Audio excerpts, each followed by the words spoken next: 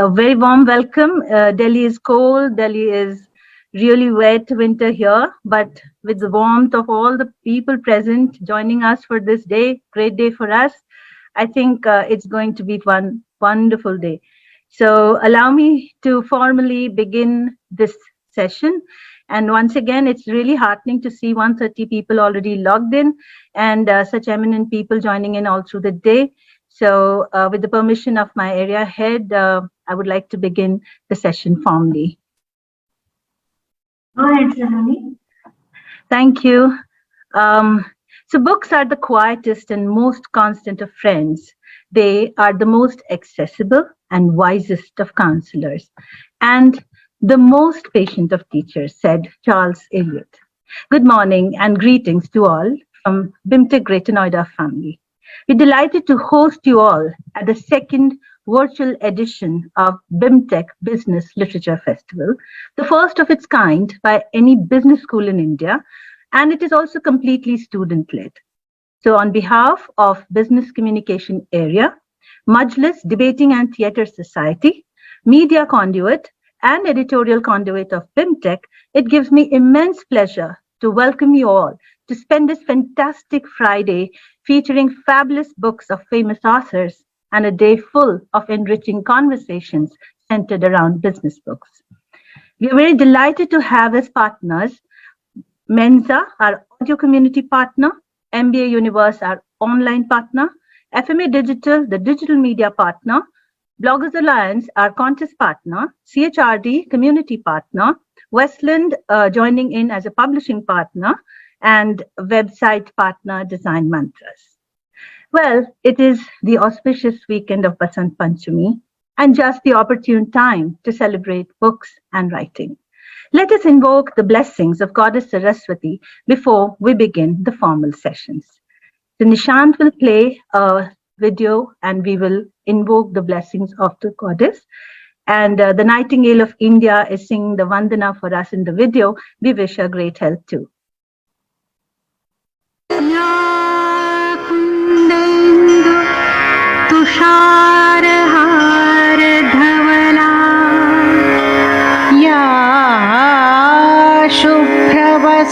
शुभ्रवस्त्रावृता या वीणावरदण्डमण्डितकरा या श्वेतपद्मासना या कुन्देन्दु तुषारहारधवला या शुभ्रवस्त्रावृता या वीणावरदण्डमण्डितकरा या श्वेतपद्मासना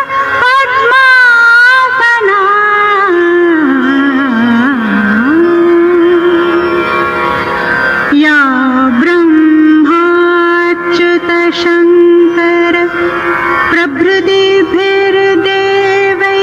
सदा Vandita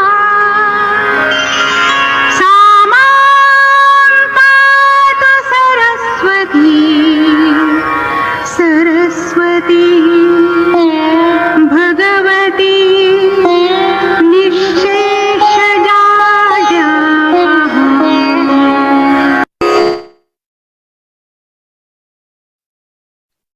Thank you, Nishant.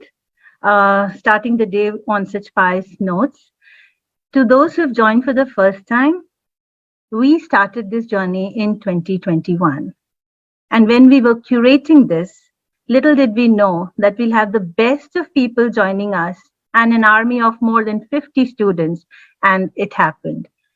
I would like you all to see what we did last time and so that you're aware of how it all happened and who were there supporting us in our first edition. So we are very grateful to all of these people who joined and made it a huge success in our maiden day. So have a look at what it was like. Nishant, could you please play the glimpses of 2021?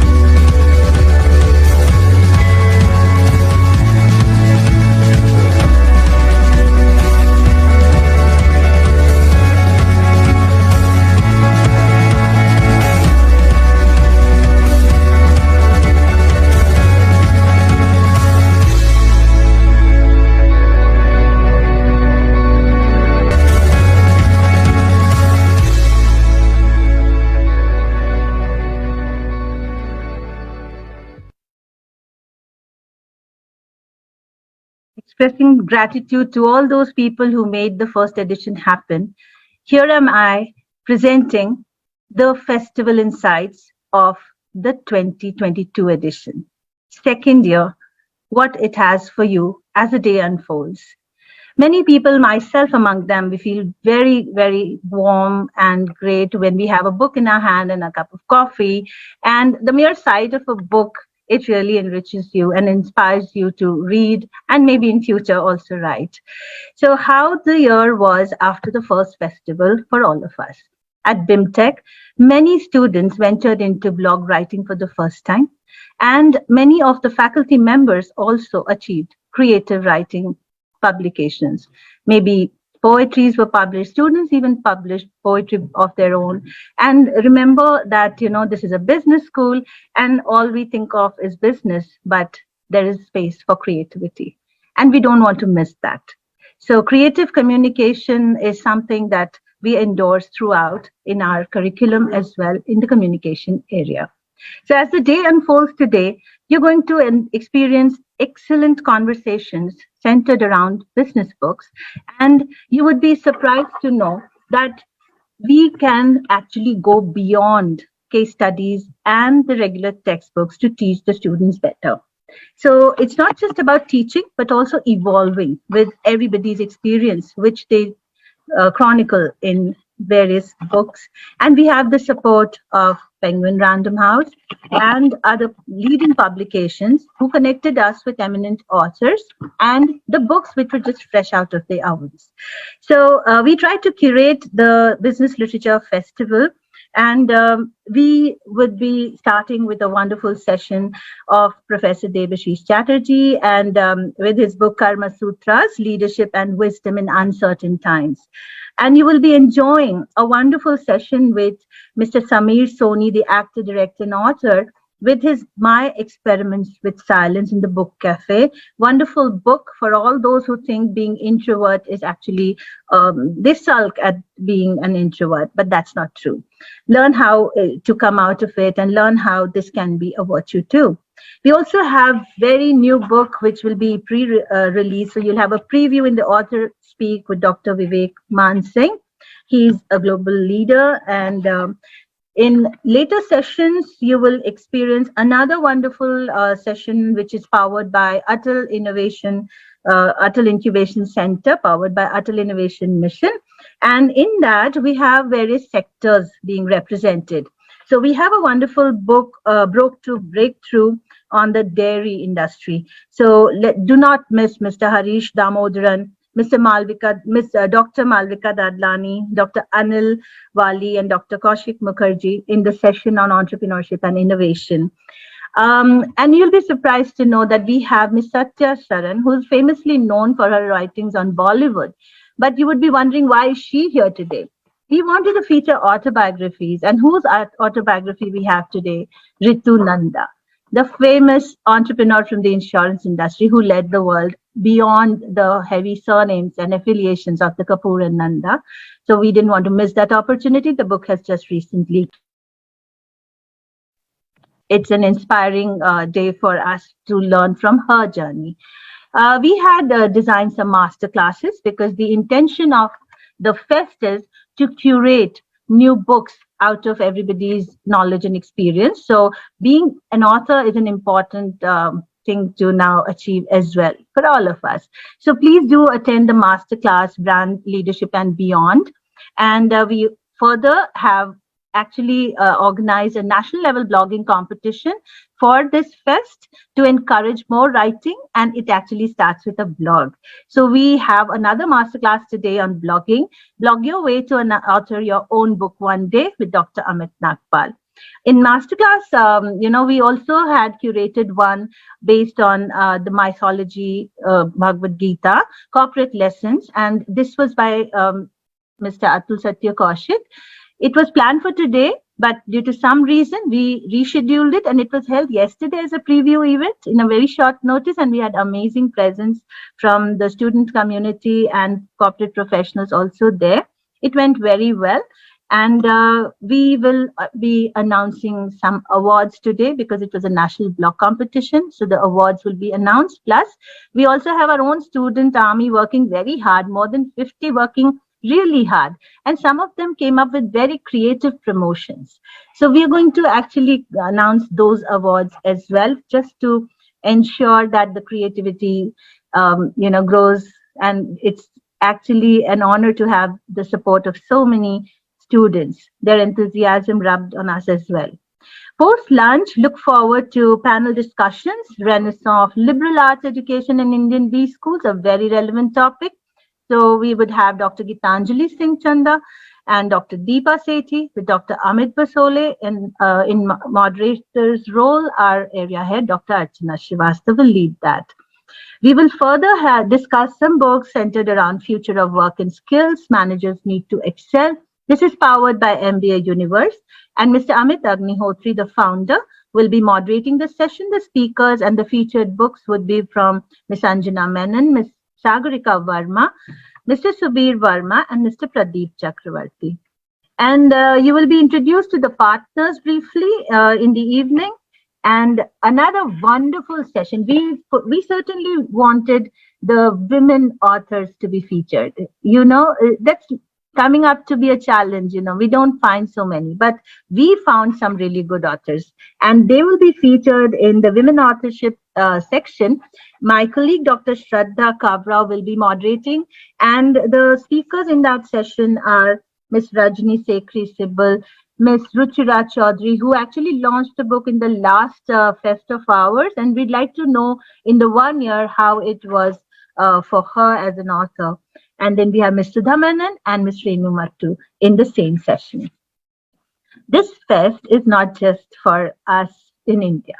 We have a lot of attendees from across the globe joining in today, and we had authors in the Global Authors Lounge from various countries. So this time we have Mr. Sandeep Dayal, the MD and EVP at Serenity Marketing Group, and he will be in conversation with our marketing professor, Professor Pankaj Priya, who's also heading the marketing and retail department here. And in the valedictory section, we have a brief report of how the day went, and the valedictory address by none other than Mr. Prakash Iyer, who has been here at our institute earlier as well. He will be speaking on his book, How Come No One Told Me That? And this is how the day is going to be for all of you.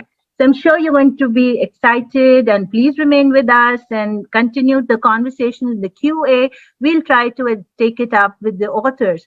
So please do remember that you must write your comments, your compliments, your questions to the authors. And this is actually a day which happened because of our leadership.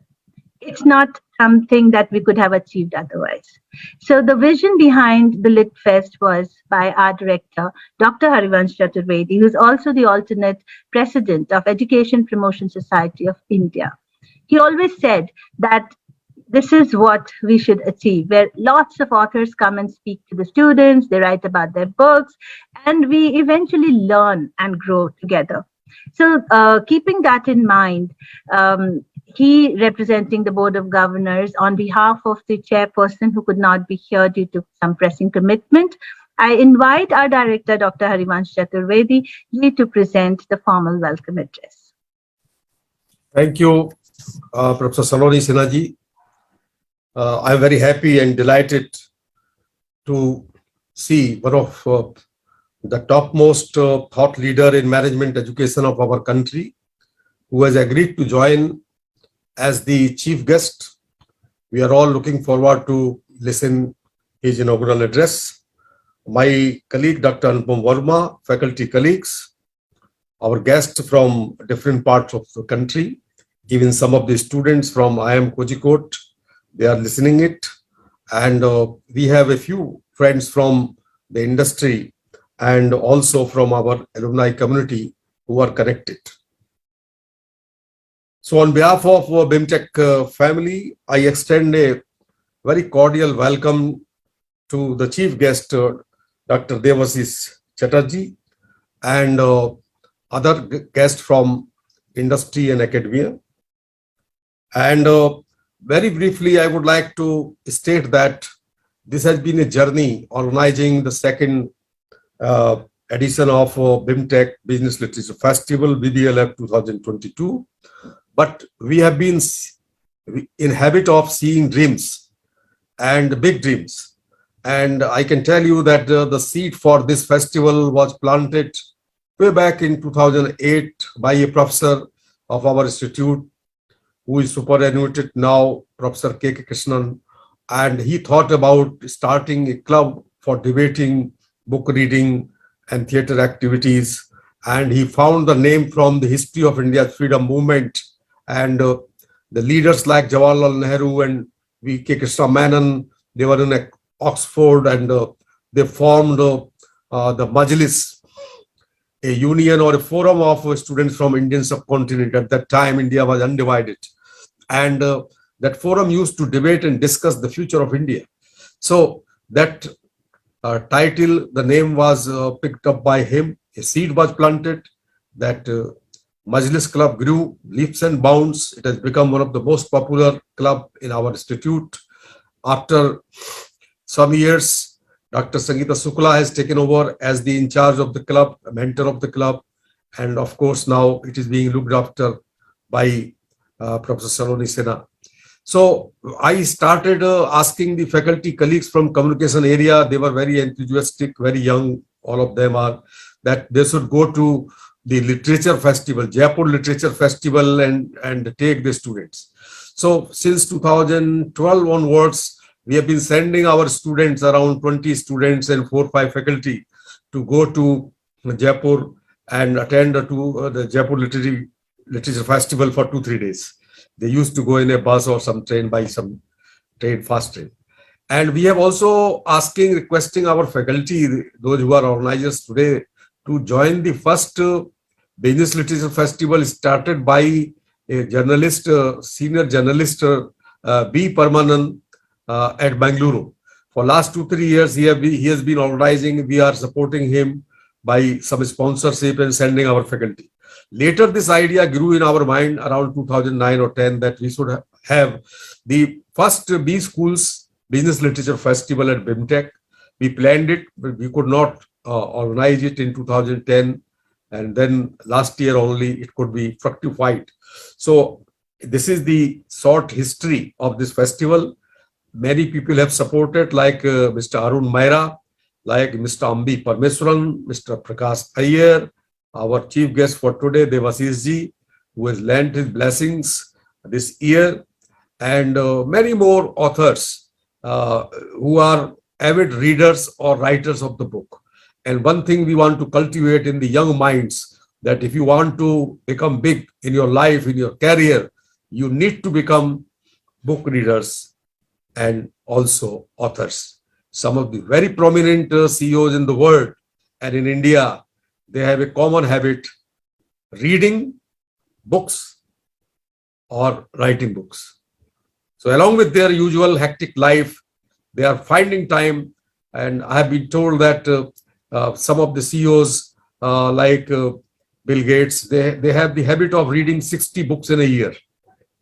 And in India, D. Sukumar, I find that he is regularly reading books and reviewing in one of the portals, Founding Fuel. And we have been asking our faculty to read all those books which have been curated by him. So with these words, I once again welcome Dr. Devashish Chatterjee, and I wish good luck to all our organizers, our students, army. I think army is not a suitable word for creative people. Army is for destruction.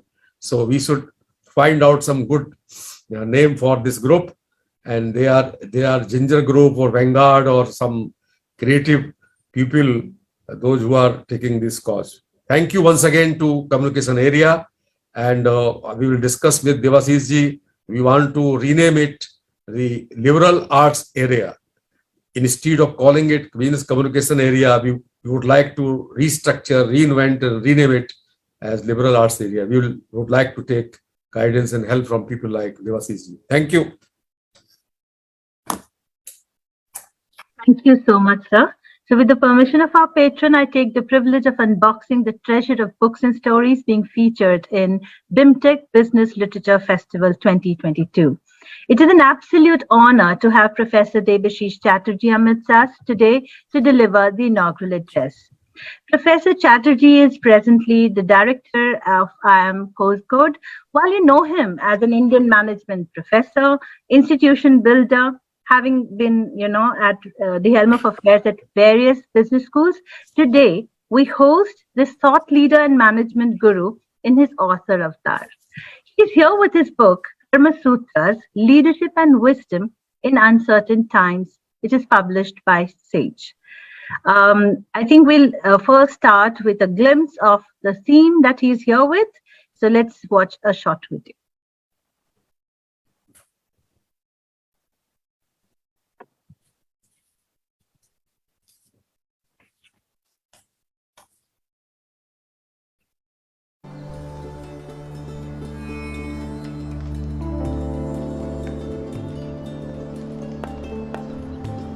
The Indian leadership model can be best described with the word Rajarshi. Rajarshi is a compound word that breaks up as Raja plus Rishi. What is Raja? Raja is the hardware of leadership. What is Rishi? Rishi is the software. And if you look at a Raja, you look at an Arjuna. And if you look at a Rishi, you look at a Krishna. Without a Krishna, there is no Arjuna. Without an Aristotle, there is no Alexander. Without a Chanakya, there is no Chandragupta. What does that really mean? It means that the dynamism of the executive, of the Raja, has to be tempered by the directional and visionary component of the advisor, the Rishi, the counselor. And the software of the Rishi, the reflective capacity of the Rishi,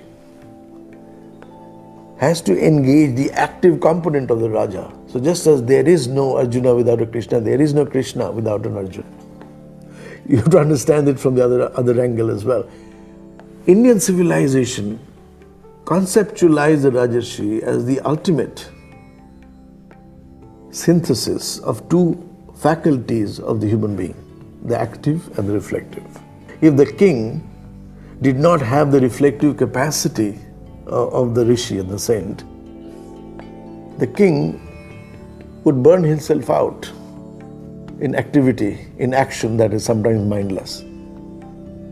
And if the Rishi did not have a king to execute his vision or her vision, the Rishi would be devoid of capability.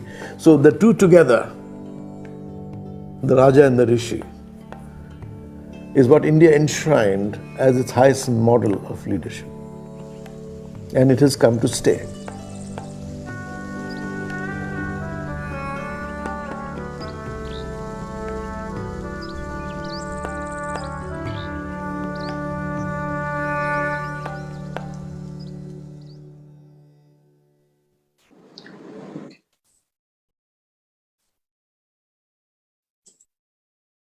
That was amazing, Professor Chatterjee. Your website says discover, decode, dedicate, and deliver. So I invite you now to deliver your inaugural address, and we are totally inspired by the idol that we saw at IIM Kozhikode. I've been there, so I've seen the grandeur of that. And your book, Invincible Arjuna, we had also had a session of yours here at our campus. So we have been continuously reading whatever you write. And now it's time to hear you. Over to you, Professor Chatterjee. Thank you, Saloni. I would like to start with Dr. Archana Srivastava, who is the head of the department that is now going to be recrescent to liberal studies and management, whatever that is. That's what we call our area in Kozhikode. Professor Saloni Sinha, who is the liver, somebody who's actually running the show, and Dr. Harivansh Rai Chaturvedi, director. What do I talk about him? I mean, his dynamism, his ability to take an institution to the heights and orbits that he's taken to is something that we all find worthy of emulation. Dr. Anupam Verma, Ms. Meera Kapoor, Dr. Shraddha Kabra, and Ms. Malavika Dadlani. I hope I've got all the names right. If I have not, forgive me for my indiscretion. And so if I'm looking at the nature of business, which is gotten much more complex, we don't need theories, we don't need anecdotes, we don't need tweeted versions of wisdom, we need narratives, and narratives that are deep enough, narratives that anchor the stories we tell ourselves and we tell the world. So I'll start with the story in the spirit of the festival. This is something unique that BIMTECH has put together, and I commend the entire team that is doing it. So my first story is about how do we reconcile the world of natural intelligence with what we today discover as artificial intelligence. And I think a story will tell you more about that. The story is about an elephant that is about to cross a bridge, and the bridge is made up of an old tree, typical bridges in villages, and the elephant is about to cross the bridge. And a mouse hovers around the leg of the elephant, asking permission to get on the top of the elephant, because that bridge is quite a long distance for the mouse, not so much for the elephant though. And the mouse says, "Brother, can I get a ride on your back?" And the elephant doesn't respond because the elephant can't hear a damn thing. The mouse says, "Brother, since silence is another name for consent, I get on your back anyway." The mouse gets on the top of the elephant. And the mouse keeps on talking. The elephant can't hear a damn thing, and the elephant moves on. As it negotiates the middle of the bridge, there's a lot of creaking sound, and the mouse says, "Brother, two of us can be a very heavy proposition. Watch out. The bridge may collapse under our collective weight." The elephant can't hear a thing. The elephant moves on, negotiates the entire bridge cover, and crosses it. And the mouse gets on the back of the elephant and says, "Brother, see how I guided you through. Here is my smartphone number. Here is my business card. If you need any more help in the future, please get in touch." The elephant thinks some faint voices here and there, but the elephant moves on. You see, our relationship between natural intelligence and artificial intelligence is pretty much like the elephant and the mouse. And the bridges that we cross anyway. The credit goes to the world of intelligence that we are seemingly, I have not known any artificial intelligence device that is more equipped than natural intelligence of a human being to deal with our own problems. Of course, I can't vouch for natural stupidity, which is part of human nature as well, right? That's where artificial intelligence probably is going to be helpful. I'll tell you another story. This story is about how the world is moving from consuming to caring, consuming to living, actually. This story is about Alexandra, who wants to meet a sage whose name is Diogenes. And Diogenes is somebody who lives by the river, sleeps on a barrel, and survives on lentils. He doesn't have opulence, but he's a happy man. And so Alexander is very, very curious to know who this guy is. So he walks and he wants to meet Diogenes, and his supporters tell him, "Look, he's lying there." And Diogenes' followers say, "Sir, this is Alexander coming towards you. You can ask anything and you'll get it. After all, he's Alexander the Great. He owns half the known world, right?" So Diogenes says, "Who's Alexander?" That Alexander standing in front of him says, "This is Alexander, Diogenes. How can I help you?" And Diogenes says, "Great Alexander, can you move away a little bit because you're preventing the sun from coming to me?" And Alexander is quite amazed. Then Diogenes has nothing else to ask. And he says, "If I was not Alexander, I would be Diogenes myself." And Diogenes says, "Look, that's all I wanted." And his followers say that if you'd asked Alexander for something, even one piece of gold, he would have given it to you. You would not have to survive on lentils if you did that. He says, "Just because I have learned how to survive on lentils, I don't need an Alexander to help me." So you can see the riddle of human motivation. On what angle of the motivation is how much more do I need to be happy? This has created a world which is on the brink of disaster, a world that is unsustainable. Another part of the equation is how much less can I have and still be equally happy? That is the mantra of sustainability. See, this whole notion of economic sustainability that we are talking about is flawed in the foundation, because the very economic, the cross-section, the economic man, the economic human being is behind the trade-off on unsustainability, behind the mythology of unsustainability. As long as you have unbridled consumption, need for consumption, you will never have a planet good enough. And so you have to look at it at the core. My third story is about Andy Grove and the man who created Intel. Intel inside every computer. This is Intel in the 70s. Andy Grove is walking with one of his board members. And Intel is not doing too well because their market share, which was about 90% in the 70s, is slowly getting whittled away by the Japanese who are manufacturing the memory that Intel was manufacturing and giving it to the market at 6% less. And so the Japanese are eating away at the market, and the market for memory business itself is dwindling.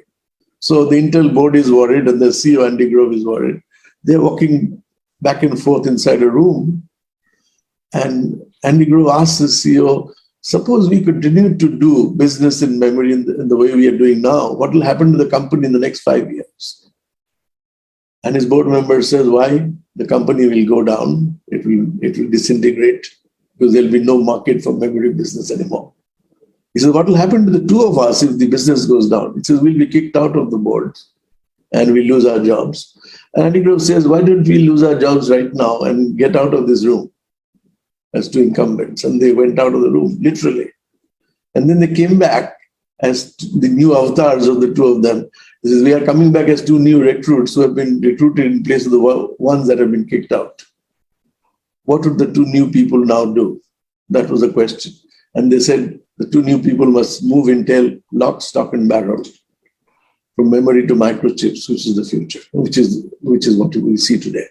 And so the reinvention of Intel is telling us that the world is moving from producing to innovating.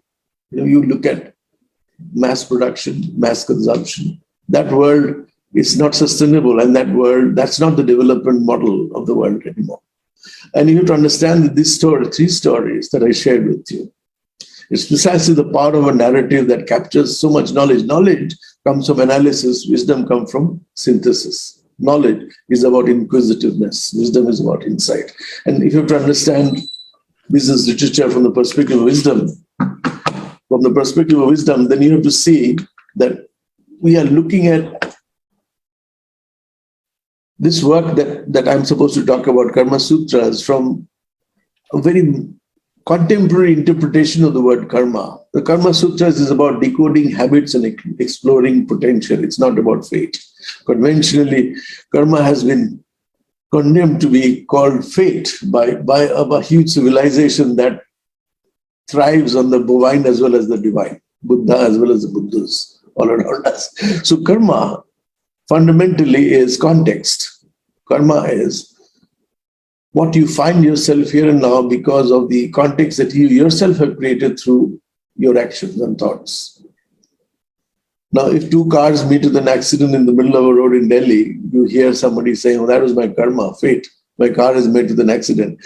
That has nothing to do with fate. It has something to do with the law of physics. Two cars can't be at the same place at the same time.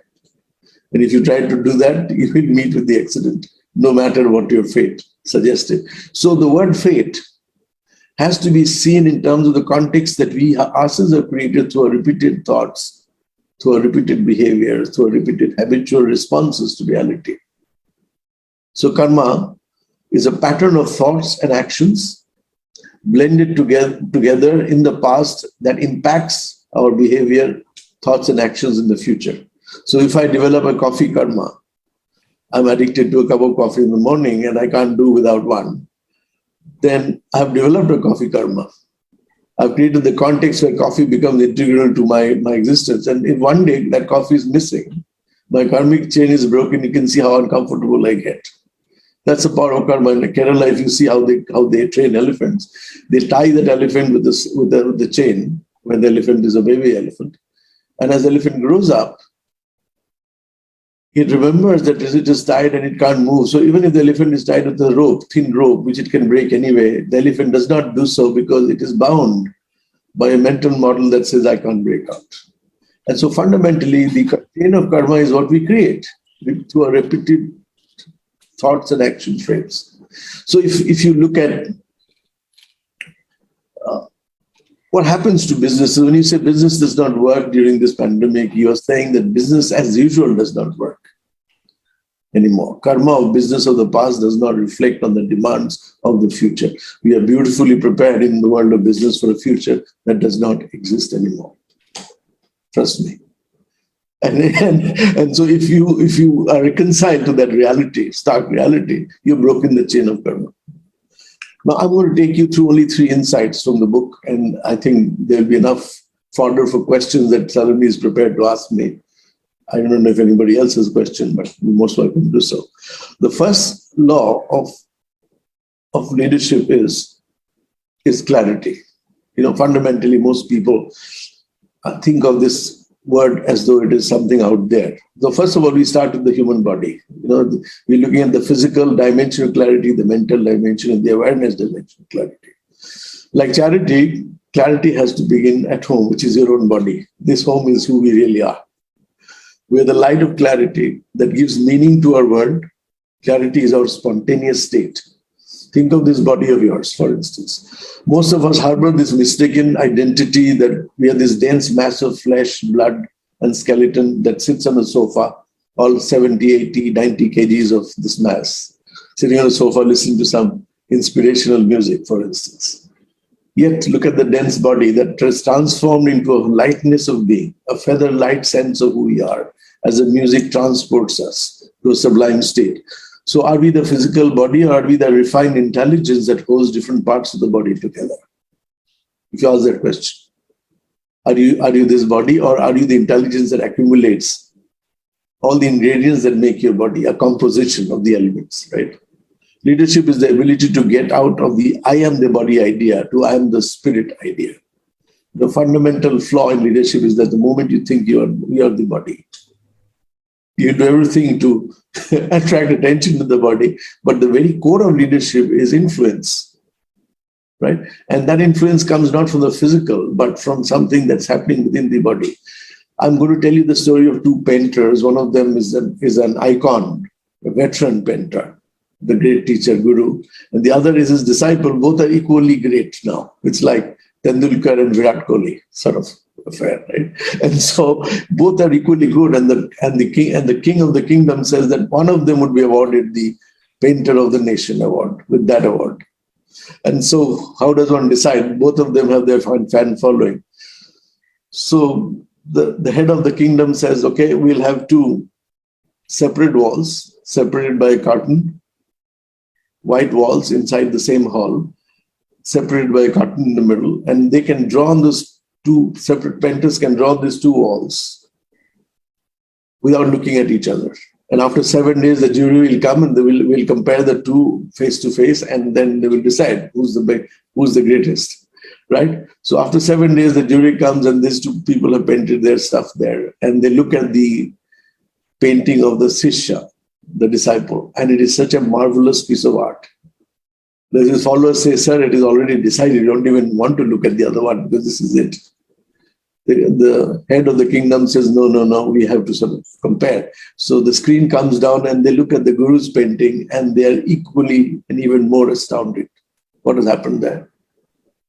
The Guru's painting is identical to the Sishya's painting, except, although they are not looking at each other, except that the Guru's painting had more dimensions.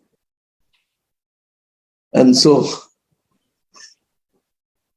they asked the Guru, how did you manage to do this? Did you know what he will paint? He said, no, I always thought of him as a great painter, much greater than me. And I decided that I'm not going to paint anything. I'm just going to polish my wall so that it shines like a mirror and reflects whatever he has painted.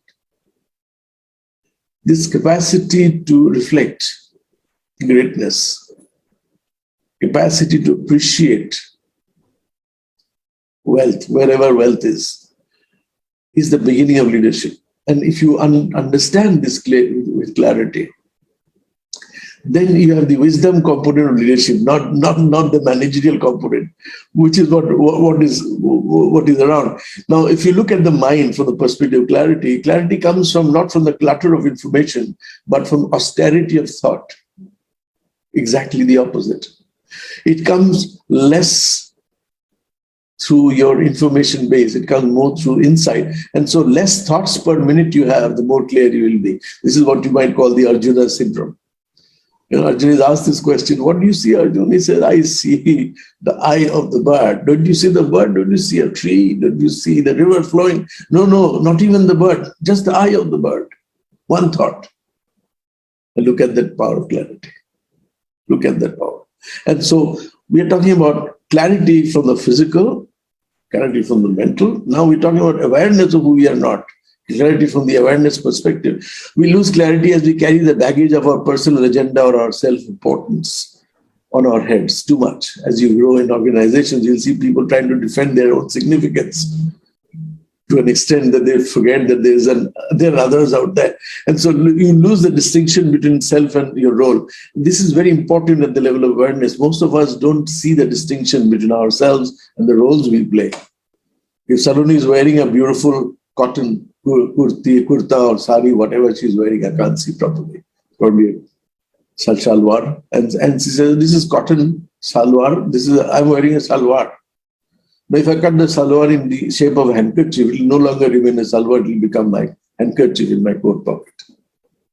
And if I take that handkerchief and start mopping my table, it will become a mop, not a salwar or a handkerchief. So what was it really? It was cotton. Saloni was wearing cotton. And that cotton got into many role positions, depending on what it was used for. But fundamentally, it remained cotton, right? So our self is like that. There will be many roles that you will be imposed on you that you will choose to play yourself. But your fundamental awareness that your self is not your role. Your self is distinct from your role. A self is a bundle of rationality, emotional capability, willpower, and ingenuity. This is your self. Whatever role is given to you, you can allow these four components like a combination lock to play in right proportions to solve problems. Your role doesn't solve the problem, your self does the problem. It's not the general manager or the director who acts, it is a human being who acts, right? in the frame of a director. And so when I was no longer director, I went back to my parent I am, and I was just a teacher taking a bicycle to class. People said, sir, you haven't got a car yet. I said, no, I haven't bought one because I want to know what it feels like to ride a bicycle after a long time. So I used to take public transportation, to go to fish markets to buy my essentials. And they said, oh, we saw you on your photograph somewhere. I said, yeah, you may have, but right now I'm going to the market. The fact is that they asked me why. I said, see, when I was a director, I was playing director. That was my role. When I'm a professor, I'm playing professor. When I'm nobody, I'll play nobody. And so the point I'm trying to make is this, that these role shifts would not traumatize you if you had this awareness, little awareness. That's clarity. The second element, I can take 10 odd minutes, right, Saloni, given your time frame. Is that okay? I can't hear your voice. Actually, there are some questions. So if we can continue with the conversation with your responses to the question would actually add. So there are very interesting questions. And the first one is... Yeah, just a second. We'll take the questions. Go ahead. Yeah. Go ahead. Okay. So the first one is that, so there are actually a number of questions with me, but I'll take up only two. And the first is basically trying to understand the name of the book. Okay. Yeah, how did you think of this and how the two have an identity, the karma and the sutra? How does that have a separate identity? Okay, specific reason for naming the book. Is that what you're saying? Okay. Yes. See, the first part of the book is karma, which is, much, as I said, much maligned, much misinterpreted. It relates to work or action. The thing is this, that karma for me translates as context in which action plays out. And I'm defining the context in the first part of the book. So the context you find yourself in, the kind of business challenges you face, the kind of academic challenges you face, that's the karma part. That has happened because of the way you've thought about these things in the past, the way you've created the atmosphere through your own decisions, through your own choices that you've made. Nobody told you, Saloni, or nobody told you, Archana, that you have to be here right now. You had options all the time. You could be in a movie hall watching a movie instead of being here. You always had a choice, but you had a compulsion to be here. And the compulsion had your own consent. Without your consent, you would be here. And so all I'm saying is karma is the context in which you have the past you've acted, you're here. And sutras are insights that you get out of it through which you can solve a problem that you have now created yourself. See, I was just to give you an example, this very interesting example that the context is a very powerful aspect of leadership. Unless you understand the context, your actions cannot be understood. So sutras are insights, like threads in a garland, that will put the context in perspective. So you will get this insight. Buddha is facing three disciples. One of them says, "Oh, I always knew there was no God. I'm glad that you're saying there's no God." Buddha says, who has told you that there's no God? I have not told you. The second one says, "Well, I always believed in God. I'm glad you're supporting the fact that there is a God." Buddha says, "Who said there is a God? I have not told you that." Then there's a third person who says, "You honestly, I do not know whether there's a God or not. Please teach me." Buddha says, "Now we are ready to talk." And his disciple Ananda was watching these three contexts. And he says, to three different people, you're saying three different things. So what is your own point of view? He says, the point is that I'm not addressing the questions. I'm addressing the questioner, the context from where the questions are coming. And so if you are not clear about context, you will not be a leader. You will not understand. When the Singapore's foreign minister is declaring a budget, Singapore's budget, he says, "As a result of my budget, Mrs. Lee, who used to buy 100 kgs of rice from Orchard Road and bring it to her home in Clementi by a public transportation, by a bus, will now be able to buy 120 kilos of rice instead of 100 kilos, and she can afford a taxi as a result of this budget." Mrs. Lee understands the budget much better than if she had just got a bunch of figures. So to be able to contextualize information is the sign of wisdom. You speak to specific context, and that's very important. That's what karma means. And sutras are insights. These are conceptual threads. And you see, through these threads, you understand what would be the solution. If you're in this context, this is how we would find. So that's how the book is put together. I hope I made it clear. Thank you so much. Thank you for those insights. And people can visit his website. There are lots of things that one can pick from there.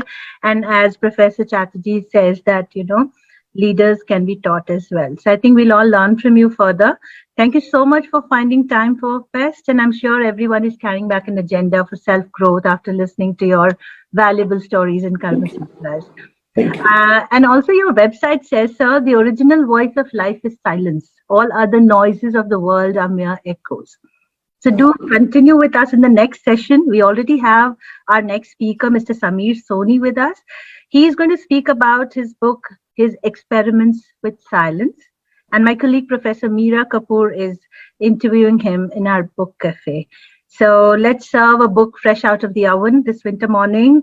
Get your cuppa and let's get talking. Over to you, Ms. Meera. Thank you so much, Professor Saloni, and a warm welcome to all the guests who've joined us today at the Book Cafe. So at BBLF2, we've curated the best and brightest of authors whose books have released in 2021 and early 2022. One of these books was a phenomenal offering, a debut book called My Experiments with Silence, The Diary of an Introvert. This book was hailed as an ode to anyone who has fought or is fighting their inner demons. The last 2 years have introduced us all to living with anxiety and stress. The pandemic forced us all to look within and deal with isolation. So amidst all of this, a brave author decided to share all of his own personal struggles through this book. And we are in conversation with Mr. Sameer Soni. Welcome to the Book Cafe, and we are so honored to have you here. Thank you so much, Meera. Thank you for having me. So Mr. Sameer Soni is an actor, director, and now an author. So he's appeared in many movies like Bhagwan, The China Gate, Basti, Kaha Ho Tum, and he's also played lead role in teleserials like Parichay Nai Zindagi Ke Sapnon Ka. You may remember him from the Doordarshan teleserial, which was path-breaking in its own way, A Mouthful of Sky. Recently, he's also written and directed a psychological thriller for Netflix called My Birthday Song. So, Samir, welcome to the Book Cafe. And let's begin by unpacking the thought behind the book. You know, because this book is a deeply, deeply personal account of your dialogue with yourself. So, I've got two questions with you, with which I'd like to start. Number one, what prompted you to share these deeply personal, intense, and introspective thoughts? And how difficult was it to bare your soul to the world out there and give them a glimpse of your inner world? First question, what prompted me to write this book, basically? Right. I was approached by some publishing agents for a book, to write a book of memoirs. And I wasn't interested in that because I can't get around to, whenever an actor especially, writes some memoirs, just, I don't know, I was a little uncomfortable with the concept because I don't think I've really achieved anything to really write about. And I don't think anyone's really going to care much about it. So I said, no, I'm not interested in memoir, but I had written some stuff over the years.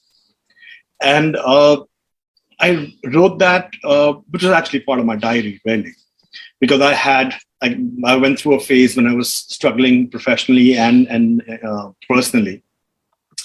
So I conducted an experiment with myself, and I said, okay, look, I'd read a lot, and every book seems to say that you should practice silence for some time. I said, okay, we'll try this out. So I tried that, and the only outlet I gave myself was writing. So I was documenting whatever I was feeling, whatever I was thinking, and the thoughts that were coming. And it took me all. I'm sorry? Okay.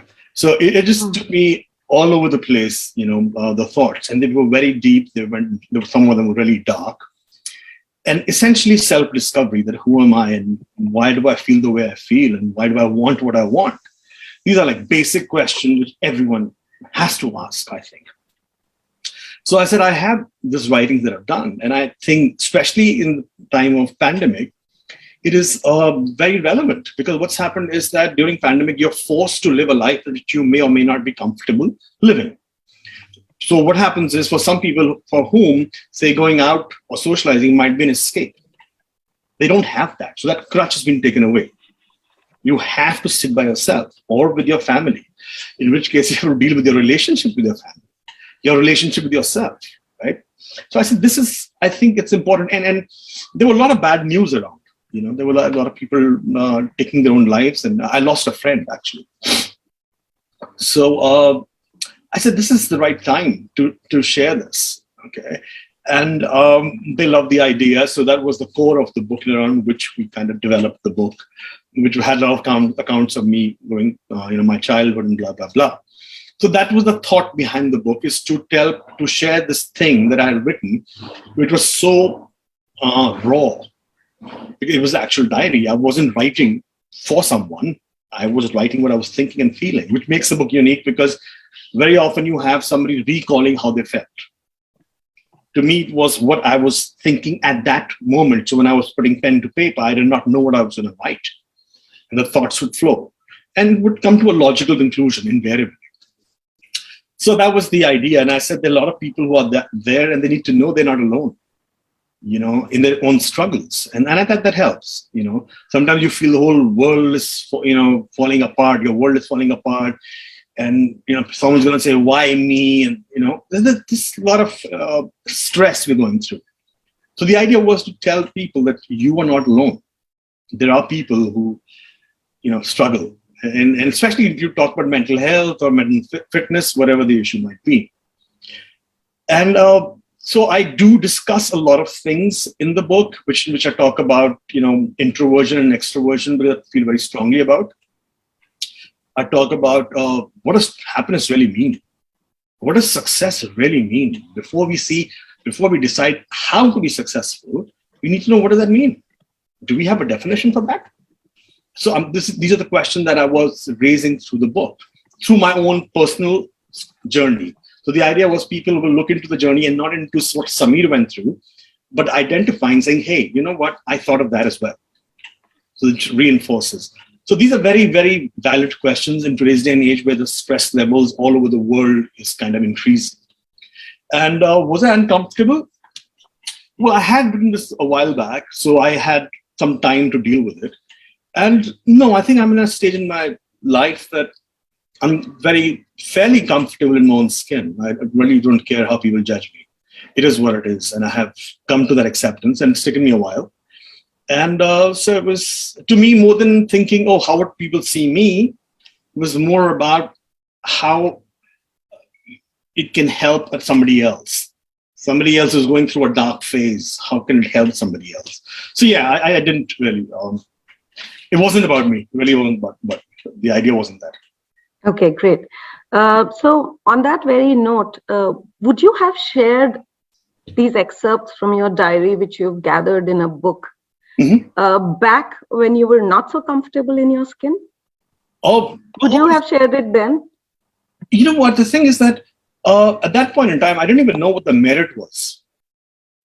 I mean, I was writing something, and while I was writing, there were times when I was like actually crying, and I was just writing. I was writing like a madman. And I knew it was coming from honesty and truth. What was how relevant, important it was to other people, I don't know. I mean, how can I really judge that? But over the years, I've realized when I was rereading that and seeing what was happening around, because during this pandemic, there were no shootings happening. So you're just looking around what's going on and what you're thinking. And I said, this is a good time. This is it. This is what I saved it for.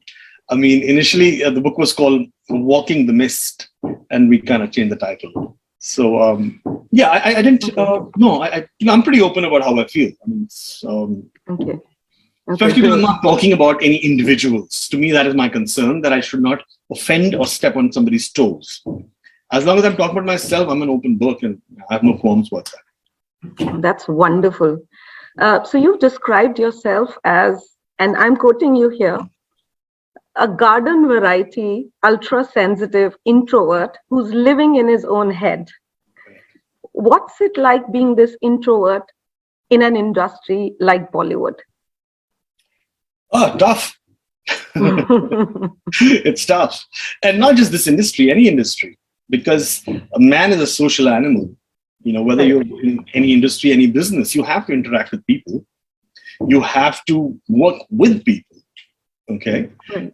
And so that's a handicap. And if you are not comfortable with people in general, then that's a tough one. That's a tough one, right? So the flip side is, the bad side is that, you know, I don't socialize much. Okay.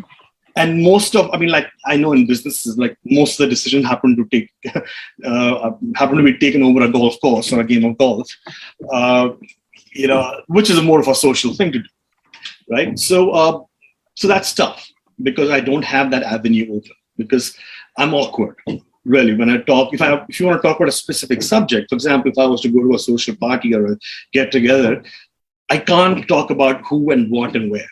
That's my shortcoming. That's an introvert. To me, my world and my universe is inside. If you want to discuss philosophy, if you want to discuss religion, spirituality, I can talk for hours. Right? So it is tough, because it does not attract those kind of people, and the gatherings are not conducive to those kind of conversations.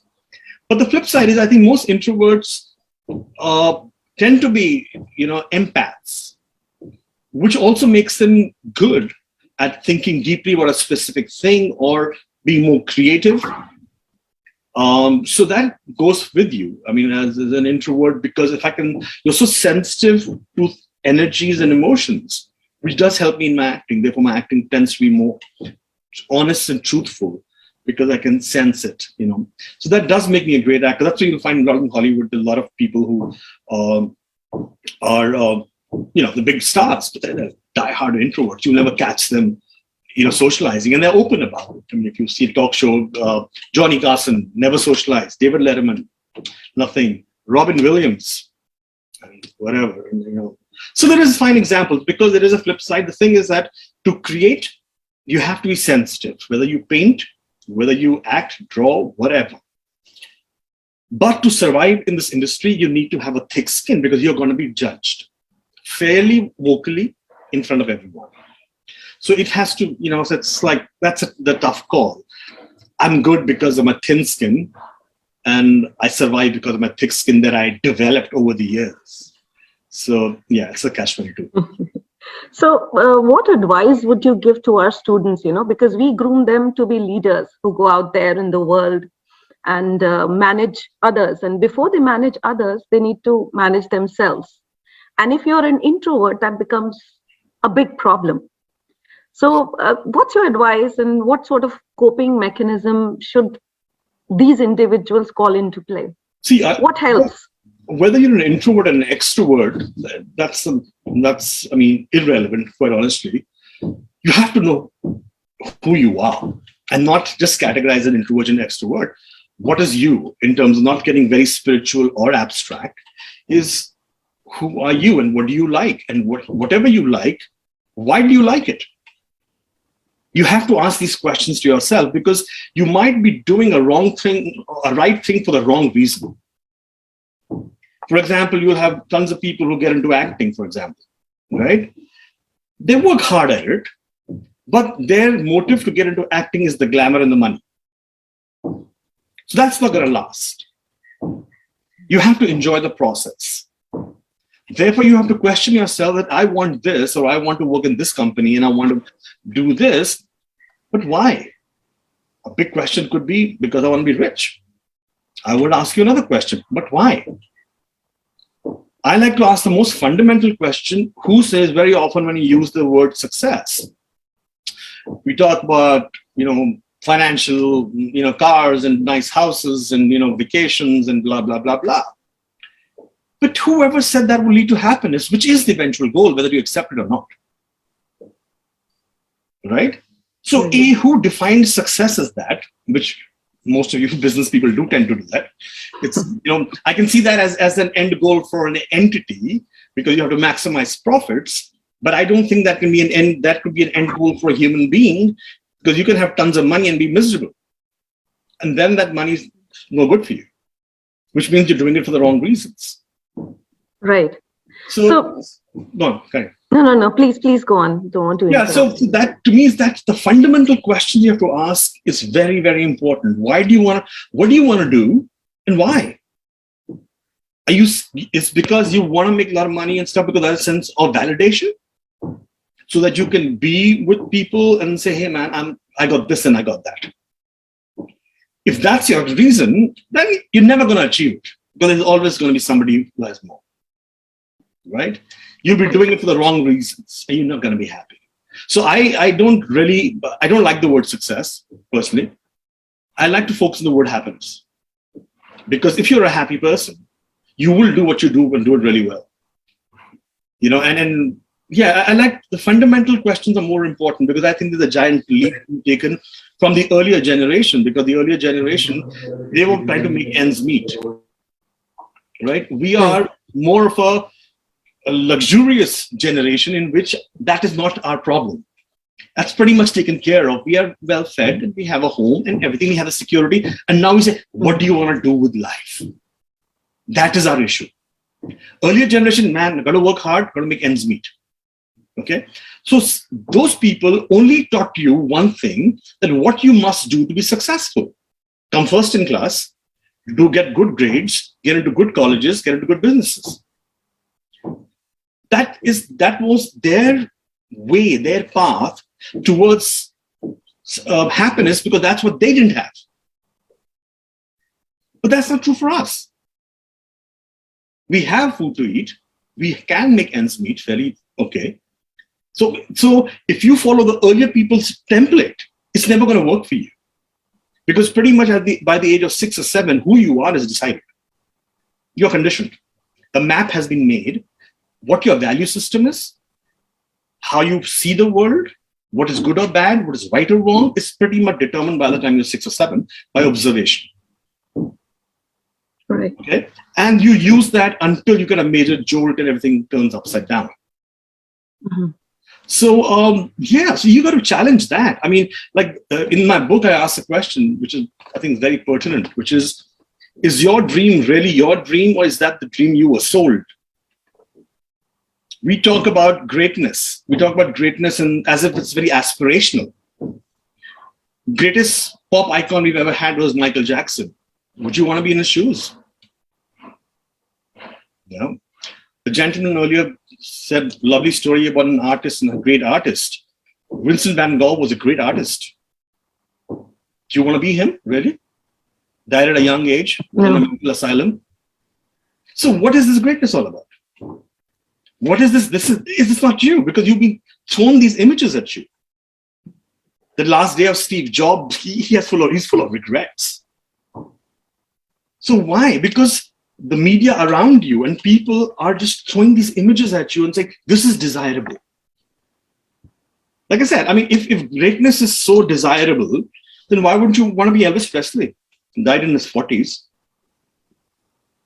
So, yeah, I don't understand that, because you have to question it. Otherwise, you're going to spend the rest of your life, you'll spend the rest of your life running away from your own shadow, and you'll never run away because you'll never achieve it. It's never going to happen because you're looking for validation. And if the validation doesn't come, maybe when you were a child, you did really well in school get validation from your parents. They say, oh, good son, acha beta, very good. You come first in class, very good. And I say, oh, so that's how I get my love and affection. I need to come first. Everyone around me says it's good. In that, the seed is sown. Who says coming first is good? Why? Let's question it. It is good if you don't have enough to eat. But otherwise, because if that becomes your benchmark for everything, you're going to take that formula and apply it even when you don't need to apply. So think. I mean, I'm sorry, I'm trying to go into a lecture. No. These are wonderful insights, and especially beneficial for our students, who tend to ask all these questions and are looking for answers everywhere. So thank you so much for that. Yeah. I'll give you one example, a quick one. This is what impressed me a lot, which was actually really, really impressed me. I was reading J. Krishnamurti. People who are familiar with J. Krishnamurti, he was picked by Annie Besant to be the world's spiritual leader. He was handpicked when he was like barely 7 or 8 or whatever from South India, and was taken abroad with his brother and trained and groomed to be a world spiritual leader. And he was trained and everything. He was a very profound thinker. So he had an ashram, and these are true stories. This is because he never gave discourse. He just went and said, let's talk and discover. So there's one man who is, again, true story. One man who had left his job in US as a banker and wanted a more spiritual life and more, away from quote unquote materialistic life. And he was in the ashram for 2 years. And after 2 years, he tells J. Krishnamurti and says, listen, I've been here for 2 years. I've left my earlier life, my materialistic life. I do what you tell me, what is done. But I don't feel good. I don't feel any different. I don't feel I'm like enlightened. Okay. In fact, I feel all the joy has been sucked out of me. So what is wrong? Is there something wrong with me? Something wrong with your teaching? Something wrong with you? I mean, what's the point? I mean, this was wrong, so-called wrong. So I went here. So J. Krishnamurti looks at him and says, well, the fact is that you never moved. So what do you mean I didn't move? He says, when you were in banking or US, you thought if you made more money, you'd be happy. And now you've come here and you think that if you get enlightenment, then you'll be happy. So the thought is still that if I get there, I'll be happy. You just interchange A for B. Right? And he says, you haven't moved. And then he goes on to say the most profound thing that I've ever heard. He says, every road on the map is wrong. Because you think that if I follow this road, I will reach here. That's why I have a problem with a lot of books which says 7 reasons of doing this and 8 ways of doing this, 10 books which say that if I do this, this will happen to me. And he says that the moment you start living in the present and say, okay, this is it, things change. So, so he says that every road on the map is the wrong road. The moment you realize you're on the wrong road, you're actually on the right road. Which is, think about it, it's profound. Yes, it is. Thank you so much for sharing that. So in your book, you say that writing always gave you peace, and writing, it lightens the mind without making the soul hollow. And I really love that. So any plans to write anything after this? Oh, I've been thinking about What should we look forward to? I'm toying with this idea. This thought has come into my mind. I haven't fleshed it out.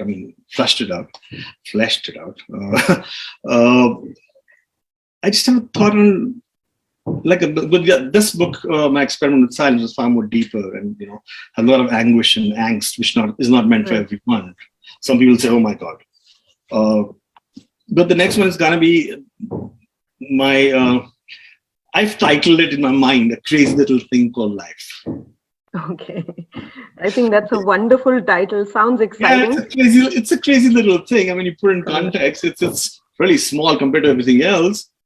But it's crazy. You want to go south and it takes you north, and you want to go east, it's going to go west. It's anything but predictable. So I call it a crazy little thing called life. Wonderful. We can't wait for you to start writing and finish it so that we can get our hands on it. Wonderful. So, Samir, there are a lot of questions pouring in, but sadly, we've run out of time. Oh, but yes. Let's take one question if you can, so that at least we don't sound rude. All right, let's just quickly take one. But I do have something else planned for you. Oh, okay. So we'll just quickly take You manage your time. I will not tell you. Yeah. So the question is, what inspired you to write a book? That's the first question. Pretty much. And there's also another question which is akin to this one. And the book was the book meant to be a COVID time book, as it is very relatable? So I think you've answered that one already. It's relevant in the times of COVID. But what inspired you? These are basic struggles we have. These are basic struggles of disappointment, expectation. So you I did dwell deeper and say, why the expectation? Why the disappointment? Because then I said, okay, why do I think like that? Because fact of the matter is, your mind, the job of the mind is to protect you. It can't make you happy. Mind can protect you. It's like a database of all your experiences you had, project it further. All right. And if you depend so much on your mind, you probably can't even take a step forward. It's going to say, oh, if you do this, this is going to go wrong. If you do this, it's going to go wrong. And this analysis and thoughts and this is just a brain whose function is to protect. Its job is not to make you happy. And if you depend on that mind to make you happy, then you're in trouble. So I think these are very, very relevant issues, and especially being an introvert, because there's so many people like me who I've had my share of trying to fit in until I say, hey, screw this. I don't want to do this. I love acting. I'm going to do that. I want to write. I'll write. But I'm not going to fit in. Because the problem is that the society, which is largely an extroverted society, because we value success in terms of materialistic, physical thing, bigger, stronger, faster. More of this and more of that. We see that in that context. So an introvert will feel out of place in that. And also then start feeling there's something wrong with it. That is where anxiety comes. So to me, it's here to tell, all the people that, hey man, you're fine. You live, the way you think is just different. So you don't have to be, because there are times when you go in a party and I used to look around and say, everybody's having so much fun. Why am I miserable? All I want to do is go home, change into my pajamas and read something or write something or watch something. And I used to feel bad about it. I'm like, man, what's wrong with me? But now I'm like, well, yeah, you're an introvert. That's it. No shame in that. Absolutely not. And I'm sure you've given a lot of strength to the introverts out there who are listening to you. They're going to draw strength from this from during the times to come as well. So before you go, Samir, the book is written largely in prose with the brilliant flashes of poetry in between. So before you take your leave and before we thank you, could you please recite just one piece for the audience out there from your book? Any specific? I can, the one I know, which is, if you have only the brave, because that's my favorite from the book. Yes. I like The Circle, but Only the Brave. Let me see, because Only the Brave, I don't know. If you like The Circle, please go ahead. Please. Yeah, but I think that kind of relates to everyone, which kind of puts things in context. Right. That I know. I don't need to, pick up my book for that. Okay. Right. So it's sort of the culmination of my book. And it's called The Circle. So it is round and round. I mean, I'm using I, we can say we, really, because that's true for every one of us, no matter who you are, where you are. So I'll use the word we for us. So round and round we go through the same places we've been before. the same highs, the same lows, the same uncertainties, the same unsures. Will we, won't we? Can we, can't we? How many times the same fears must face we? And will there be an end? Where will we see some light? Where will there be an end to this dreary dark night? In search of that pot of gold, at the end of the rainbow, round and round and round we go. Thank you so much for doing this. What a treat. What a treat. We can't thank you enough for this. And thank you so much. It's been such an honor and pleasure listening to you. And wish we could go on and on. Unfortunately, there's a time constraint, but we'd love to have you here. Thank you so much for taking out time and talking to us today, Samir. Thank you so much. Appreciate it. Bye-bye. Mr. Samir Soni, ladies and gentlemen, thank you so much for joining us. And next we have an extraordinary gentleman, Dr. Vivek Man Singh, who has had the incredible opportunity to work with David Packard, Bill Hewlett, Michael Dell, Steve Jobs, and John Chambers. He's currently a general partner at Your Nest VC Fund and board member at TurboStart VC India. Dr. Man Singh was listed as honored professional in National Who's Who for the United States. A global leader, a mentor par excellence, he's in pursuit of mentoring 1 million young Indians. Welcome to Author Speak at BBLF too, sir. We're honored to have you here. Dr. Vivek Man Singh, sir. Thank you. Can you hear me? Yes, sir, absolutely. We can hear you now. And we hand over our audience in your very capable hand. Welcome to this session, sir. Thank you very much for inviting me. Let me just pull my presentation. I strongly believe in this era of phones being available to everyone. If they have nothing to watch, they go back to phones. So let me just put the presentation here, and if you can see it well. Okay, can you see it well now? Yes, sir. Please go ahead. All right. So let me just go back. Okay. So Professor Meera invited me to share some glimpses of my book, which is upcoming. The book will be launched in March first week. But what is the genesis of the book, right? So I believe very, very strongly that everyone, whether they are 15 or 25 or 35 or 45 or 55 or 65, where I am, they can improve and they can do bigger and better things. It is not just for students that we preach. Anyone at any stage can do bigger and better things. By aspiring and capturing your aspiration through goals. So first you need to aspire. Nobody else is going to aspire for you, and capturing it in goal.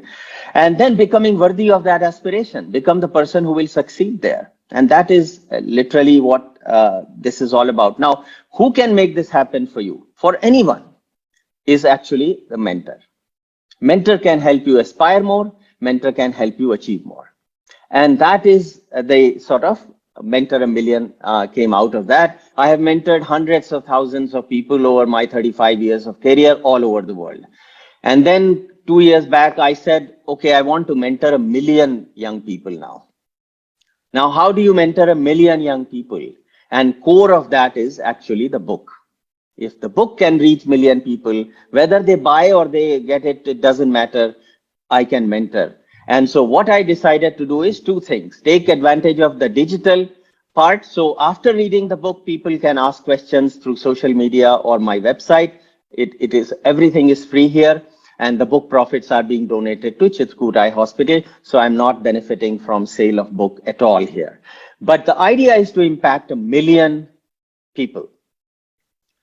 So here is how the book looks. Achieving meaningful success, unleash the power of me. And that is what I'm going to just share 1 or 2 nuances about the book. Now, book is about my life experiences and lessons learned. So it is very important for me to share a quick window on my life.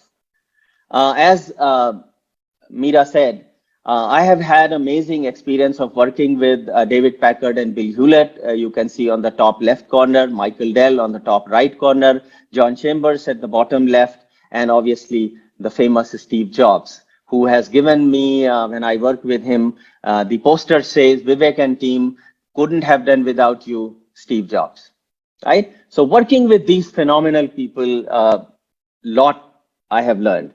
I have contributed to 2 technology books. I have 6 US patents. I have invented an instrument that you see on the top right corner. I have received many, many awards, whether it's Innovation Award or Chanakya Leadership Award or IT Person of the Year Award or Who's Who of United States Award. Relationships were always very, very important to me. So you see my family here, old picture. And when my mother needed help, we literally over an evening, we left everything from US and came back to India to take care of my parents, which I'm very, very proud of, and which relates to what I'm going to talk about in the book as well. I'm a philanthropist and I believe in giving back. So you see hospital here, and you see that handicapped children programs that we are trying to help people with, and so on. So now this is who I am. And now let's go into the book, Achieving Meaningful Success. If in one line I have to summarize the book, it is define the person you aspire to be and then become that person. Pay attention to this line. Define the person you aspire to be. Most people never define. And then become that person. Most people never put the effort to become the person who will actually achieve their aspiration, right? So let's go into it a little bit. So now the book is in 5 parts. First, we'll define what meaningful success is, capturing your aspirations, then becoming the best version of yourself to actually achieve your aspirations. We will talk about lessons that Who's Who of India has taught us. I have interviewed them exclusively, and some feedback from my mentees on how the ideas shared in the book have helped them. So let's start with what is meaningful success? Why achieving meaningful success is important. One can achieve meaningful success by achieving multidimensional and balanced life goals, which are key to happiness, fulfillment, and purposeful life. What are balanced and multidimensional goals? Most people just think career is their life goal, money is their life goal. Actually, this is not. Career goal is important, relationship goal is important, material goals are important, fun goals are important, spiritual goals are important, giving back is important, recognition is important, health goals are important, and so on. So there are multidimensional aspects to your life, and all of them have to be simultaneously addressed. And that is what gets you meaningful success. So again, I don't have time to go much deeper here, but that is what meaningful success is all about. Now let's come to capturing your aspirations. So whatever you can decide that, by the way, nobody else can push you in one way or the other. Capture your aspirations through goals. You only decide that. Life without goals is directionless. Now, let me tell you, today when we go to a friend's place or to for some meeting, 15-minute drive from your place, what do we do first? We open Google Maps. Yet, do we have Google Map for our life? Most people don't. So for 15 minutes of drive, they want a Google Map, but for 70, 80 years of life, they have no Google Map. And that is why the life becomes directionless and very tactical. Would you watch a football match between Brazil and Netherlands, say the top 2 teams in the world, if I take the goalpost away? Nobody can watch that match, even though they have the best players in the world. Right? So it's very important that we have goal. In cricket match, if we take the scores away, would you watch it? I won't. So goals actually give you the direction, the excitement, the measure. It's very important for us to have goals. The other part is when I'm saying capture your aspirations, shoot for the stars. Even if you miss, you will land in the moon, right? Land on the moon. So it's very important to be aspirational. Let me share 2 stories with you. Dilip Kumar, yesterday's famous actor, was selling fruits in Bombay. If he had aspired to have his own fruit store rather than selling on a thela, he could have aspired for that.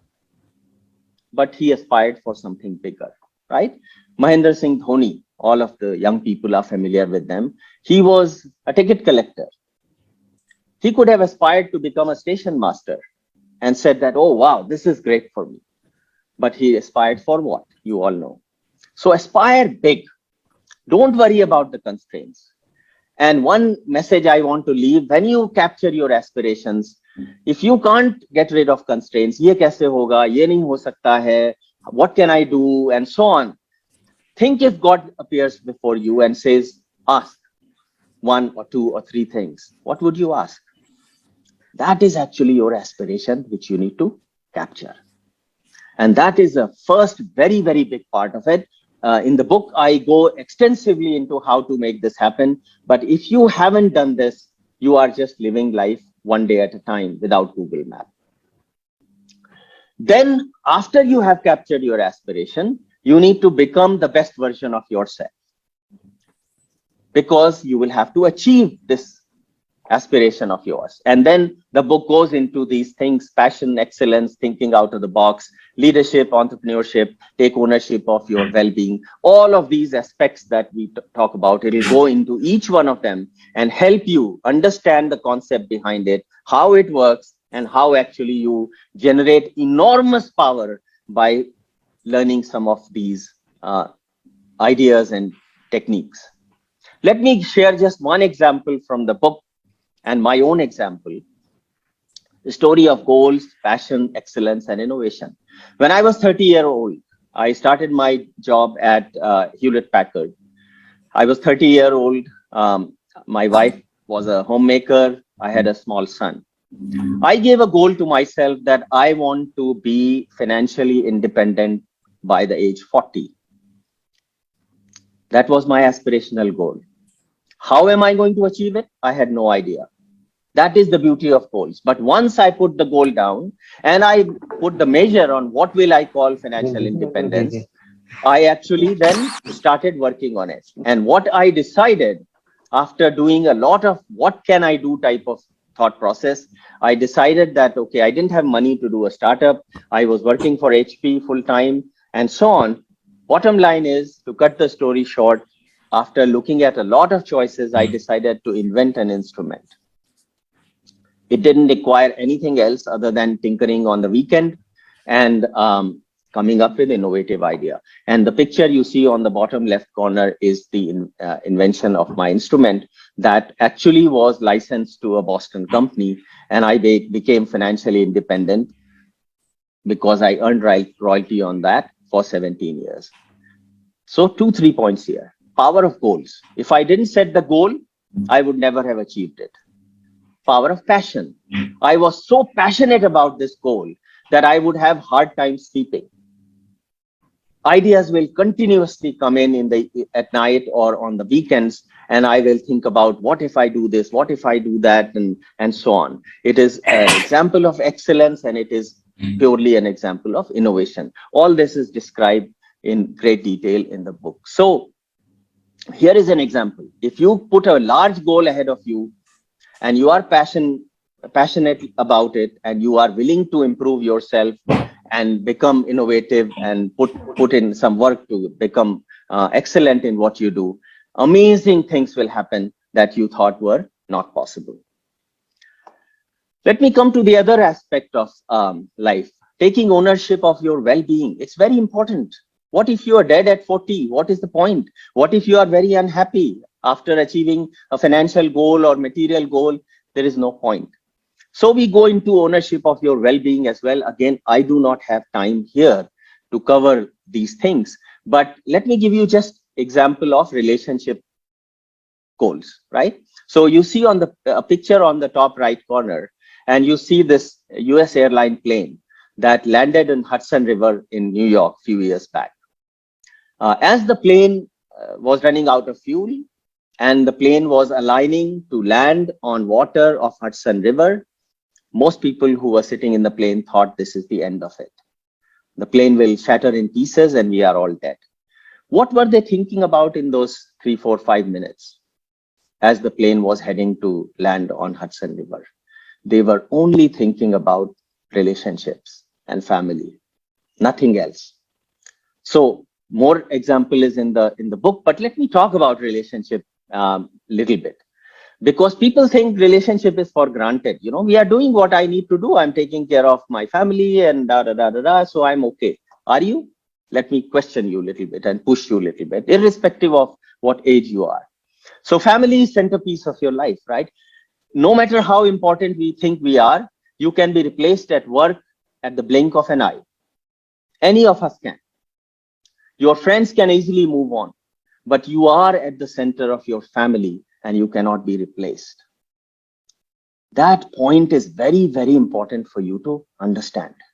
Hence, you have to give your best as husband, wife, son, daughter, sibling, father, or mother, whatever role you have to play. You are the only one. There is no substitute, and you cannot go away from that. Unless you have very strong value system, which we talk about in the book, and clearly defined relationship goals, you will not be able to deal with when a difficult time comes up. So, for example, for me, when my mother was given 6 months to live, we were in Silicon Valley. We took her to Stanford Hospital, and the hospital said she has 6 months to live. That evening, we decided to leave CEO position, leave the company that I have founded, and move back to India to take care of my parents. Nothing else was important for me. Why? And I'm not the only one. I know tens of people who have done that. So I'm not trying to highlight me. But what made them make that tough choice was their value system and understanding of relationship significance, goals, and responsibility. That is not going to happen automatically. Now, if I ask, 9 out of 10 people will say, I'm doing my job and I'm handling it well. Let me ask you a question. I always say, be what you want your children to be. Pay attention, it's a very powerful sentence. Be what you want your children to be. Are you? Are you a role model to your children? Would you want your children to be exactly like you? Not an easy question to answer. So you should judge everyone, irrespective of your age. Be what you want your children to be. Because children don't listen, they watch. You can tell them whatever you want, they don't listen. So it's very important, right? My move to India at the drop of the hat happened because of the value system and the relationship goal I had. And there are more examples of it in the book itself. You say, well, I'm doing, right? Decide between you were going to buy a car and suddenly your mother needed a surgery. What do? Or you are going on vacation and your father required a heart surgery. All your money that you had planned for vacation or for car will go in father's surgery.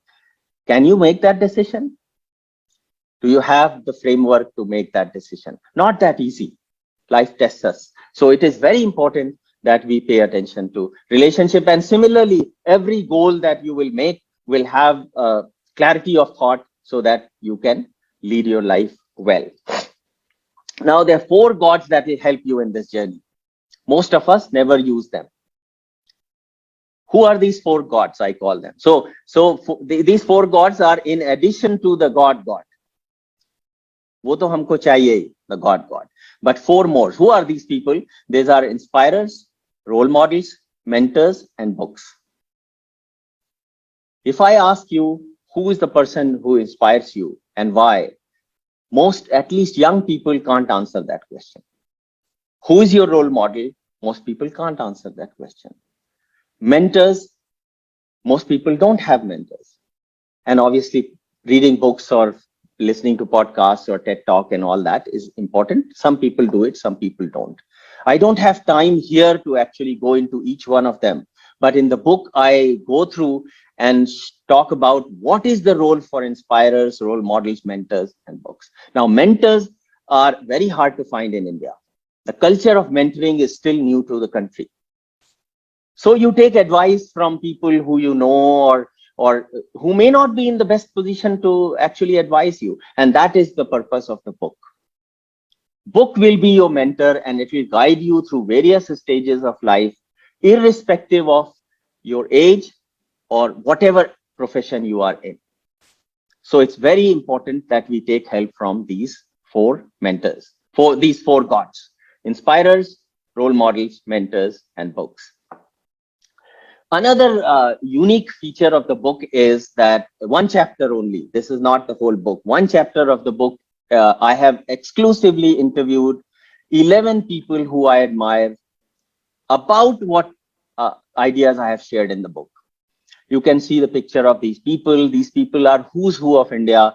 Mr. Ratan Tata, Mr. Narayan Murthy, Sachin Tendulkar, Sadhguruji, Kiran Majumdar, Dr. Shetty, John Chambers, Rahul Dravid, Vinita Bali, Vani Kola, Ramesh and Swati Ramanathan. Who's who of India. 5 of these people have Padma Vibhushan, 5 people have Padma Bhushan, and so on. Right? These are who's who of India. They have underlined the ideas that I have shared in the book.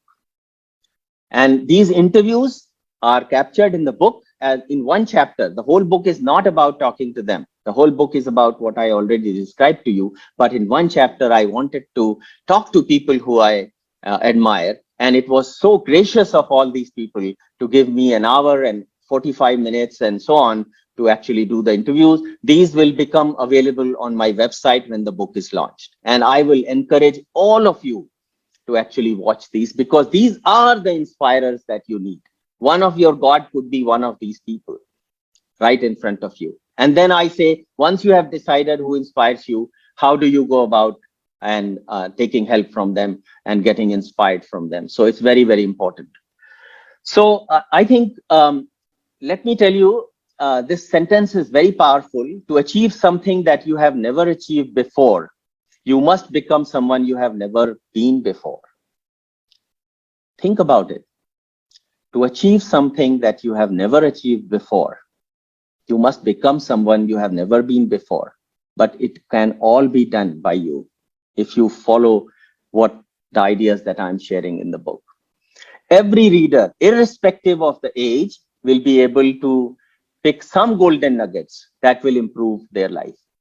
Don't think it is just for students. The book is actually from 15-year onwards to literally anyone, whether you are a CEO, you are a professor, whether you run a business, you are a leading heart surgeon, you are a leading lawyer, you can actually improve your life and do bigger and better things, which is what all of us want to do.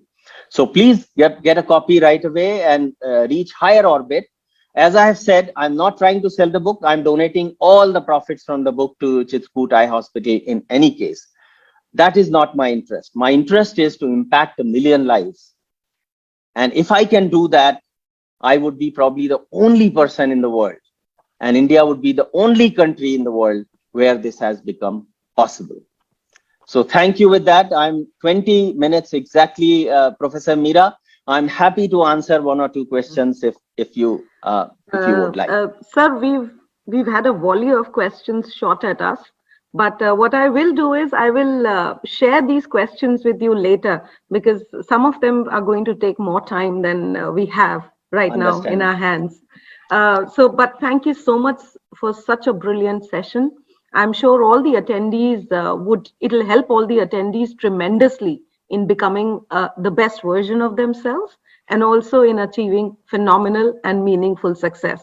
So we wish you all the best and good luck on the launch of your book. We will definitely get our hands on it. Thank you so much for joining us today at BBLF. Thank you to all attendees. Please go and help yourself to do better life. And thank you, Professor Meera, for inviting me. All the best. Our pleasure. Thank you, sir. Sir, could you please stop sharing your screen so that we can see the other panelists? Yes. Sorry. Wonderful. Yes. Wonderful. Thank you so much, sir. I appreciate it very much. We move on to the next panel discussion. So Steve Jobs once famously said that innovation distinguishes between a leader and a follower. So coming up next is an extremely interesting panel discussion on the theme entrepreneurship and innovation. I now invite the panel moderator, Dr. Abha Rishi, who's the CEO of Atal Incubation Center, to please take this session forward. Abha ma'am, over to you. Thank you, Meera. And good afternoon to my panel members and to the dignitaries on the screen. So it's a really nice afternoon today outside. The weather has calmed out, and I hope we have an interesting session out here. So my sincere and really hearty welcome to 4 very special people to the second edition of the BIMTECH Business Literature Fest. I welcome all of you. And let me also take the names of the people who are going to be participating in the panel discussion. So welcome to Mr. Harish Damodaran, who is the author of Broke to Breakthrough, The Rise of India's Largest Private Dairy Company. And a huge welcome to Malvika Dadlani ji, Dr. Anil Wali, Professor Kaushik Mukherjee, who are the authors of The Art and Science of Frugal Innovation. So may I request all of you to just kindly switch your cameras on? I think Anil Wali, sir? Yes. Glad to see you, sir. And I see that you're in the office and you have the mask on, complying with the COVID regulations. I guess IIT Delhi is very strict on that. So yes. So welcome all of you, and it's really nice having you here. And let me introduce the authors before we go ahead with the panel discussion. So let me start with Harish Damodaran ji. So Harish Damodaran is National Rural Affairs and Agriculture Editor of the Indian Express and also a Senior Fellow at the Center for Policy Research in New Delhi. He's a journalist with 30 years of experience as a field reporter and also as an editorial analyst. He's also the author of India's New Capitalists, Caste, Business and Industry in a Modern Nation. This has been published by Permanent Black or Palgrave Macmillan in 2008 and was later published by Hachette India in 2018. I welcome you to the panel, sir, and it's a real delight having you here. We look forward to hearing the story of your book. And then we have with us 3 authors of the Art and Science of Frugal Innovation. Frugal innovation is definitely the need of the hour, and these 3 eminent people have really gone ahead and talked about something which is required at this point of time. So let me introduce the 3 authors. So Malvika Dadlani ji is a scientist, research manager, teacher, and mentor. She was the first woman to be appointed as Joint Director Research in the Indian Agricultural Research Institute, where she has mentored over 400 scientists before retiring in 2013. Born in the holy city of Varanasi, she was educated at some of the best academic institutions of India, and she has been influenced by many agriculture professionals in the family, and that's the reason why she chose agriculture research as her career. She was fortunate, she says she's fortunate to serve in the Indian Agriculture Research Institute, but I put it the other way around, that IARI has been blessed to have somebody like you in their folds, and she has been there for almost 35 years, interacting and working with many distinguished scientists, young scholars, and farmers. The best part about her is she loves books and music of all genres, but she's not interested in politics of any genre. So that's an interesting fact about her. And she loves her family, friends, and students. And we hope that one day BIMTECH would be happy to have us as one of the people in your fold. And she's positive and very passionate about bringing about change in the world, and that too positive change. So thank you, ma'am, for being here. Next, I'd like to introduce Dr. Anil Wali. I've known Dr. Anil Wali for a long time. BIMTECH has been fortunate to have many interactions with him. But as a person, he is the managing director of the Foundation for Innovation and Technology Transfer, better known as FITT of IIT Delhi. He has been there in this position since 2006. He has been a mentor and a guide to many innovators and startups in this particular organization. He is also the CEO policy programs, R&D, industry academia interface, incubators, and research parks. He has also been on the member of the board of management and academic councils of several universities and TBIs. I don't want to put the list out here, it's too huge. And he has also been the member of the several prestigious expert committees of government and industry associations. I welcome you to this panel, sir, and it's an honor having you here. Dr. Kaushik Mukherjee, he's an associate professor and an associate dean for training, National Institute of Bank Management, NIBM, Pune. And he is a faculty for courses on business strategy, CRM, marketing strategy, customer focus, product management, and brand management. He has been a faculty for executive education programs for various companies like IBM, L&T, Kinji Training Institute, which is there in Muscat, BNY Mellon, and a long list. So glad to have you here, Kaushik ji, and it's a delight having you on the panel. And I really look forward to interacting with you. So welcome again to all of you to the second BIMTECH Business Literature Festival. This is the second edition. And as we go ahead, I'm going to start with Harish ji. So Harish ji, the first question to you in this panel discussion is, what was the thought and conceptualization behind the creation of this book? I mean, when people start thinking about a book, what was the reason for you to go into this particular area? First of all, see, I'm basically an agriculture writer. Okay, I'm basically a farm reporter who writes on agribusinesses and commodities, etc. Okay, and the subject of my book is an agri entrepreneur, Mr. Chandramogan of Hatson Agro. I think many people in Delhi and Bombay would not have heard of him, but his company today has a market cap of about 24,000 crore. Okay, and it is India's largest private sector dairy. And I'll say that in many, from many aspects, they are even ahead of Amul. I mean, as far as interaction with farmers and that kind of thing is concerned. I was interested in Mr. Chandramogan's career because his is a classic rags to riches entrepreneur kind of story. And plus, his company, it traverses all the stages of any business enterprises. His company, it's not a sudden rise. So he has gone through. He started off as tiny, then small, then medium, then big, and now large. So I think if you study any entrepreneur, any business, from through its organic evolution, I think that itself is a very fascinating story. Okay, and in the case of Mr. Chandramogan, he's not into he did not come into IT or any of the new sectors. He went into whatever a so-called old economy sector, which is dairy. Okay, so started off with ice cream, and then all through he has stuck to that business. So there's not been that kind of a conglomerate diversification strategy. He has remained in. So started off with ice cream, then went into then went into dairy, and he went into dairy that to basically into liquid milk marketing. Where the cooperatives are very strong. You know that in every state there is one cooperative which is typically funded by the state government. When you leave alone Amul, which is like a private enterprise. It runs without any subsidies and all. But you look at in Tamil Nadu, where this company is, he had to compete against Arvin, which is a state-owned company. So I will say that has been very unique about his business strategy.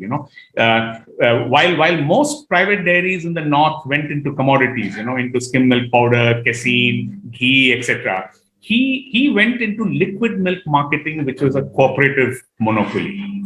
Okay, and so that is, I think, one thing which is unique. The first thing which I said is, he has gone through all the stages which an entrepreneur has gone through, which itself I think is worth looking at, especially in the Indian context. Especially when there are not too many business case studies in India.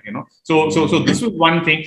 He's from the south. So back of beyond for many people in Bombay and this thing. Okay, he doesn't come from whatever. He's not from any of the Bania, Marwadi communities or even Chettiar communities. Okay, so from a non-mainstream communities. So one thing is he has stuck to his knitting, remained in dairy, okay, and grown within that. The second thing, which the third thing, which I think is very unique about Hatson is it's an FMCG company, okay, but they don't do any subcontracting. They are not like HUL or anything. Mr. Chandramohan is someone who believes that I will make everything. Okay, so he buys milk directly from the farmers. Okay, very much like an Amul kind of model.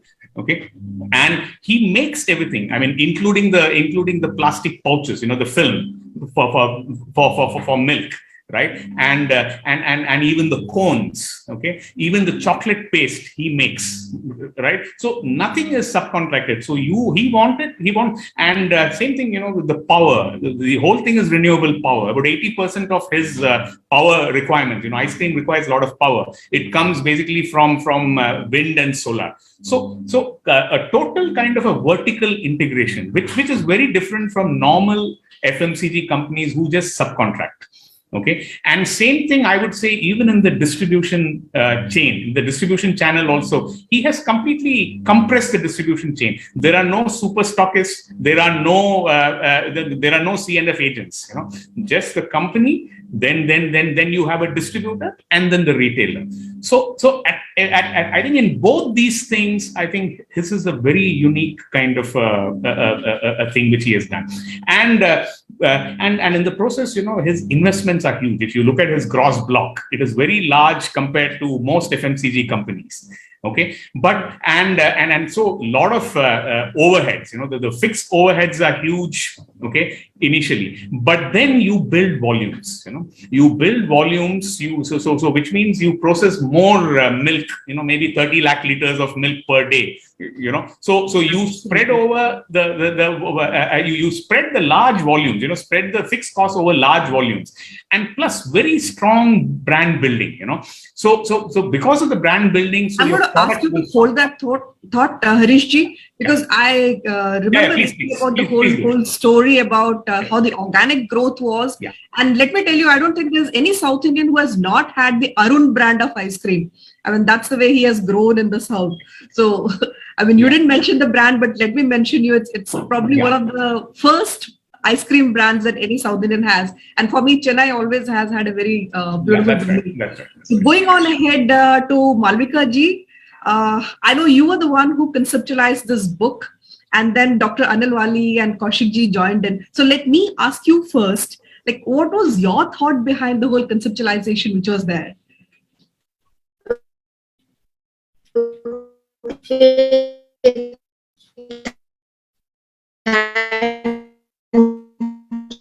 Ma'am, there seems to be a bit of a problem with your internet. You can switch off your camera so that the voice comes in better. First of all, there was no spin or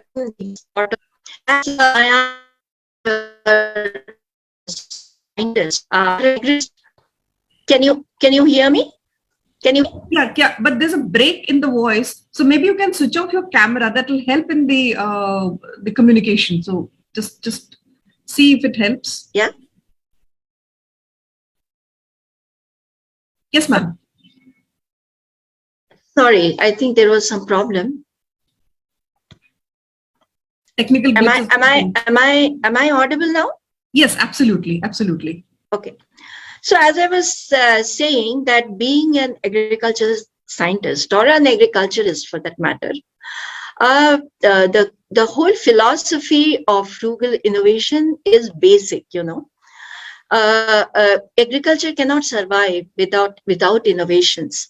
Particularly in India, the Indian farmers, and when I say Indian farmers, it is those more than even 80% of the farmers with small and marginal land holdings, whose very survival depends on their ability to innovate to meet the challenges that they face, innumerable challenges that they face every day at every level.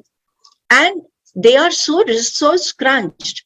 Perhaps that is the sector which is really at the bottom of the pyramid that we are all the time talking about whenever there is a mention of frugal innovation.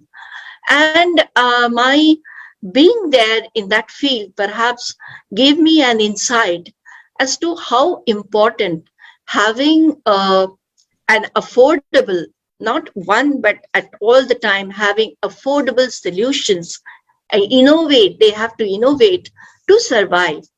And as agricultural scientist, I was also aware that our goal is to provide technologies based on science so that these do not just remain jugaad.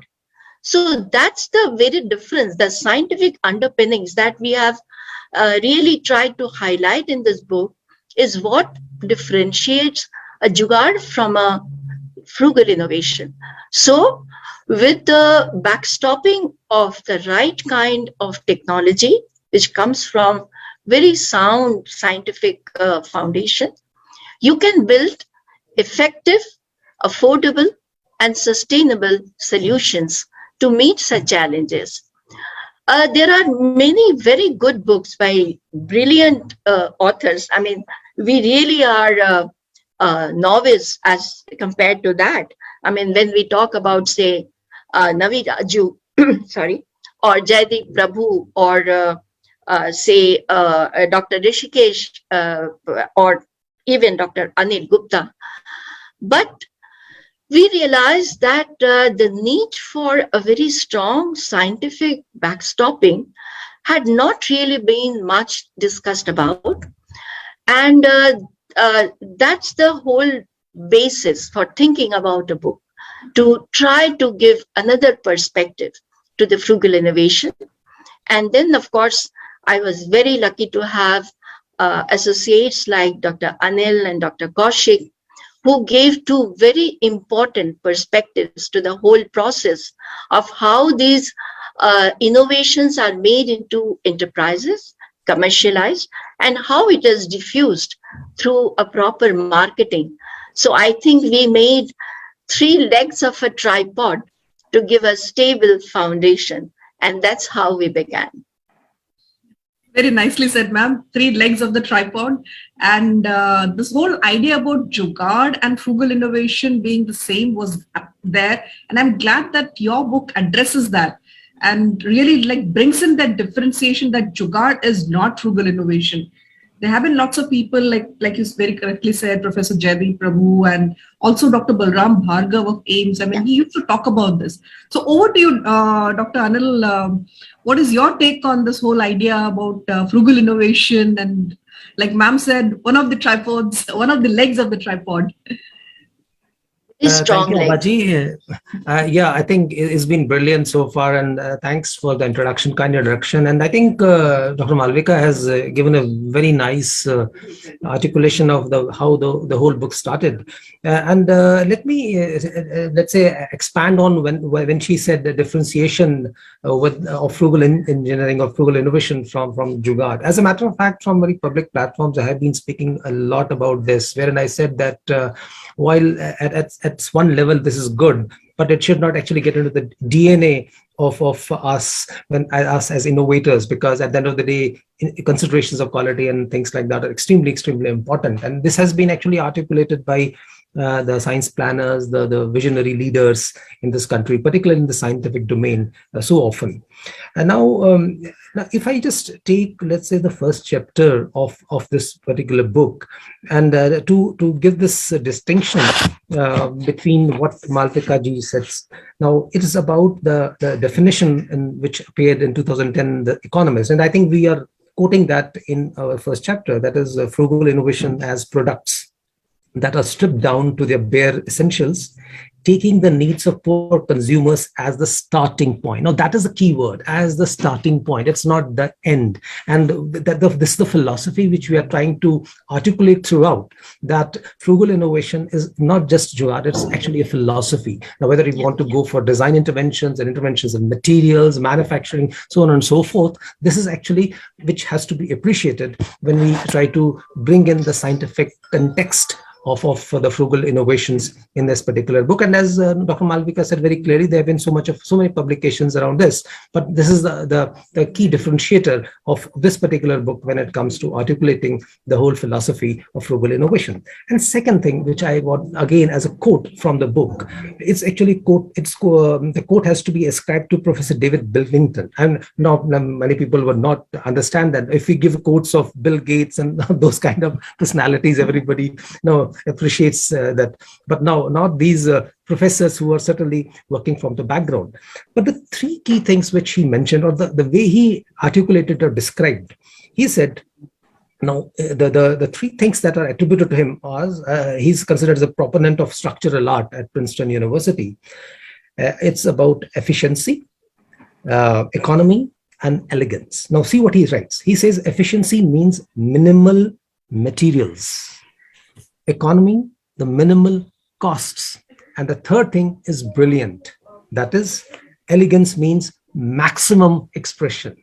So the maximum here expression means it could be in terms of any value. I think Dr. Harish also mentioned this in a different way altogether. So when we talk of the outcomes, that is the most important thing, not the means. Yes, we are very strong in the scientific concepts, the scientific approach.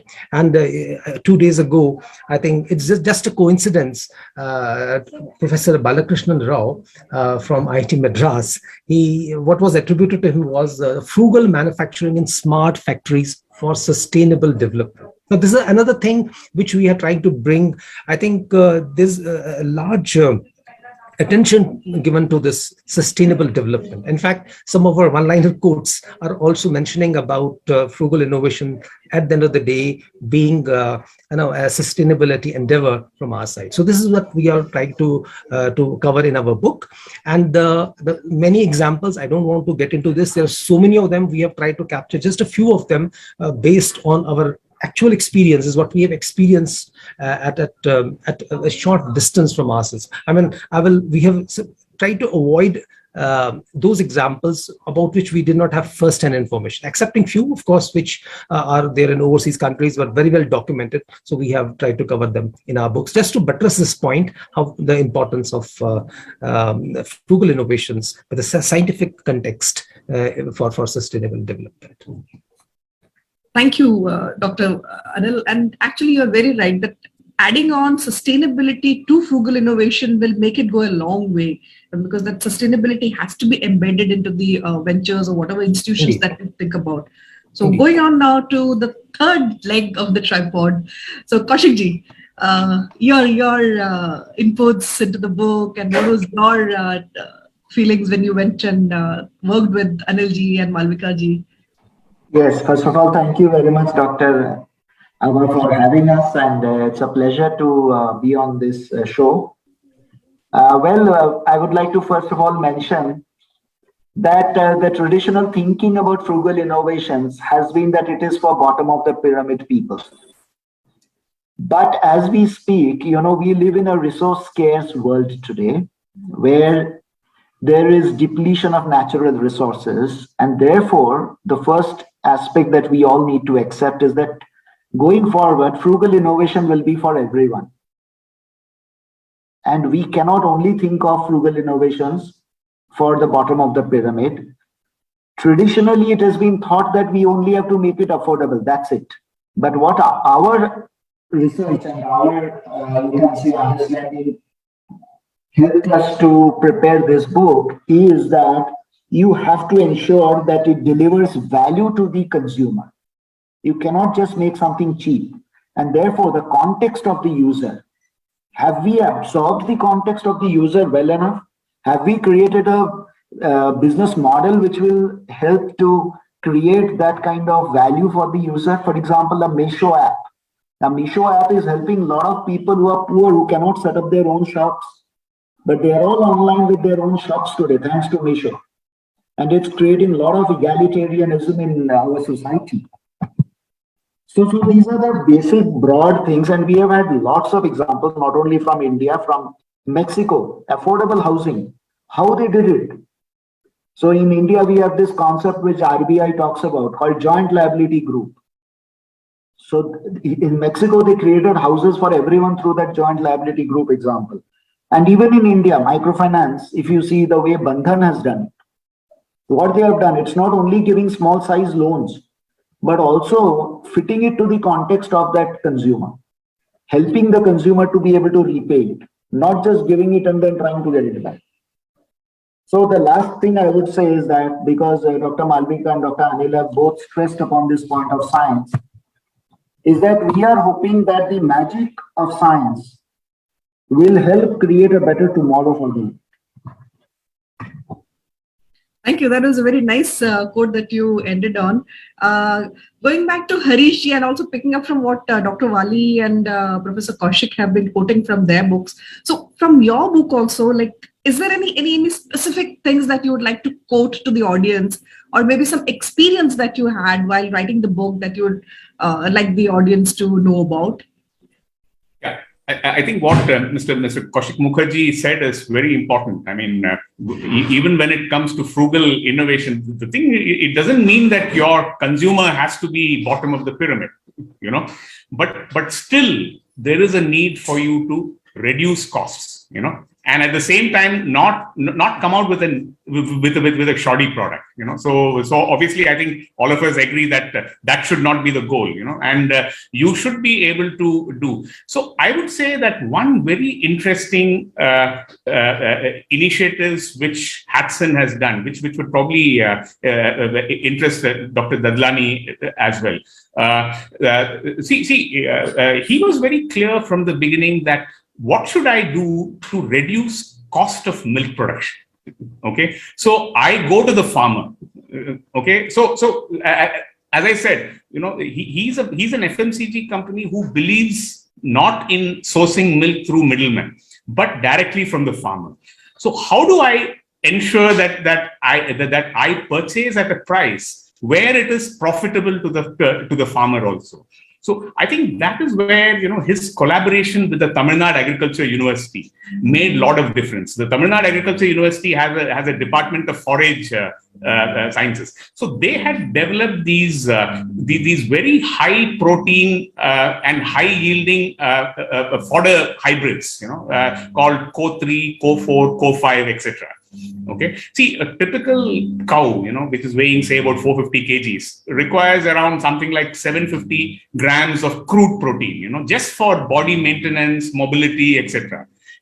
And then for every 1 liter of milk, you need about 100 grams of crude protein. So if your animal is producing, say, 15 liters, you need totally 750 plus this thing. So it comes to about 2,250 grams of crude protein. So the idea is, how do you deliver this 2,250 grams of crude protein in the cheapest way, okay, and in the most efficient way? So, and that is where these fodder hybrids. See, farmers normally, if you go to Gujarat, etc., they just feed, feed concentrates and cattle feed, which is very expensive. But here you get the farmer to grow this fodder, So these hybrids were very good hybrids. I mean, something like 1-1 in the case of basmati, but you needed someone who would take it from the fields to the farmer, and I think that is where I think Mr. Chandramohan made that difference. He took the gamble distributing these things, and today many farmers in Tamil Nadu, etc., they actually grow this fodder. So your feed cost comes to about, say, 10 rupees per liter. Okay. Whereas if you were to give concentrates and all these things, it will be, 15, 16 rupees. So when you are able to ensure that the farmer's feed cost is 10 rupees and you are able to pay a price of 25 rupees, and you sell that same milk, whatever, at 50 rupees, everybody makes money, right? I mean, you make money. So you make money. You are buying directly from the farmer. You are making the payment to him directly, right? I mean, so 4 lakh farmers is not a joke, I mean, 4 lakh farmers, and they are being paid, and he has never defaulted. Okay, Hudson Agro has never defaulted even on a single. There's been no milk holidays, nothing. Right, and payment directly to the farmer, buying milk directly to the farmer, processing the whole thing in plants owned by the company, no outsourcing, making everything,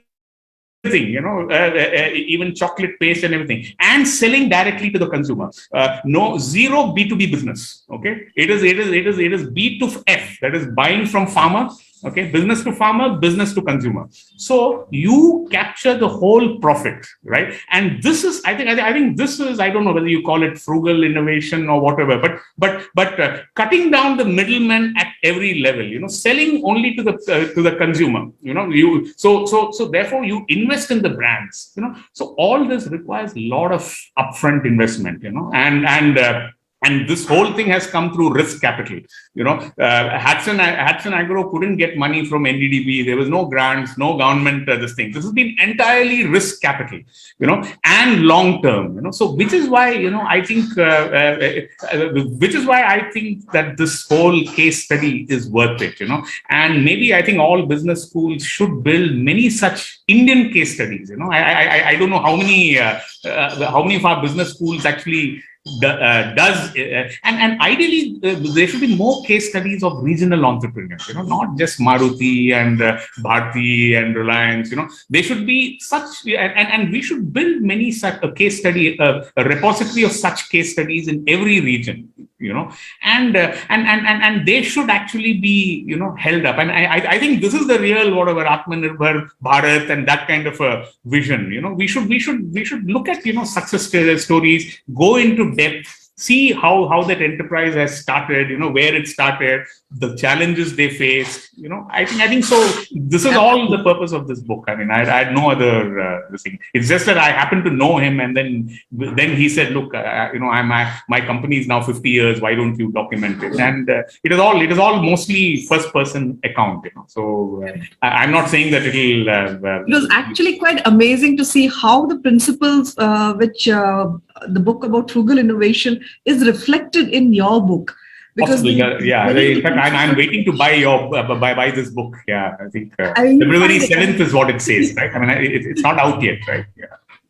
True. So Chandramohan ji actually utilized many of the things that Malvika ji and the other authors are talking about in we would like to read yours. And not out yet. Satya ma'am, do you mind muting yourself? Immediate fail guy. I mean, he had no, so just common sense, and what I liked about him is everything he reduces into so many paise per liter of milk. He'll say, okay, if I invest in this plant, okay, it'll be 13 paise per this thing. So see, that is what a capitalist should be. A capitalist should be always calculating, but not short term, and should be willing to invest, and reducing the cost, by not squeezing the supplier like a Walmart or and all these things, but doing it in a very sustainable manner. I think which I think Professor Wali also was talking about, in a sustainable way. And same thing, the consumer, you have to treat them. Don't give them shoddy products, and reduce grammage and those kind of things. So you will see that Arun Ice Cream has more fat. I am not going to ask the same thought to Malvika ji. Like, what was the experiences that she had, and Dr. Anil and Kaushik ji will add on to that while they were writing this book. Like, you have given your input. So Malvika ji, I understand that there's some internet problem with your end. No issues. Please go ahead. Yeah. So I have just kept the video off. Please excuse me for that.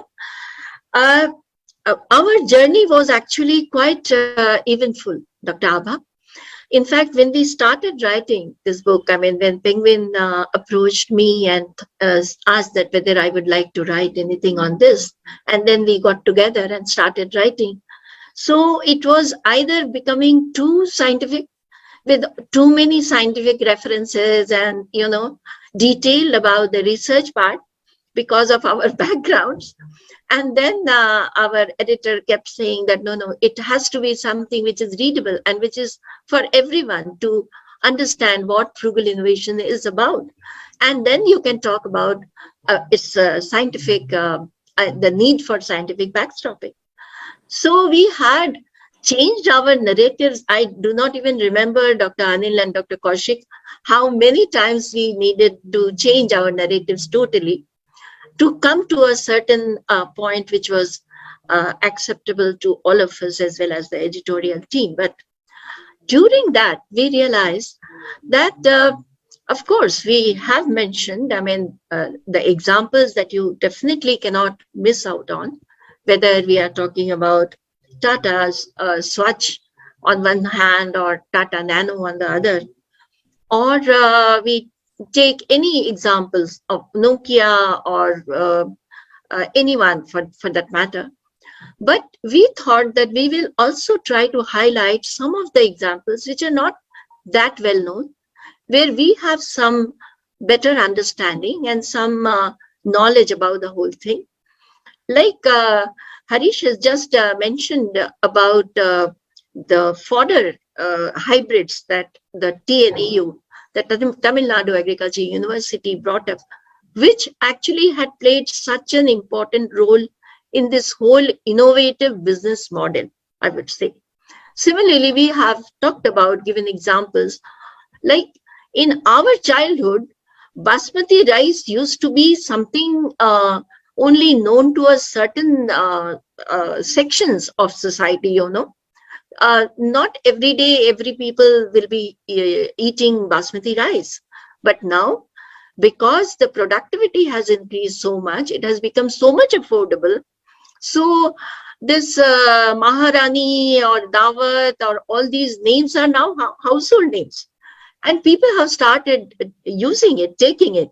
Again, it's a win-win situation, both for the consumers as well as the farmers, who are getting at least 80 to 100% more than the other varieties which they were growing otherwise. So here again, it's an innovation backed by very, very sound scientific teamwork, which has gone very smoothly to the farmers and spread across. I mean, nothing had to be done about its diffusion part. The technology itself was so strong. But as we have talked about in the book, and I think Kaushik he has already talked about, but he may like to say something more also, that it is not just innovation at product development, just not the technology alone. It has to be a combination of frugal innovations, even in its business model. That itself is very, very important. And to bring these two together, what the incubation centers do a wonderful job. I mean, this kind of mentoring by the institutions, the kind of technological not only backstopping, right, from ideation. I mean, you might have some very brilliant idea, but then you do not know how to really make it work. That's where the science comes into the picture. So that's how we progressed. We fought a lot, we debated a lot, and we troubled each other, but slowly we moved on. Thank you. Yeah, ma'am, can we take questions now, please? Just let Dr. Anil and Kaushik also give their inputs, and then we go to the questions. So I'll be very brief, Abaji here. In fact, just to take on from where Malvika Dey left, is basically about the role. I think what comes out very clearly in this book has been the role of the startups and the incubators. Incubators as institutional models, and startups as a bundle or as a conglomerate of these innovators. Two things. So one thing which is, I think, which is just getting missed out is how our startups and innovators have seized an opportunity. No, this is an opportunity, not a business opportunity, but opportunity to be in a position to serve the people. Pandemic or COVID pandemic, in more precise terms, was one such defining moment. These kind of contingencies afflict the world maybe once in 100 years. So, I mean, this was a situation which nobody had seen or envisaged. So many of the things, many of the challenges which came both from a short-term perspective or from a medium-term perspective were actually addressed by many of the startups. Whether it was about coming up with PPEs or the masks, for example, startups actually took the challenge head on. So whether it was, let's say, coming up with solutions, specific solutions to help us mitigate the adverse impact of the COVID, for example, or even before that, situations about mitigating the effects of pollution. When Nasofilter is a startup company from IT Delhi, which came out with this Nasofilter. A lab in the box is again last mile, providing last mile or doorstep delivery of diagnostic services to the disadvantaged. Purti, for example, just a very scientific product, essentially to help the victims of, I would say, afflicted with the cancer, the breast cancer, the mastectomy, the the things which, the trauma which a woman has to go, all that. I mean, these are some of the examples to buttress this point that the startups, when given a choice or when given a chance, they can seize the opportunity and come up with solutions which, and now, given the context in which a startup works, the solutions more often than not are frugal. And then frugal, but backed by a lot of scientific thought. So I think, and also a classical case of, it's actually bordering on jugaad, but not necessarily jugaad, was actually using the unused railway coaches for this quarantine centers, which in the wave 2, because we knew the worst would happen, the hospitals may not be in a position to take the entire load, and therefore the government or whosoever came up with this brilliant idea was actually, we can call it as a frugal solution to mitigate the distress that the humanity was facing, at least in our country. I think maybe Kaushik can take it forward from here. Yes, thank you, Dr. Anil. I will be very, very brief. I understand we are running out of time. But first of all, I wanted to thank, BIMTECH, that they have put together our book along with Harish Ji's book. And while he was speaking, I recalled, to add to what Malvika ji was saying, that we all got together, we used to debate on this. Initially, frankly, we really didn't know what we were driving at. Believe you me, we understood what we are going to be working on. But one of the crucial lessons that we learned on the way was that the importance of stakeholder focus, which is what Harish ji was also referring to. That you cannot create it in isolation and hope to make tons of money just because you have created a great product at a low price. That will not work. And therefore, the last part of our book, Abhaji has read our book intently, and she can second that we need to ensure good stakeholder focus supported by all the relevant agencies, the government, the international organizations. If you see United Nations, sustainability development goals, all of them are bang on when it comes to promoting frugal innovations. True. No, actually, I'm very glad that you picked this up, because I've told my team members in the incubation center to get a copy of this and read it. So I have told my team members read it, and I'm also recommending it to our startups to understand like how these things can be taken up in such a sustainable and frugal manner. And it really helps the startups when they utilize these kind of principles. So thank you so much. And going on ahead to questions, I'm seeing a plethora of questions out here. So let me just kind of pull out the first question, which has come in from Karthike. So he has said that automation and robotics is transforming the manufacturing industry. What should be the thin line between sustainable innovation and breakthrough innovation? If possible, please quote some examples from the book. So over to you, Malvika ji and Wali sir. And yes, so ma'am, would you like to take that up? And I'll also request if Harish ji could also add on to whatever ma'am is saying, because this question is for both the authors. So, ma'am? If your voice is, Okay. So maybe I can request one of the other authors of the Frugal Innovation book, Anil Wali sir or Kaushik ji, if you can take that up, because it seems there's an internet issue with Malvika ji's at end. So should I repeat the question again? So the question is, what is the thin line between sustainable innovation and breakthrough innovation? What is the difference, basically? That's I think what the person is asking. Okay. Let me try. I don't know, because I suppose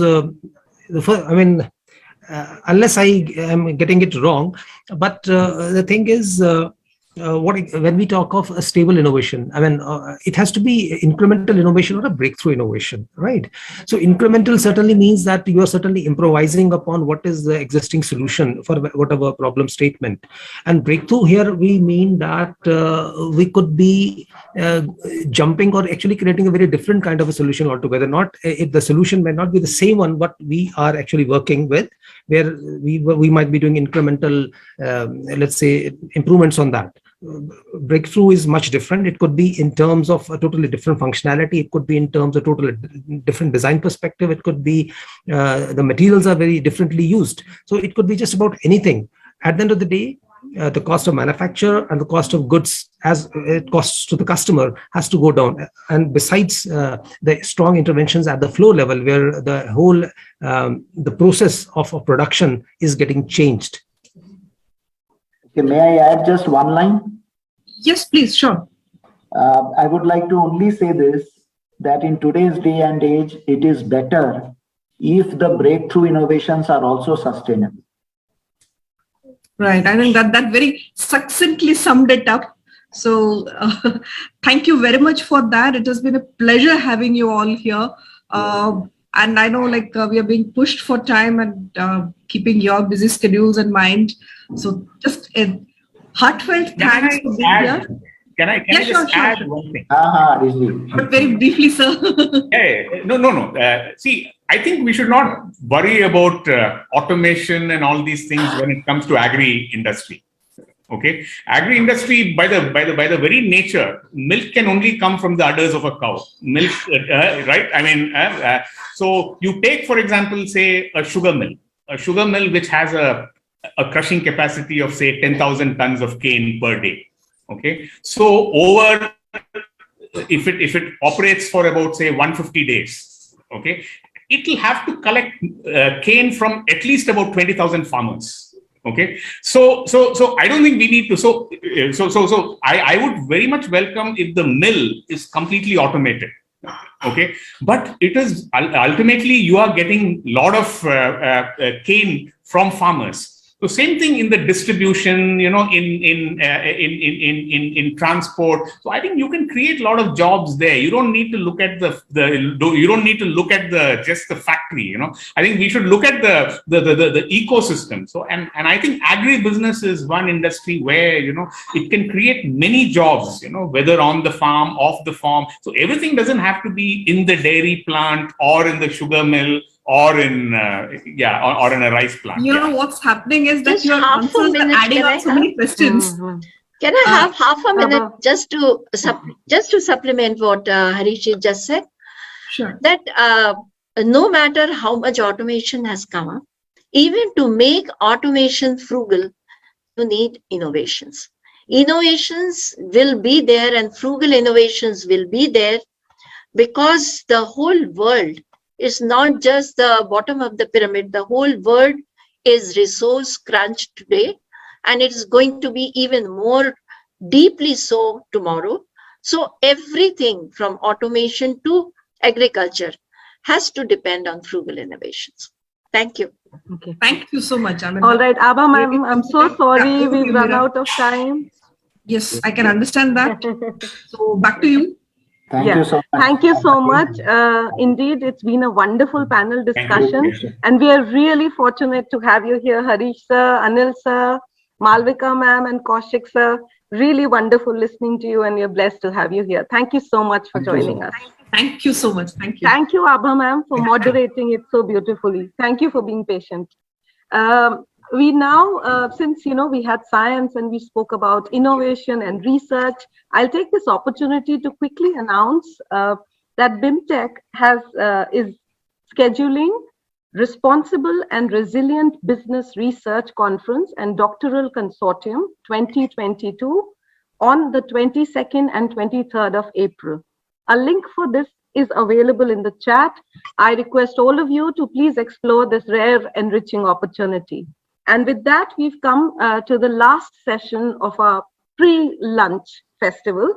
And I now invite Ms. Nancy Verma from Menza, who's our audio community partner, to please take over the proceedings of this session. Ms. Nancy Verma, over to you. Thank you, Ms. Meera.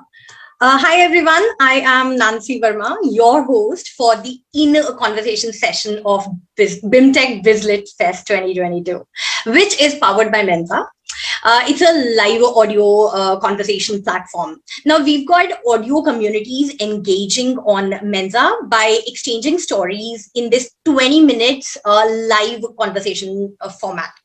It's really a safe place for conversations, like full of anecdotes, reflections, and invaluable knowledge. And it helps you connect with like-minded people with similar interests and also helps you discover more meaningful connections. I would like to thank Professor Saloni Sinha for adopting Mensa as a pedagogical tool. Now, since she's a faculty of communication, theatre, and future skills, she utilized Mensa in her audio-based learning sessions at BIMTECH, which is quite fascinating. I shall be back with more details of the Bizlit Fest conversations that are to be held on Mensa starting 2 p.m. today. Moving on, let's now hear from Ms. Satya Saran on her book, Being Ritu, The Unforgettable Story of Ritu Nanda. Over to you, Professor Saloni. Thank you so much, Nancy, and thank you, Mensa, for being our audio community partner. This is an innovation in our second edition of the Lit Fest. We have also created sessions parallel on Mensa app for the audio community, and that's also something we should cater to now. We have a good big audience over there, and this is a perfect fan moment for me. Welcome, Ms. Satya Saran. We've been reading Femina, ardent fan of several of those articles. My mom used to do that, and it's such an honor for me to host you in this session, ma'am. Yeah, tell me, can you hear me? Okay. So and thank you so much. I think I'm the only one who has a book in hand, a book which we are talking about in the list. So do I. Thank you, ma'am. Thank you so much for sending this over. I've read it and I've been so inspired. And nevertheless, we also run a postgraduate program here in insurance. So the stories of her leadership and her achievements have always been a great, inspiring, and we use it a lot to mentor the students and everybody in the community. So thank you so much for writing this. We all know that, the books, they become a great company for us, and whether we are sad or we are happy. And I think books are people. People who manage to stay alive by hiding behind the covers of a book. And that's what you've exactly done. You've captured the journey of Ritu Nanda. And the interesting part is that most people would be carried away by the surname. Like she was Ritu Kapoor, right? And then now Nanda. And both the surnames heavy weights in their own industries. Absolutely. Showman Raj Kapoor's daughter, Bahu of the Nanda family, the huge, big empire industry. Now, interestingly, you have been writing a lot of biographies, and most of them have been artists and people from the Bollywood. And then you chose to write a biography on Ritu. And you said, Being Ritu, the unforgettable story of Ritu Nanda. Unfortunately, we lost her, and then that's the reason why the book is equally precious. So, for those who are meeting Ms. Satya today for the first time, she is a very renowned journalist. She has been curating wonderful magazines, and she is the executive director of Encyclomedia. She's a faculty of journalism, fashion journalism at NIFT, Mumbai, Kangra, and Srinagar, and has written a lot of biographies over the years on Guru Dutt, on S.D. Burman, on Jagjit Singh, on Hari Prasad Chaurasi, and she's consulting editor with Penguin Random House these days. So today we are particularly excited to hear your journey of authoring a biography on the famous Ritu Nanda. And those who want to know who Ritu Nanda is, please go back and check Guinness Book of World Records, because she was the only female who was so strongly present in the domain of selling of life insurance. She's one of the people who have achieved huge targets, phenomenal, and is a great example for every person who's in the business of selling insurance. So just imagine how wonderful her skills would have been. So she entered the Guinness Book of Records for selling 17,000 pension policies in a single day. Amazing. And she's also been an Indian businesswoman, an insurance advisor, chairperson and CEO of Ritu Nanda Insurance Services. And of course, Nikki Tasha is a brand we all remember. And she has been the recipient of Brand and the Best Insurance Advisor of the Decade Awards from LIC, the largest life insurance company of India. So Being Ritu is a narrative of this lady. And she overcame her shyness and walked into the spotlight. She took on various positions as entrepreneur, insurance advisor, author, negotiator, and pioneer. And Satya, ma'am, would tell us how She was so courageous. She had such a lot of grace, her quiet tenacity, and she lived every minute to the fullest, even while battling a dreaded disease. Touched the lives of those around her. Welcome, Miss Satya, and let us know what motivated you to first write biographies of people. Well, I think biographies have amazing stories. I mean, the people I have written about, and of course, there are people in all fields who have stories that are full of secrets, of anecdotes, of hurdles, stumbling blocks, and what strength came from inside them, or what passion lit their way, to take them forward. And I think for me, it has been always, every biography is a journey of discovery, not only of the person, but of the strength of the person, the genius of the person. And in the process, you learn life's lessons. And my idea of, I could just find it out and sit tight. But the reason I write these books is that others may use my research, my blood, sweat, and tears writing the books to be inspired, to learn, to understand. And then we as a nation are a bad nation for chronicling history, history of human lives. We forget our great people. So I thought this is one way, as long as the books remain in print at least, and there are lit fests like this which promote books, we'll be able to keep them alive. Absolutely. We'd like to curate sessions out of autobiographies and biographies, and that's the reason why in this fest we had the opportunity, and how lucky we were that your book was out. And what I liked about your the book, the way the book is planned, it takes us into those small. By the way, you begin with the very interesting lines from the songs we have been hearing about, and then there is this Joshe Javani, and the chapters start with these small, very beautiful way that ma'am has curated every chapter. It's just so amazing to go deeper into the persona of Ritunanda. It's interesting also to understand, ma'am, what did you want the world to know about Miss Ritunanda, or what is that she wanted the world to know, which was not known yet, and how did she come out of this, huge surnames, Kapoor and Nanda, beyond that, become the unforgettable Ritunanda? Well, I don't know. I myself knew very little about Ritunanda, and I like to start biographies with a clean slate, no preconceptions, no reading up what others have written. So it was, as I said, a big journey of discovery. And what I discovered, that she wanted her own family, her own sister, her own cousins, her nieces. Mainly she was talking to women about this, that like me, you have to learn. It doesn't matter whether you're rich, whether you're famous, whether you're well connected and comfortable, you have to have your own 2 feet to stand on. It gives you sustenance, it gives you self-reliance, you're not dependent. It doesn't mean you're going to walk out of the house, or you're going to fight with your husband or mother-in-law or father-in-law or anybody, but it means you feel I can do it too. And that was why she started involving her, women relatives. She got Rima into it to sell. She didn't get to sell paintings. And Rima says, I managed, I learned, I had nothing. I was very happily married, sitting at home, and she pulled me out. She said, "Bahut soti ho tum, kuch karo," And she sent a whole bunch of paintings to my house. She had this company called Rimari, which was Ritu and Rima, their names combined. And she said, now because your name is there, you have ownership of this company. Do something. She says, I did.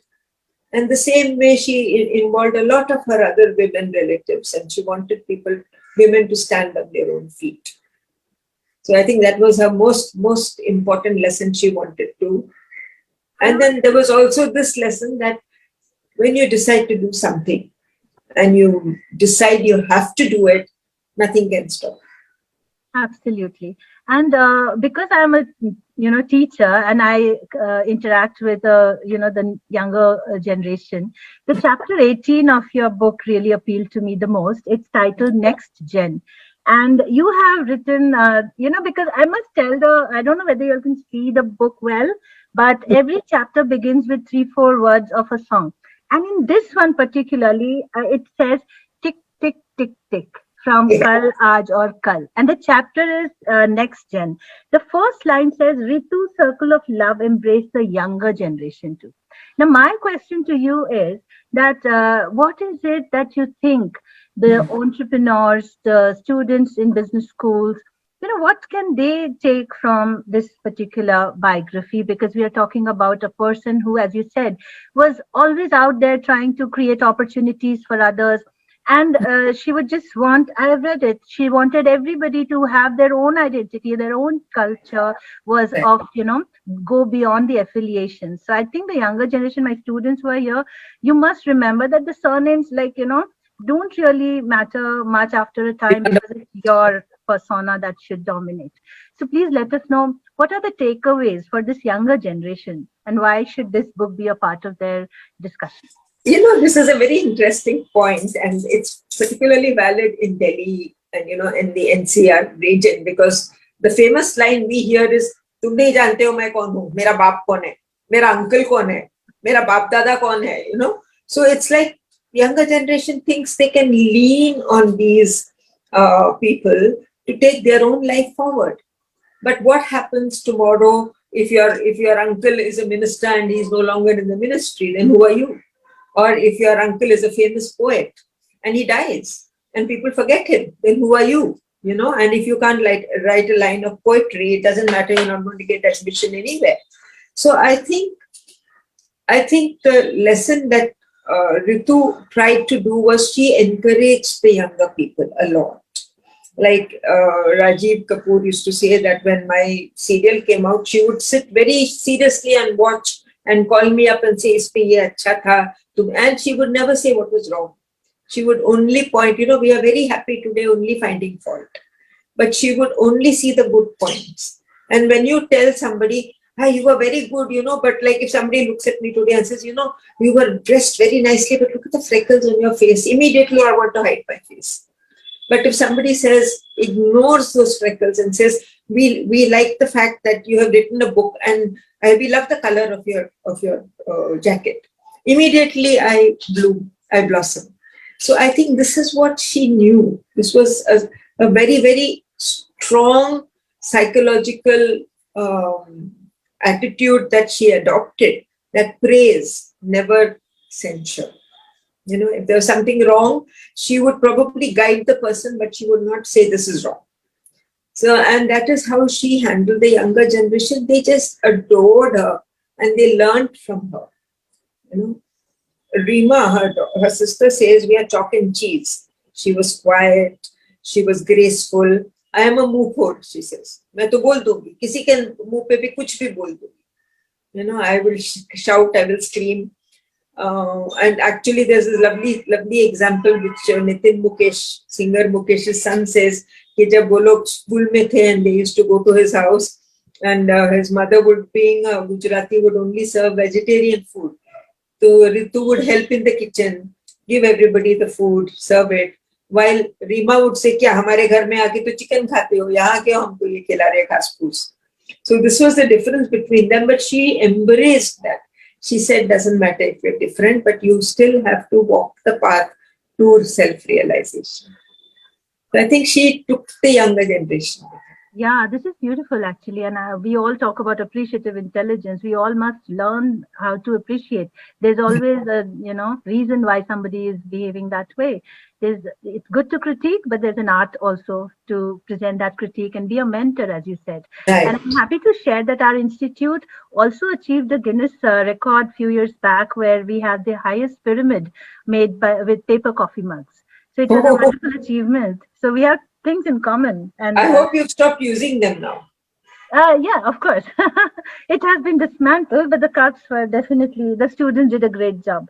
So what I just felt was that this book can give us a lot. So I would definitely recommend everybody to pick up a biography, because the life led by people like not just Ritu Nanda, but many others, they will teach us from their episodes of courage, their resilience, their way of dealing with people. I think it's amazing to read through. And thank you so much for combining everything. And I want everybody to also remember that this particular book starts with small, lines from the famous Bollywood songs. So the reading of the book is also so enjoyable. It takes us down to the memory lane. And I have a question. Uh, so, as a faculty, I would love to curate an elective, using a biography of somebody. So, what do you see as the future of biographies in business schools, or for that matter, even new education policies saying teach your subjects in a different way? So, what do you think? What role do autobiographies have in business classrooms?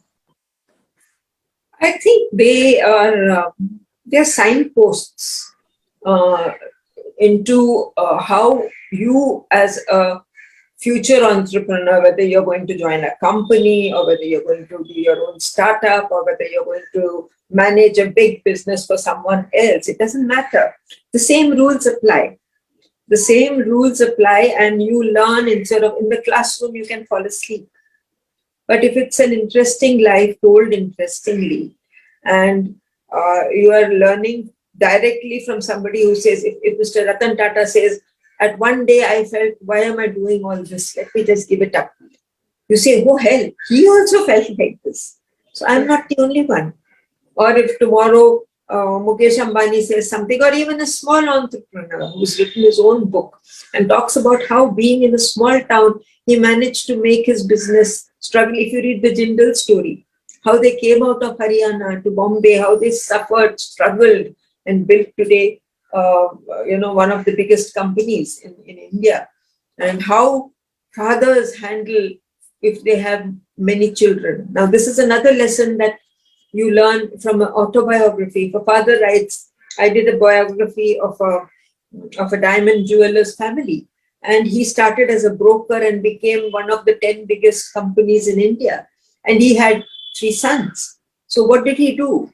Halfway through his journey, he distributed the different aspects of diamond trading to his sons. One looked after manufacture, one looked after polishing, and one looked after raw material. And people said, "Tumhari to chutti kar denge teeno milke." They'll throw you out of the business. They'll throw you out of the house. He said, "No, I don't care. If I have brought them up well, then they will not do it. But I don't want them to fight afterwards." So I think these are very valuable lessons one learns when reading the stories of others who come out in the open and talk about very personal things on what went wrong in the family, in a business family, what can go wrong in the business space. A business is like a graph, everybody knows. Today open, tomorrow niche, demonetization wiped out everybody, for example. Now, how do you cope? So somebody who has survived demonetization, if they write a biography or they write a book, okay, here is something we learn from. And I think this is very important to bring in. I hope your library is well stocked with biographies, not only of business. If you read, I'm not hard selling my book, but if you read my book on Guru Dutt, it has lessons on managing a movie industry. Yes. What do you do when you don't have a film on the sets, but you're paying every day for your team? What do you do when something goes wrong? You want to scrap something which you have started. How do you handle? There are management lessons there. How do you manage egos? You have Dilip Kumar on the set. How the hell do you as a director manage him? Absolutely. So there are management lessons there. There are people management lessons there. There are finance management lessons there. There are learning lessons there on how do you learn on the job. How do you train yourself technically so that you know what the cinematographer is doing? So I think every kind of biography should be there in the libraries if you are management student, especially because managing even a housewife, how does she manage her home? Yes, there is a lot to learn. It's, I mean, people take it for granted, but there are people who do amazing jobs of being on the job and yet having, it's time management. So how do they do time management? I think it's very important. I'll pick up more biographies now, and you'll be happy to know that we are moving ahead and we are planning to have a liberal arts center over here as well. And definitely, we will be curating sessions based on such books. They're very inspiring. We wouldn't want this session to stop, but we would definitely look forward to more discussions with you very soon. And the book is amazing, and I'm very lucky that I have a copy with me. I wish it was signed by you, but nevertheless, we would be happy hosting you very soon again.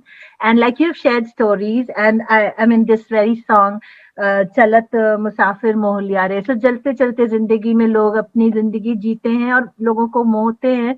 So we learn a lot. So thank you so much for documenting her journey. And they are all about stories. And Mensa is also all about stories. So let me ask Nancy to quickly tell us what is for the audio community on Mensa app from 2 to 4. Thank you, Saloni. What a lovely session. I truly enjoyed this. Now, it's not the end. As promised, we've got some more interesting conversations lined up for you on Mensa in a 20-minute live audio format. So there are 5 circles that will be starting at 2. So the first one will be talking about why business literature deserves its own festival. Post that, there'll be a discussion on do business book readers prefer other mediums like audio, video, podcasts, etc. So this one's at 2:30. Then moving on at 3, there'll be a talk on a short history of business literature. Quite fascinating. And then, super interesting discussion on books as branding, brand building tools. That will be at 3:30. Finally, we'll conclude with the last circle on Mensa, which is the future of business literature in India at 4. That's all. Now, these conversations are just a sneak peek into the variety of conversations that we have on Mensa. So do explore and see you then. Yeah, I'll also be hosting a session at 2 on Mensa. So I hope that some of our listeners here, attendees here will join. We're breaking for lunch and there are some master classes going on parallel on Brand Vantage, and that's on branding and leadership. And the other one is blog your way to author your book one day. So I'm sure the participants are all enjoying. We have already initiated those master classes. We'll meet at 2 for the panel sessions will resume. Thank you so much, Nancy. And thank you, attendees. Please be back at 2. And let's, continue with the full, zeal, the sessions ahead. So please remember that at 2, we are starting the panel session on Zoom, and we are waiting for you there. The topic will be, I'll just read it out for you. We're talking about liberal arts, renaissance of liberal arts education in Indian B schools. So see you at 2. Thank you. Thank you for being here for this fest.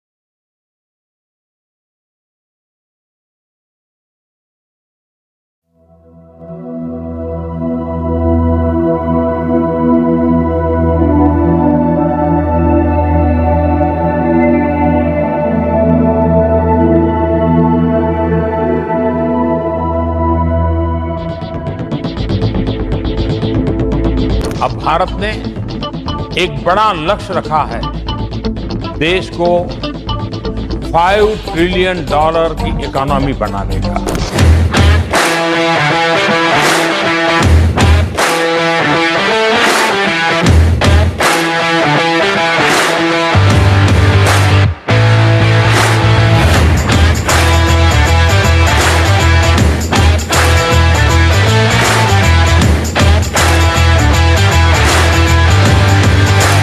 With such a huge expansion in the Indian economy, we will need a very different set of skills among management professionals. The onus will be on business schools to shoulder this responsibility, and we at BIMTECH are ready to take up this challenge.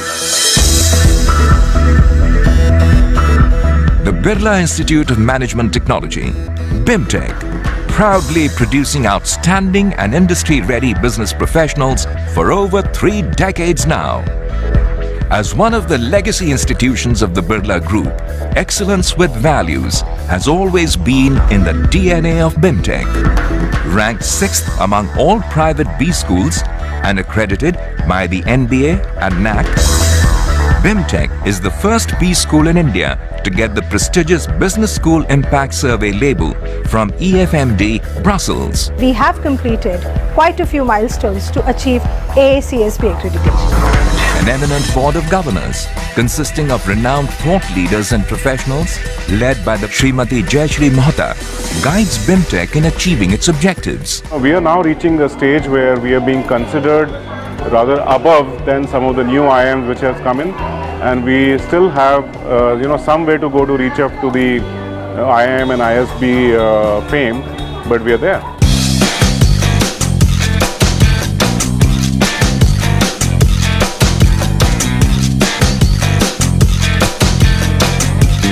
Over 300 of our alumni are CXOs and over 350 are entrepreneurs. To make any great institutions, you require 5 pillars. What kind of governance we have got? Who is the director there? What kind of faculty? Is it truly faculty-driven school or the board-driven school? Whether the school is truly connected with the corporate world or not. And are we grooming leaders who are value-based? One of the catalysts for BIMTECH's phenomenal rise is the visionary leadership of its director, Dr. Harivansh Chaturvedi, who is inspired by the ethos, values and legacy of the Birla family in the field of education. Dr. Chaturvedi is known as an institutional builder, as an educational leader. All through in our existence, we have consistently emphasized the values of sustainability, transparency, innovation and entrepreneurship. One of the core USPs of BIMTECH is its 70+ strong full-time faculty. Through the state-of-the-art pedagogy, experiential learning and training of professionals through frequently organized management development programs, BIMTECH faculty brings its diverse industry and research experience right into the classroom. We are fortunate in that we have a wonderful mix of trained youngsters and experienced professionals. BIMTECH faculty has been producing outstanding research. These are being published in A and A star journals. The best part about BIMTECH is its highly experienced and very helpful faculty.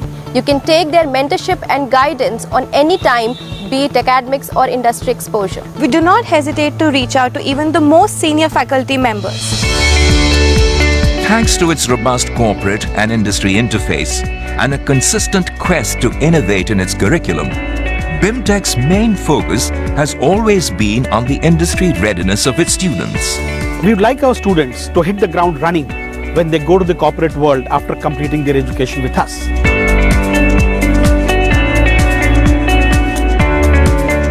BIMTECH is one of the first top 10 institutes identified by Niti Aayog in India to promote entrepreneurial ventures through the Atal Incubation Center.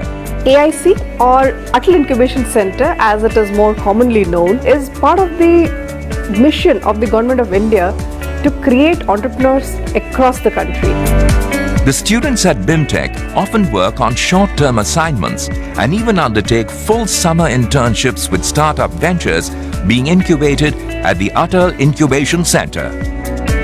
By providing support infrastructure to budding entrepreneurs, it has helped incubate over 50 startups.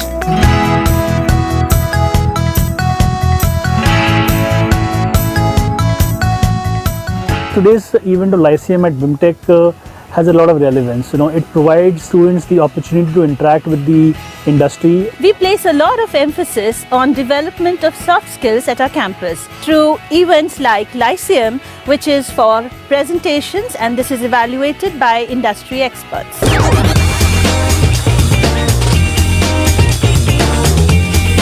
We have a vibrant student exchange program with partner universities from all over the world. We attract a lot of international students at our campus. I'm very, very happy to be in BIMTECH. BIMTECH campus is really nice here, really green.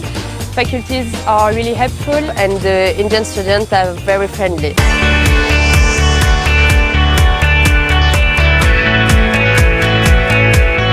The best part of BIMTECH is life inside its lush green and eco-friendly campus. Equipped with a state-of-the-art infrastructure, including a well-stacked modern library, gym, and health center, the campus meets most of its energy requirements through solar power panels, dotting the skyline on the top of its academic buildings and hostels. Learning here is a 24/7 process.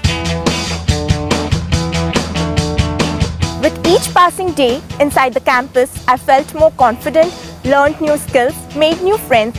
About my experience in BIMTECH, so far this is the best decision of my life to come here. BIMTECH not only prepares you for corporate leadership, rather it inculcates a sense of values, ethics and corporate responsibility. We don't just learn in the classroom, but also through a series of events, guest lectures, excursions and industrial visits. Our entire campus is student-driven and we have a range of conduits that manage almost everything inside the campus. We just not celebrate Holi and Diwali, but festivals of all religions. During Ramzan, our mess also serves food for Iftar and Sehri. BIMTECH is mini India. We have representation from 27 states and union territories. Frequently organized academic conferences, seminars, workshops, and colloquiums provide excellent opportunities to students to imbibe the entrepreneurial spirit and be industry ready well before they pass out from the campus. The industry connect of BIMTECH with the industry is phenomenal.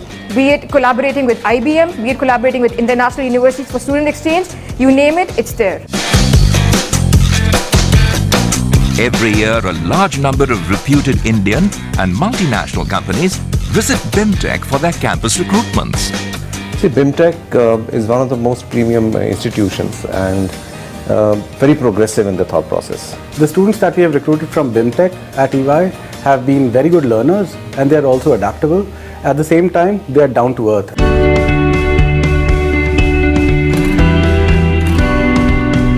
Besides promoting entrepreneurs, BIMTECH has also been at the forefront of promoting a wide range of CSR initiatives through workshops, training programs, and community outreach.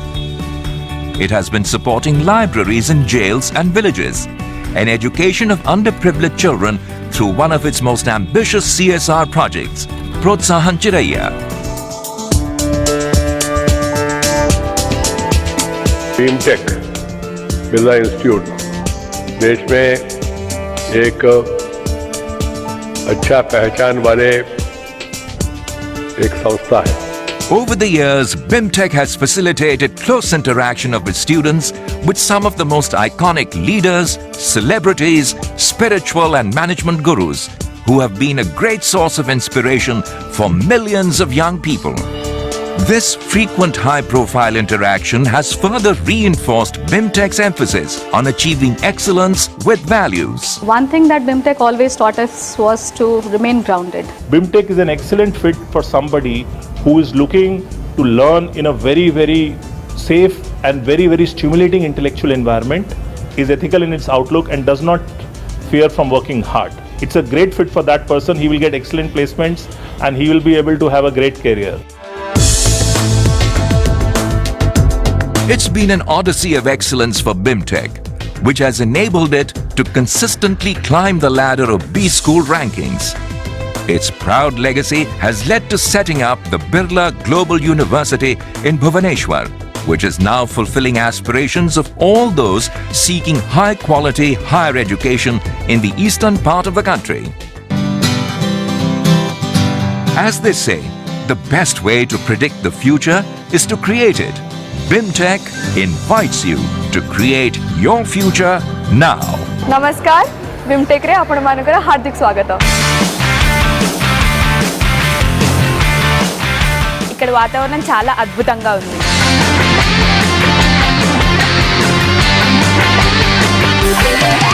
Here the life is less ordinary. इथे क्रीडासाठी खूपच जागा दिलेली आहे. या इथे. നമസ്കാരം എല്ലാവർക്കും BIMTECHിലേക്ക് സ്വാഗതം.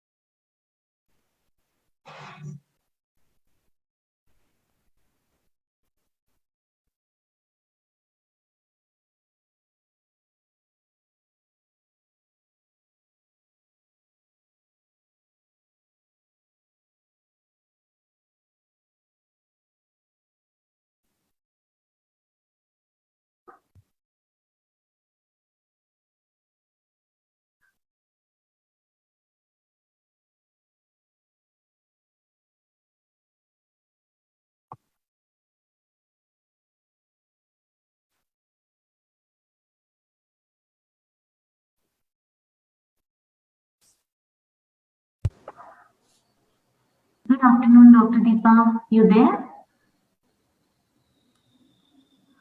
Yes, I am. Good afternoon. Good afternoon. Good afternoon, Dr. Gitanjali.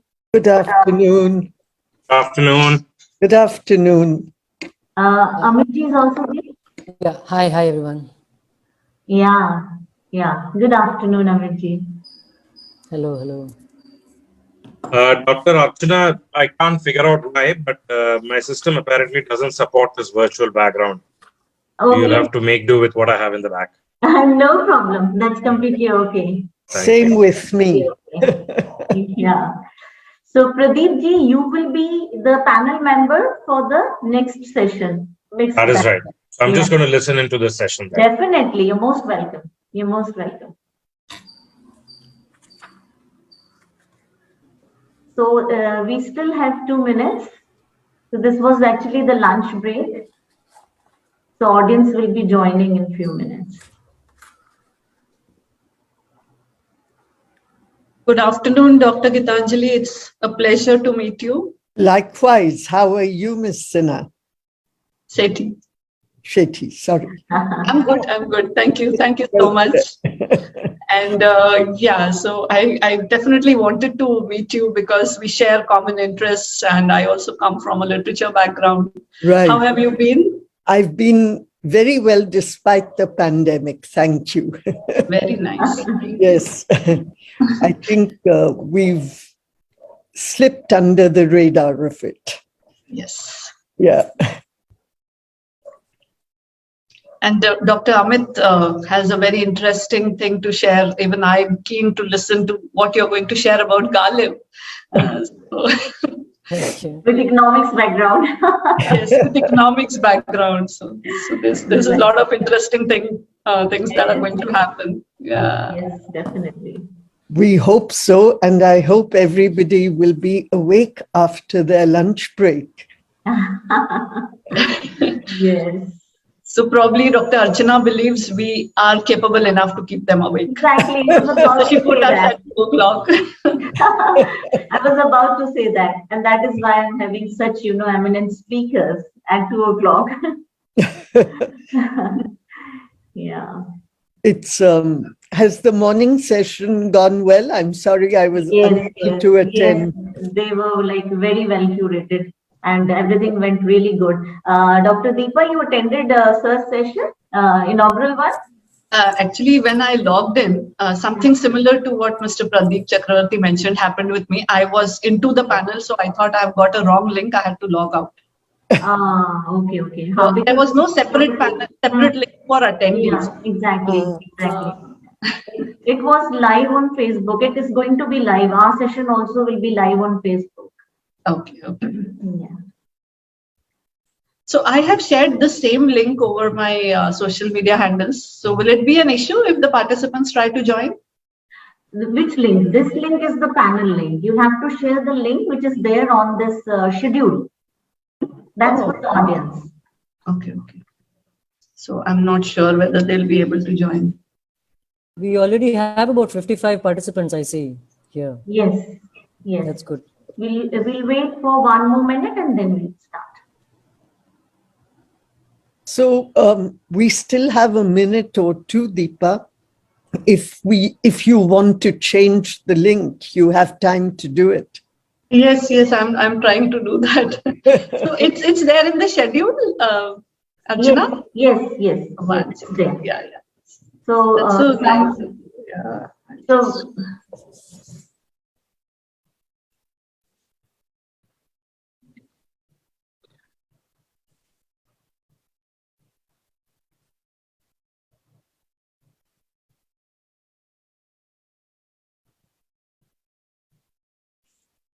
Amit, I was looking forward to reading your Ghalib book introduction. Did you get a chance? You didn't send it to me. I was waiting for it. Was that what I was supposed to do? Oh, I'm so sorry. I completely forgot. Not to worry. I actually don't have a soft copy, so it's yeah. It would have been the pre-public. But anyway, yeah, I'm so sorry. It's no but problem. it's all very summarized very easily in a minute, which I'm about to do. So, Okay, great. And I look forward to buying the book and reading it. So thank you, very kind of you. Archana, how long have you worked at I this? think we'll begin and people will keep joining, right? Yeah. Yeah. Sure. So, yes. MBA enables you to make a living. A liberal education lets you build a life. Just a minute. I'll just adjust my screen. Yeah. I, Dr. Archana Srivastav, Head Business Communication Area, will like to begin this post-lunch session by quoting Mr. Gurucharan Das, author and former CEO, Procter & Gamble India, and once again welcome each one of you in the second edition of BIMTECH Business Literature Festival 2022. There is a difference between making a life and making a living. Studies show that liberal arts education make a person more empathetic and gives a perspective on life. Many big leaders recently have started realizing this and are of the view that management colleges should devote a quarter of their curriculum to liberal arts. Inspired by this thought, BIMTECH too decided to restructure and reinvent our course curriculum.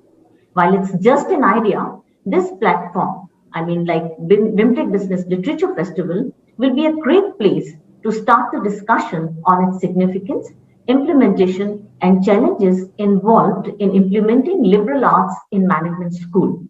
Fortunately, we got the consent of three very experienced people who can make us understand this better. We have Dr. Gitanjali Singh Chanda, an associate professor of English at Ashoka, a leading liberal arts and science university. She received her PhD in English literature from Hong Kong University and her master's degree from George Washington University. She has spoken at international fora and published widely on notions of home, family, and gender in Indian English literature. Then we have Dr. Deepa Sethi, Professor, Chairperson, PGP, Liberal Studies and Management at IIM Kozhikode. Dr. Deepa does research in managerial communication, non-verbal communication, higher education, community psychology, and health psychology. Next, we have Dr. Amit Basol. He's Associate Professor of Economics at the School of Liberal Studies, Ajit Premji University, where he teaches development economics and political economy. He has rich experience of teaching in universities in India and abroad. He also writes for non-academic audience at ideasforindia.in, dialogue.in, and other online fora. He is also co-author of book Thinking with Ghalib, which came recently. While we were designing this panel discussion, we titled it Renaissance of Liberal Arts Education in Indian B Schools. However, now when I look back, I'm forced to think how much significance this title is making over here. Do we have enough space for humanities in these schools? And what could be the ways through which we can bring it in our course design?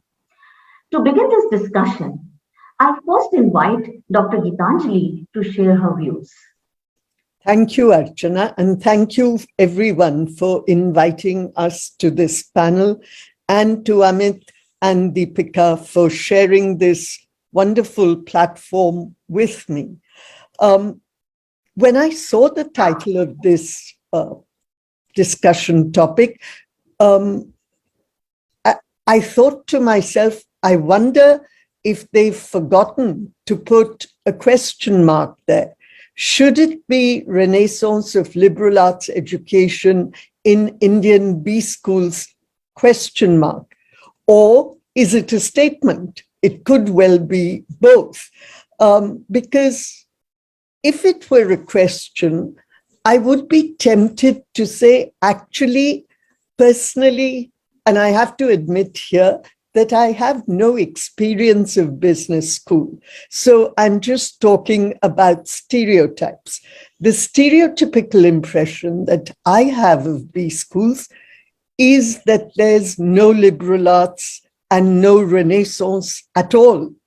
But if it's a question you're posing, as Archana has, to say that we need liberal arts in business school, that's a whole other question. And my alma mater, Yale University, started about 6 years ago to include humanities and liberal arts in their schools of management. So if you will give me one more minute, I want to tell you that I spoke to a colleague of mine there saying, you teach these liberal arts in the business school, and you've been teaching in the business school for the last, 40 years almost? Why this sudden shift? And his response in brief was exactly what you are saying, Archana, which you've quoted Gurcharan Das as saying, that he says, you're not using literature to teach business, you're using literature for exposure, expansion, and relationships. So it's not an instrumental thing that you are doing, because the way it stands now, business schools and humanities schools do two very different things. And yes, you're right. If you need a job, you will do business school. But if you want to become a partner, he said, you need to have some background in liberal arts. Yeah. So basically, ma'am began with the general idea of liberal arts, but we also have somebody amongst us, that is Dr. Deepa, who is actually already running this course for 2 years in IIM Kozhikode. And I would like to ask Dr. Deepa that how, this has been going. I mean, was a smooth journey? What was the reaction of the students? How they're accepting it, and all those things. Dr. Deepa?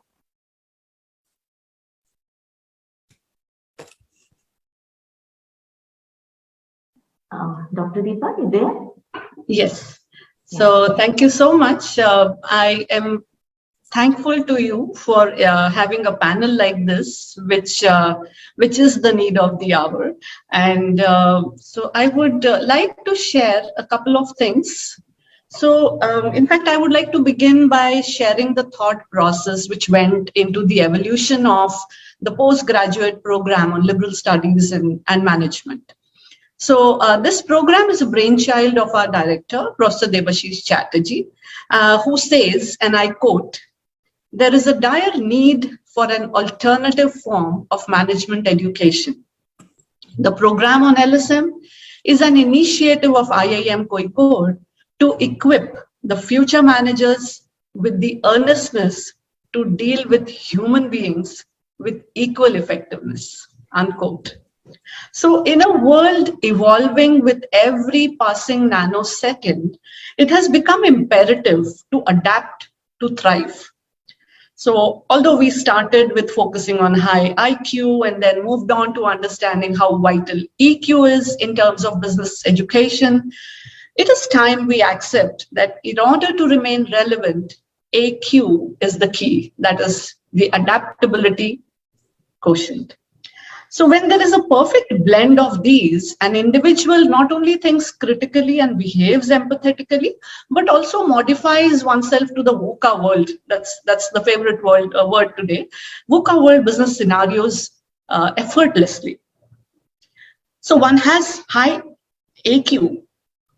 The one with high AQ has open mind, understanding of perspectives, growth mindset, and of course, the ability to see beyond the dead end.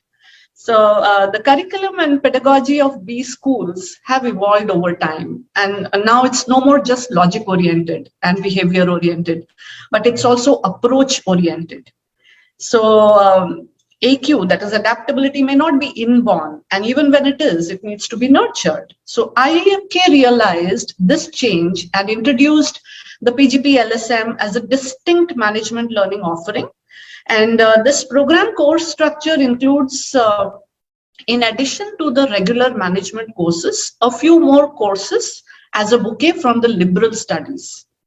So we have, in addition to these courses, we have the rural immersion, which gives the students an exposure to understand how the rural administration works, what are the issues when they go and stay there for a period of 2 weeks. Then there is an international immersion along with a master's dissertation. So wherein we brought the liberal studies aspect. And the courses also, which are there in addition to the regular management courses, I would like to specifically mention a few courses like Gandhian leadership, and then social psychology, readings in literature. So these courses, in addition to the regular management courses, they offer a peep into how adaptation has led to reformations and welcome changes since times immemorial. So when they read these pieces of literature today and try to find meaning out of it, that's a beautiful learning that's happening, and that's where they realize that since it has been times immemorial, but it is significant even now. So if you would want, I can wait for Dr. Amit to pitch in his point before I answer your next question, as in how it has been received. Exactly. So this AQ Gandhian leadership sounds so interesting. Now I would like Professor Amit to focus, if we are focusing upon the seriousness with which we can, include this particular course in management, and the kind of text that could be brought in as a part of this course curriculum design and everything, because he's also the author of one of the books, Thinking with Ghalib. Sir, what would be your opinion there? Thanks, and thank you for having me. This is a very interesting panel to be on. I'll also, like Professor Chanda said, say that I'm not at a business school. I'm in the School of Arts and Science at Azim Premji University, where I teach economics. So, I'm thinking of your topic from my perspective as a question really about a lot of professional education, not just about management education, but how do we teach our professional courses, and should we be having some of these ideas in them integrated in the curriculum? And already the case has been made quite effectively by all three of you, so I won't repeat that. I'll just say one thing about the distinction, very important distinction that Professor Chanda made between instrumental and other reasons for including such things, right? So we've heard an example of an instrumental not in a bad way. You can use our texts and our ideas and our tradition instrumentally to good purpose, as well as in other ways too. So both are important. The Gandhian leadership example would be of that kind, where you're taking a person who is operating in some other domain, but trying to make creative use in the business curriculum. However, I am talking, and I think Professor Chanda also would be in that sort of area of a substantive reason for doing this. Not just as an instrumental reason, but even if it doesn't make you a good manager, why should you read this book, right? So now the answer to that, of course, as we've already heard, is because it will make you a good human being. Now, there are two things that come out of this. One, what it means to be a good human being, of course, is socially, historically, culturally determined, and that's where our tradition comes in, and I'll bring in Ghalib there. The other is does it pay to be a good human being? And this is not the purpose of this panel, but I want to put it out there that these curricular experiments will not succeed if society's incentive structures don't reward good citizens and good humans. Right? So what that will be reflected in is what we see today, which is students are not interested in these courses when we offer them. Right? In the IITs and so forth, we've had humanities and social science departments for long. You'll hear all these professors complain, right? That all of these engineering students, they come, but they're not really interested. They're just coming because it's part of the curriculum. Now, why aren't they interested? Part of the reason I'm saying could be because they don't think it's very valuable. They don't think that it means much to get this perspective. And that is not a problem that the curriculum can fix. That's a much bigger structural problem in our society. I just want to put that out there. But what the curriculum can do is it can be designed in a way that it speaks to students. And that brings me to the last point, which is if we can connect these big values and ideas in a way that speaks to students in their milieu, in things that they've seen around in the world or heard at home, so on, then we will have a much greater chance of success, I think. And there we are incredibly fortunate because we have, thousands of years of elite and popular literary production that has reflected very deeply on what does it mean to be a human being, a good human being. What does it mean to respect other human beings? What does it mean to live in a society that is so deeply diverse that the other person will never be like you? And you can't expect them to be like you. So how do you live with them? How do you find something common to create society with, to live with? All of these are questions that our tradition has addressed, in plenty. So if I'll now give you I'll stop talking and let Ghalib speak for a minute. I'll read you a few of his couplets that we've used in our book, and I'll show you what kinds of things we're trying to do with it. So let me do that, and then I'll just make my final point. So we have a verse, this is actually an instrumental thing. So we have a verse in here which goes, I'll say the Urdu first and then translate. चलता हूँ थोड़ी देर हर एक तेज रौ के साथ, चलता हूँ थोड़ी दूर हर एक तेज रौ के साथ, पहचानता नहीं हूँ अभी राहबर को मैं. So I go a little distance with everybody, with anyone who looks like they know where they are going, I go with them. But I don't actually see the person who is going to be my guide. So you can take this in many places, and we've asked people to reflect on what is he saying. Is he saying that there is nobody worth emulating in society today? That there are a lot of sharp talkers and people who think they know what they're saying, but they don't actually. You could take it in many different ways. Right? I'll leave you with that. I'm not explaining this verse. I'm just giving you a flavor. Here's another, which is a dramatic verse from Ghalib that not many people know, which is not instrumental. It's about how do you live in society that is deeply diverse. Right? So he's saying, Wafadari basharte ustuwari asle iman hai. It's a little bit difficult. I'll translate it. Wafadari basharte ustuwari asle iman hai. Mare butkhane mein to Kabe mein gaado Brahman ko. What is the essence of faith? It is being firm in your belief. If the Brahmin dies in the temple, he is worthy of being buried in the Kaaba. So he is saying to the Muslims, grant this Hindu the highest honor that you have, which is being buried in the Kaaba. Why? Because he is true to his faith. Dying in the temple is a metaphor for being true to your faith. So, he has unpacked in these two lines some incredibly powerful things for us to think about diversity. Right? So if we bring in these kinds of texts, I think a lot of lightness and fun can be introduced in making these points that we want to make. So I've gone on for too long. I'll stop now. If I may come in here, Amit, just to add to what you've said, which is that yes, doing it through literary texts is one thing, but we also inculcate and communicate values in a very potent way through cinema. So I'm thinking particularly of Bollywood cinema, which is one of my passions, and the lessons that they teach. The moral universe of Bollywood is the fight between good and evil. And the good always wins. Sometimes clearly, sometimes not so clearly. But the morality of the story comes through entertainment. And it is so beautifully disguised as entertainment that we don't even realize that we are being fed an ideology, that we are learning something. And students, when I talk to them about films, even something like DDLJ, which was so vastly popular, they had never thought about the moral values of DDLJ. They liked it as purely entertainment and because it applied to their age group and spoke to them.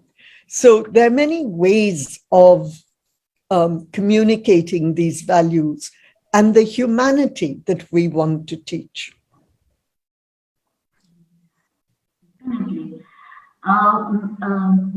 I was just thinking because Dr. Amit also brought a very significant point over here, that how can we create a significance in the mind of the students?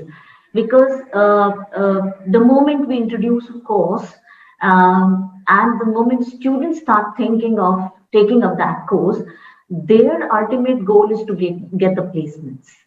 They relate it with jobs, right? So how do we create that significance of this kind of subjects? And for that, I would like to ask Dr.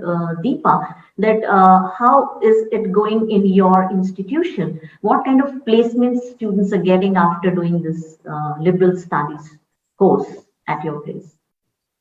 Okay.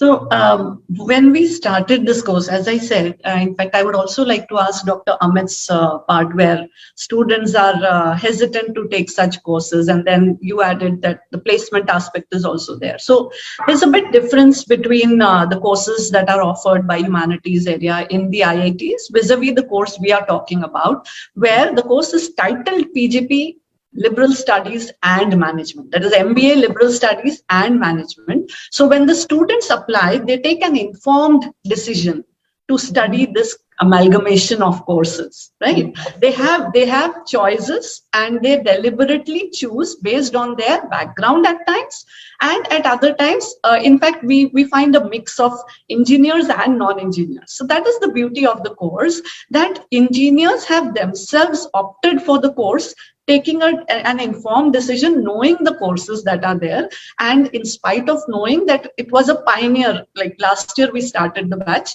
the first batch graduated this year, and like we'll be getting convocated in the month of April. So that is the difference, where they are taking an informed decision. One. So once they take an informed decision, then comes the process of placement, as you talked about, Dr. Archana. So when organizations really want to involve, in fact, include liberal studies in management, in the mainstream, it is very important that opportunities are given equally.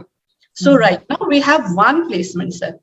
We do not segregate on programs. We have different MBAs. We have the PGP regular MBA, and then we have this MBA Liberal Studies and Management, MBA Finance, and also Business Leadership.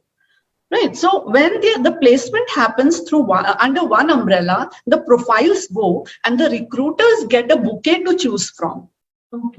Okay. Now the recruiters also, as I said, due to this crisis situation, the VUCA world and other things, it's the organizations have also realized that in addition to the case study, simulation, and other material, what is it that the student who has done liberal studies and management, what does the person bring to the table? And so what they are looking at, so since through their courses and through the learnings drawn from different forums, of course, extracurricular, co-curricular, as well as these new courses, these students are able to look at the problems through an inclusive lens, which is made out of a concoction. Now, this concoction is cultural, adaptability, and social intelligence, in addition to the EQ and the IQ, which every management student is expected to inculcate over the course. Right. So now this benefits not only the students, but also the corporates. So the real life situations are aimed at exploring the responses of individuals in a fluid state, right? In a fluid state of life in general, and business and economy in particular. So that is where the LSM students, with their lens of the social and cultural intelligence added through the taste of literature that we provide, they make a difference. And people have gotten back to us after the internship saying that there is something different. And what is different? The way they decide, the way they deal with people, the way they look beyond numbers. And I think after a crisis, this COVID has really taught that after all, what's important is people more than anything else. So relationships, and they were able to create that difference. So even we are really proud that we could bring such program at a right point in time when it was needed, and it was very well taken. Yeah, I was just thinking, because there are so many questions popping up. So instead of, taking it as a discussion, I would like to put those questions, and then we can take this discussion ahead. Will that be okay with all the panel members? Sure. Absolutely. Yeah. So there is a question that is coming from Vishal Pandey. He says that I have a question in today's corporate world where everywhere we come across STEM mindset and data-driven approach. Where do you see the acceptance of liberal studies in mainstream of corporate sector? And I think this question, Dr. Gitanjali may answer really well. The short answer is I don't know. I don't know that it helps you to get a job, but I do know that it helps you to perform better, as Deepa has said. You have that added something that makes you a better candidate. So that in itself is useful. But I agree, you have to first get the job before you can prove that you're a better candidate. And to that, as Amit had said, the mindset of everybody, institutions, workplace, society at large, needs to change. Right, exactly. There is another question from Chaitanya. This question is for Dr. Amit. What kind of books would you suggest to add in the curriculum? Well, this is very difficult because there's so much to choose from. Yeah. So I mean, I guess it depends on what it is that what area we are talking about, and I think that one of the kind of if you look at the Bhakti and Sufi literary tradition in India, right? I think that is a kind of thing which you can use whichever part of India you're in, you can connect to people with their language, and you can really talk about fundamental values through that whole tradition. That can be Kabir, that can be Basava. It doesn't matter if you speak Kannada, you speak Tamil, you speak Marathi. There's somebody there who has spoken about this. Right? So you can go to those kinds of sources, which are many, which is the folk tradition, and then there is the elite, like the Ghalibs of the world, right? So the Ghalib is a part of an elite tradition, but you don't have to limit your curriculum only to elite tradition, because generally we go to that, we think of these big names, we'll talk about maybe, Abhinav Gupta and how he thinks about aesthetics or something, if I want to go to my tradition. That's not necessary. You can talk about aesthetics in with many different people. So, there are good compendiums out there. This is not something that I can just say here for lack of time, but there are some nice volumes that have come out in recent times which are readers on Indian aesthetics, on values. A few years back, Columbia had brought together a nice sources of Indian tradition, multiple volume set. Of course, Murthy Classical Library is a fantastic initiative in recent years, which has been publishing what is their understanding of the Indian classical literary tradition, and they've already got some, I think 20-25 volumes. So there's a rich set of things out there now available very easily if you want to include it. Okay. There is a question from Professor Manoj Pandey from BIMTECH, and he's asking this question. This question is for Dr. Deepa, and he is saying that how has been the response of recruiters for PGP-LSM course? Dr. Deepa. Okay, so I think I have already answered this question. So yes, the recruiters have got back to us talking about the orientation of the LSM students, which is a bit unique, you may say. We may not call it different. So we can use the word unique, wherein they bring those nuances which they have done, where they have done this combination of courses. So in fact, I am again reminded of Dr. Amit's question that here this is a course, right? Now, when we had this PGP LSM course, I'll just give you one example of a subject which is called Readings in Literature. So it's a core course, it's a compulsory course which all of them have to do. But when it went so successfully, and the 40 students, we have the first batch is 40 students, they started talking about it so much on different forums, student forums, that the PGP, the regular MBA program students, approached us to offer this course as an elective to them. So here comes that decide when you say an informed decision. So we are offering that course in an expanded format with the name of Narratives of Wisdom to PGP students, and we have got subscription, and they are really enjoying the course. And now when I see the difference about the readings in literature, the students, which the LSM students orientation and the PGP, I find that these students are really gaining a lot, and they say that probably, ma'am, we missed this out. This should have also have been one of the core courses for us. So that speaks a lot, and that reminds me of the question again, which was put to Dr. Amit by one of the participants. The books that can be included. So we have something like Namesake by Jhumpa Lahiri. And on the other hand, we have Siddhartha by Herman Hesse. We have Animal Farm, and we also had Shakespeare. So if you say elite, if you say national, domestic, international, we have a bouquet of it, and they are not just doing an appreciative reading. So they have a course called Critical Reading and Writing, where they are learning to amalgamate these two things. And that is where the takeaway lies for the recruiter. Okay. Right. And since it's an informed decision, students come with the choice and they excel. So, yeah, I think I have answered your question. Yeah, so there's one more thing that is coming in my mind. So how do you actually run this course? Is it applied? I mean, what design you follow? Okay, so again, with the creative mind and the innovative spirit that our director has, we also have a space which we have created, which is called the Gurukul. Right? It's a beautiful place. You Google IMK and there is a Gurukul where we can, the students, so students and all, we all can go there and deliberate. So yeah, we couldn't do much because of the COVID, because of the online classes, but that's a space which we plan to use in future whenever times are fine.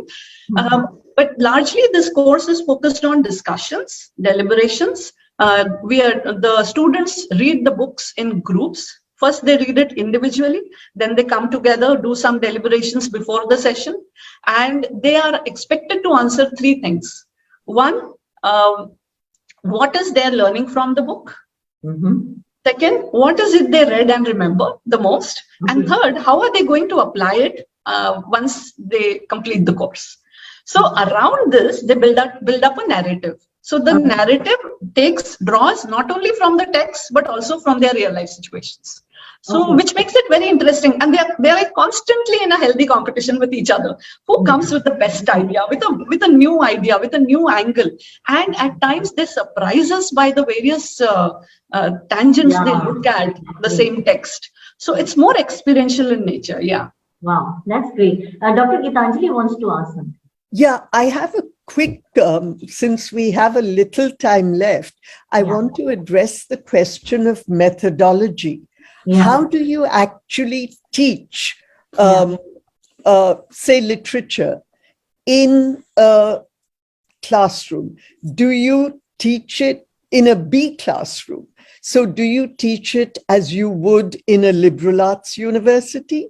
Or do you apply it as what is the business angle to this, or how do you actually teach it? So I asked my friend this, and he said he's not an expert on literature or popular culture or whatever. So he does exactly what Deepa is saying that her students do. He leaves it to the student not to read other people's thoughts about that text, but to come up with their own ideas. How does this text apply to you? What does it mean to you? So once the student is involved, then he or she take over and provide ways of looking at that text. And then it's not through A angle or B angle, but through the angle of the student involvement in it. Exactly. There's one more question. I'll keep it open. Anybody can answer. This is how to meet the competitive world expectations every year with different approach, which hamper candidates to look after, to upgrade, which is disturbing to choose right career path. So how to meet this, expectations of changing or maybe the dynamic market needs? Any one of you can give the answer. I think probably Dr. Deepa Sethi is best placed for this, but just one thing I wanted to say, that we should be careful what we are asking various parts of our curriculum to do. Right? We are asking the business curriculum or the engineering curriculum, or law curriculum to make competent engineers, lawyers, and managers. There's no substitute for a curriculum that can generate a competent professional. We are asking this part of the curriculum, in my estimation, to do something slightly different. So you can think of part of it as being giving you a competitive edge. You can think of part of it as, can I be a little bit more free thinking, a little bit more critical, a little bit more creative? All of this will make me that and might make me good at my job. But there is a very vital component that has nothing to do with competition. And that is there, I think, because we are somewhere feeling that in general, you don't get the inputs from society that you should get to be the kind of person that you should be. Exactly. If society was doing that job, I don't think we would need to do it in classrooms. Right? We do what is in the classroom is because you don't do it elsewhere. Nowhere else can you learn how to be an engineer, so come and learn to be an engineer. If somebody is teaching you how to be an acha insan out in the world, I don't think you need a classroom to be an acha insan.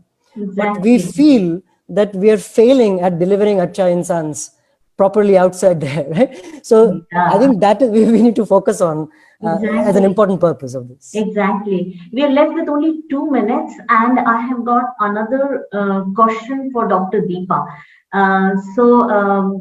Dr. Deepa, I'll just read it out for you. Can you throw some light on the subtle difference between emotional quotient and adaptive quotient? Okay. So again, taking an example of a crisis, right, where we have 5 people handling the same crisis with equal EQ. But the moment you say one of them is high on the adaptability index, you find a lot more inclusion happening in terms of decision making, as well as delegation of authority and responsibility. So that kind of difference, the person has rightly pointed out, subtle difference, but yes, the difference is there. Because we have been long talking of emotional intelligence. We have scales, we do work on our own emotional intelligence, but nobody really thinks adaptability also as a quality. People think it's a compromise, whereas it's not, right? When you adapt, you give an indication that you have an open mind, you're ready to learn, you're ready to mold yourself in order to be a better person. So again, coming from the good human being, acha insan, to अच्छे से बेहतर भी तो बनना है. Like, why are we looking at only good? Why can't every good be a better and the best? And in fact, there is now the concept of better than the best. So we, all human beings, are work in progress. And the day we choose to accept this, I think the adaptability index goes higher. That's where we show that, okay, we are here to listen. We are here to not only listen, but listen to the said, but also to the unsaid. And for that, you need to be be full of observation skills, and you need to be sensitive about what's going on. So one quick example, if you may permit, we have read the poem by Robert Frost, "The Road Not Taken," right from childhood, right? So when we took this poem to the classroom for readings in literature, I asked them, how many times you've read the book? So in which stages of your life? So they said once in CBSE, 10th, and I think once in undergrad, those who had pursued their graduation in humanities. And then somebody said, yeah, maybe in one of the other occasions, and this is the 4th time. So and then after they deliberated and thought and had an introspection, I asked them, do you find the meaning still similar? And they said, no. Today is the 4th meaning we have got, and we are sure once we join our organizations, it will be the 5th. So that is the signal of adaptability index, where you are not saying that Robert Frost meant only this. No, it evolves, right? The literary piece is the same, but we have evolved, business has evolved. And how is it that they are even able to put that in the context of their workplace? So I tell you, as Dr. Gitanjali pointed out, these students have enormous creativity to bring out those nuances which you and me maybe never have thought of. So yes, the need is there, and that's what we are nurturing it. Thank you so much. Yeah, so there are so many more questions, but we are again time bound, and there are other panel members for the next session of waiting. So I would like to give a stop over here. We had some very good insights on the subject, and the path for discussion, of course, does not end over here. It will continue in coming days. We look forward to walking together along the path of introducing liberal studies at BIMTECH. Thank you very much for this sparking debate. Thank you, audience, for wonderful questions and for being dedicated listeners. With this, I may like to invite our speakers of next panel, that is Mixed Bag, Future of Work and Skills Managers Need to Excel. We are privileged to have Mr. Amit Agnihotri as a moderator of the session. Mr. Amit Agnihotri's professional journey began at MDI Gurgaon, where he chose a career in media. In 2000, he co-founded Exchange for Media with his two friends. In next 5 years, they created 4 popular print publications and Profitable.com. In 2009, he founded MBAUniverse.com. This was coming together for his life's two passions, media and education. Today, MBAUniverse.com is India's #1 MBA portal. 95 out of top 100 B schools utilize this platform for reaching out to students' community. In 2010, he also started up Indian Management Conclave, which has grown to become India's biggest MBA education conference and award platform.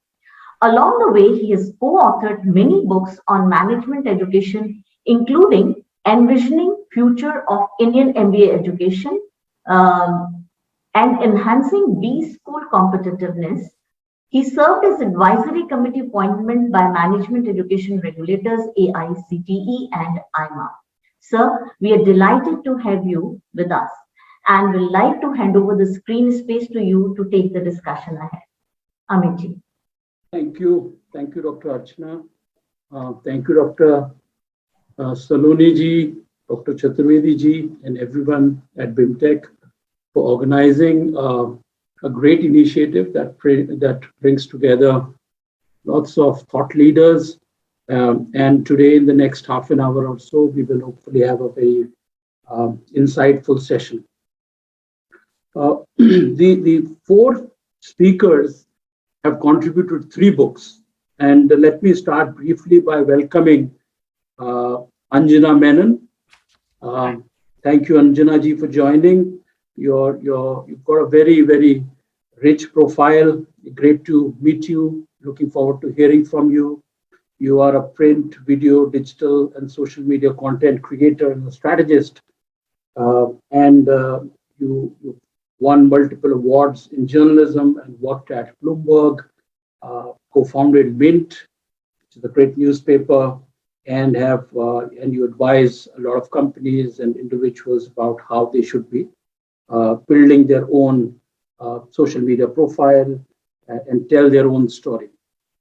Your book, What's Your Story, is again very, very interesting. And I think we are living in an age of storytelling and really looking forward to getting more insights from you. So warm welcome to you. Thank you. Pradeep ji, warm welcome to you. Great pleasure to meet you, to see you. Looking forward to hearing from you. You are a HR consultant and a historian, and you've authored 9 books. Prolific author, and the latest one, I believe, Leadership Shastra, the lessons from Indian history. History is something we all want to forget. How does that become, a foundation for future is a very, very fascinating topic. Really looking forward to hearing from you. You worked, of course, at some of the leading companies like TVS Group, Cognizant, Infosys, McKinsey, and so on and so forth. So delighted to welcome you and really looking forward to what your thoughts are. Thank you. And let me welcome Sagrika ji and Subir ji. A warm welcome to both of you. Both of you have co-authored a book, Job Search Secrets, a very timely book because the old old notions of job hunt no longer possibly hold. And it will be interesting and delightful to hear about how should the new age Gen Z look for the jobs, whether it is young MBA students or people in early careers and so on and so forth. So Subirji works, is the head of HR and IR at Tata Power, and he's an alum of XIM Bhubaneswar, a great institution. Sagrika ji is a serial entrepreneur, has set up cxomentors.com. You're also a PhD and hold an MBA degree with lots of experience and teach at multiple places. So delighted to be welcoming both of you, Subirji and Sagrika ji. Thank you. So with that round of introduction, these are three fascinating books. We've got roughly about half an hour to give our audiences, which is 99 at this point in time. I hope this number does not fall further. We should score 100 or more as we go along. And so first question to all of you, actually, each one of you. Let me start by asking, all four of you are very busy professionals. You have a lot of work to do. How do you find time and space for writing and authoring a book? And why a book? Where does it fit into your life? Let me start with Anjana, if you can kindly reflect on this. So, I have a busy life, but also to an extent, I am a professional writer. I've been a journalist. So for me, and now in my current role with corporates, we do a lot of original work for them, which includes writing plus, multi-format. So I think in my case, it's something that comes fairly naturally. But of course, a book is a different ballgame. It's not the same as writing an article, which is 2,000 words, 1,500 words, or 700 words. A book requires a lot more research. It requires a structure.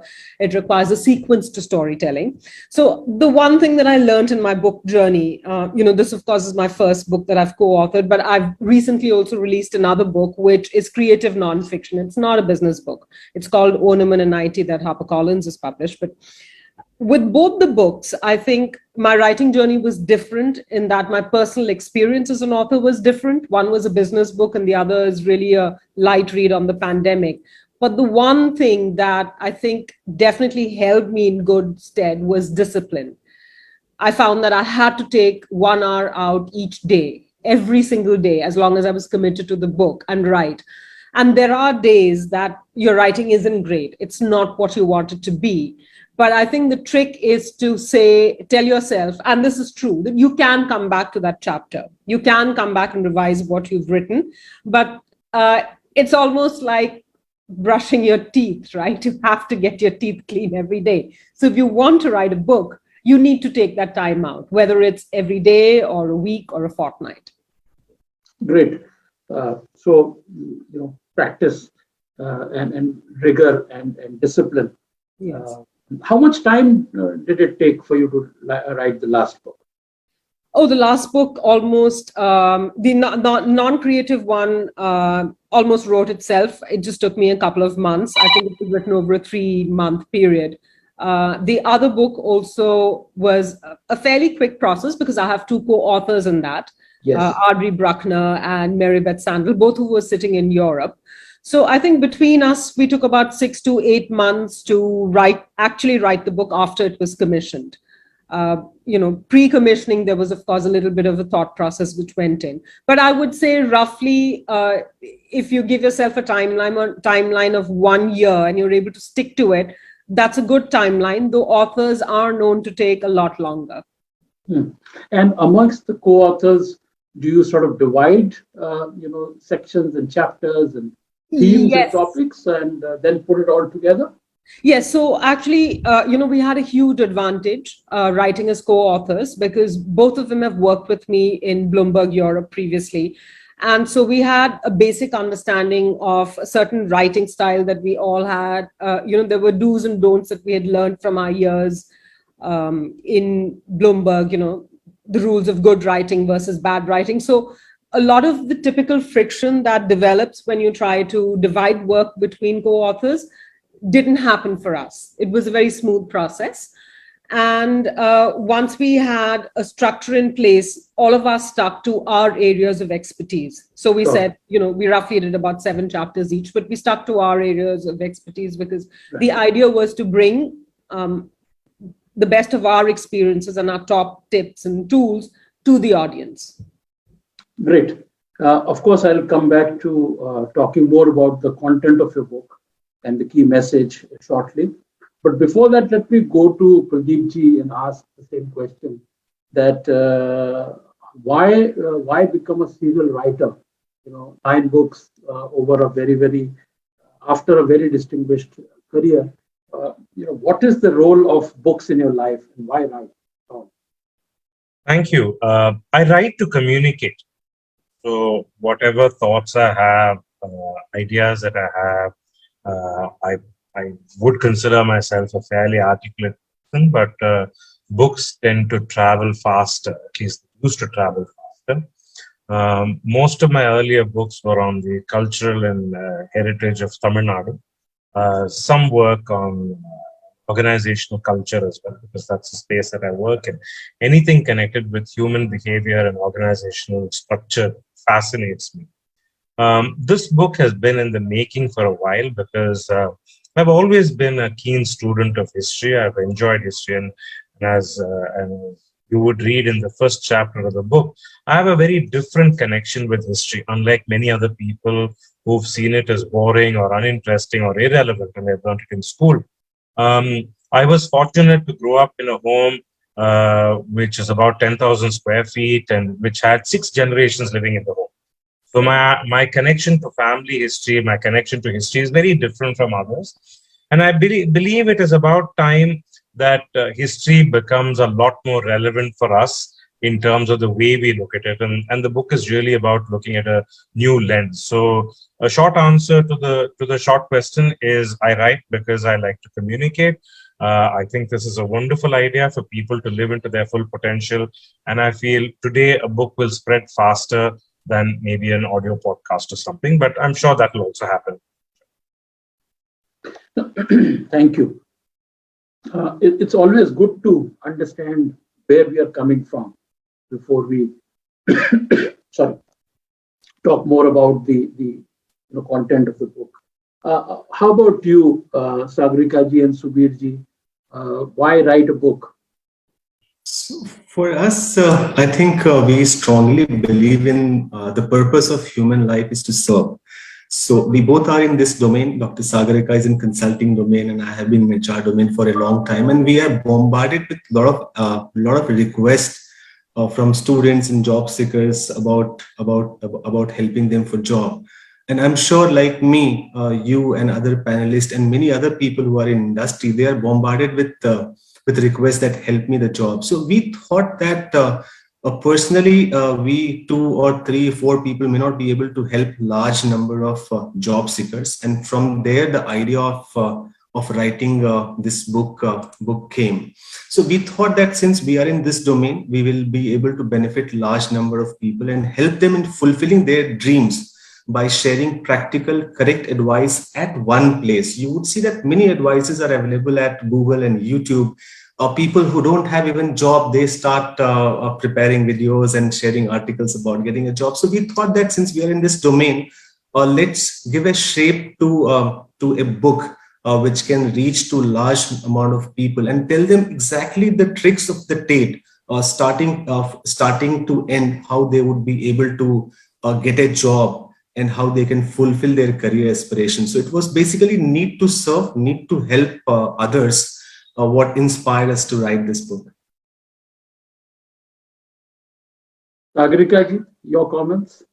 Writing was always there with me from my childhood. I used to write a lot of poems in my school days, and then gradually I start writing for newspapers. I have written many articles for Times of India and Indian Express and the local newspapers. But yes, I have never thought of writing a book in this although I have worked many years in this particular area, but the writing a book was never a thought previously. But yes, it is Subir who has initiated this thought that we should come up with a book which will be a one point contact or one point reference for all the students, those who are in need of the job.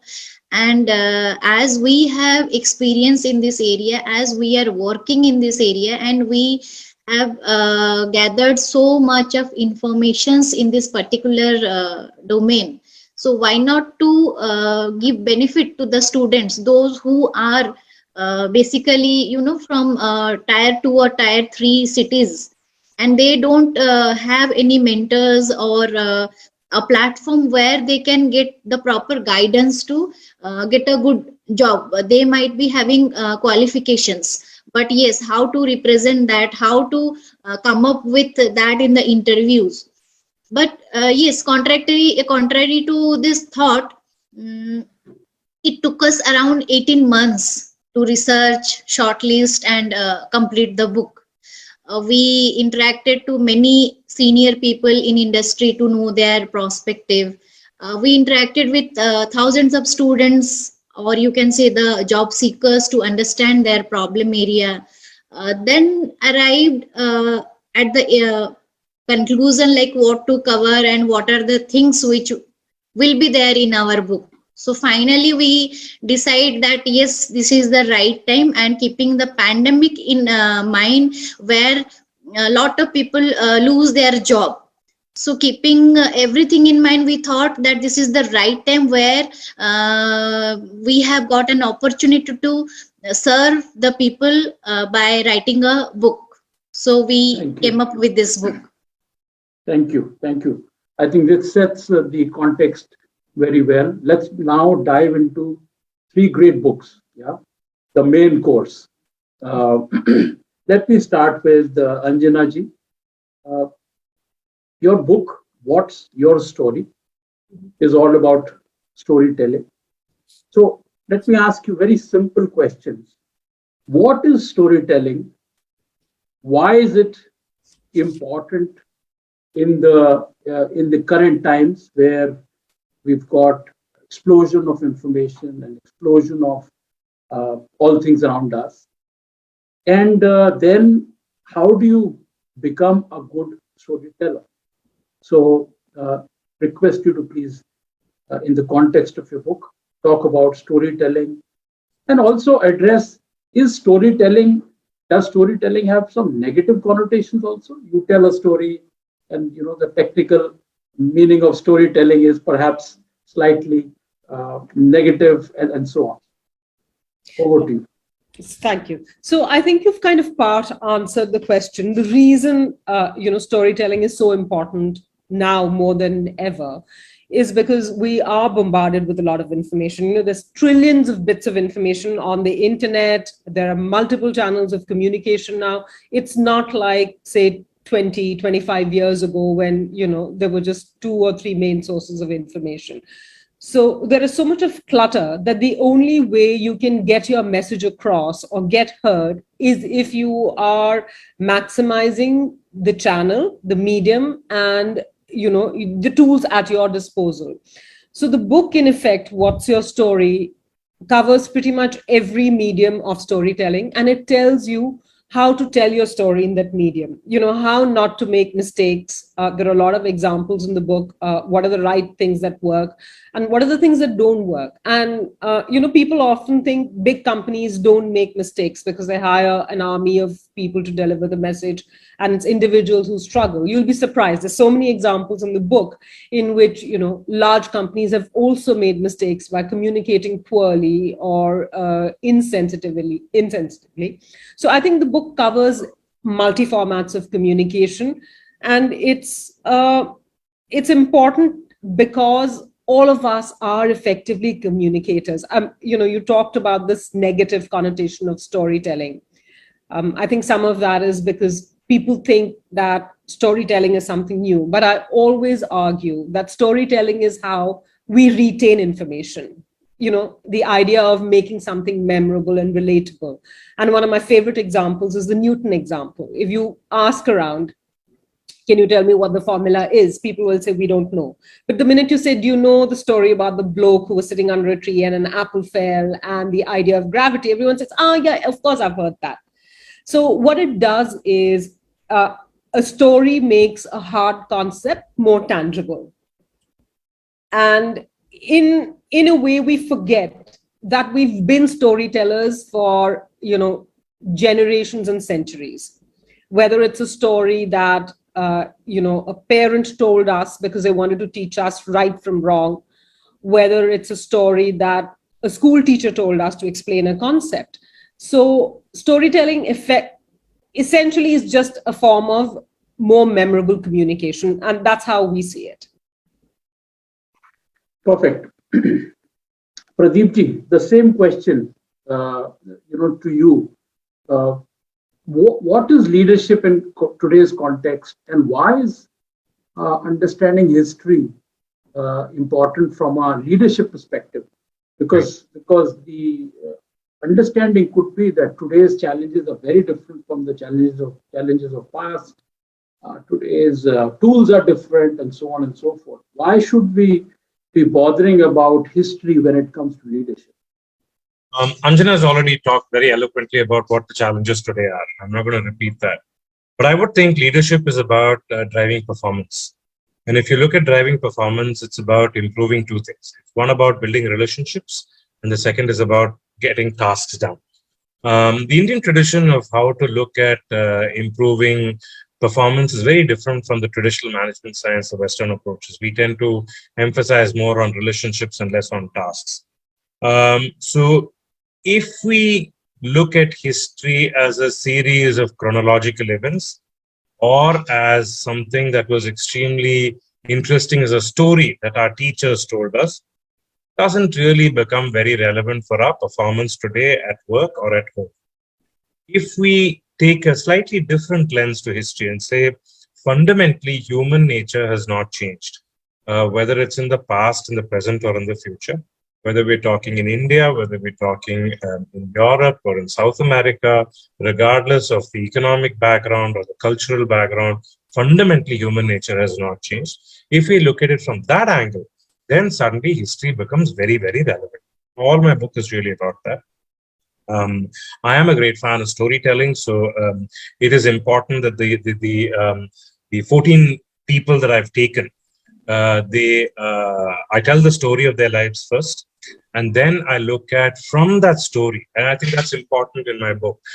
Stories tend to entertain us, and they are really important. But I'd like to go one step further in terms of making the connection of the story to performance, in terms of saying, what is the insight from this? And I think that's an important question to ask, because we need to move beyond an entertainment value into looking at how is this going to impact our own lives and those of around us to live fully into our potential. And that's really what the book does. So 14 personalities from Indian history, 14, a little bit more actually. Look at their story, their life as a story, and then look at what insights can you learn about what they did or did not do to leave a richer legacy for those around them in their lifetime and beyond them. So, if I may prod you a little further, from your understanding of these 14, 15 great heroes. And heroines, by the way. And heroines, yeah. So Shivaji, you also mentioned Babur, Ahilyabai Holkar, and so on. What are those 3 or 4 or 5 key leadership lessons that you could draw out very quickly, if you can share that with us? I'm going to take a step back. And Amit, congratulations, we've hit 100 participants. We're not at 99 anymore. Great. So, number one is it does not help. Look, at the end of the day, this is your choice. Do you want to make history relevant for your performance? And it's really your choice. And if you want to make it relevant, number one is to remove the lens of, was somebody a good king or a bad king? because there is shades of gray within all of us. I'm not going to say I'm the best person in the world. I'm not the worst person in the world either. So there's a lot of shades of gray within each one of us. So I've kept very, very carefully away from that debate of whether it's a good king or a bad king. Number one, this is really important. The second thing is to look at, move away from the story, move away from the chronology, look into what could have been their fundamental needs and fears that motivated them to act the way they did. And number three, what was the legacy they left when they lived, and what was the legacy that survived after they died? If you look at these three questions, and if you look at history from this lens, and not just these kings and queens that I've looked at, but our own family and our own history, couple of things emerge. Number one, if you want a lasting legacy, it's about building alliances and investing in relationships.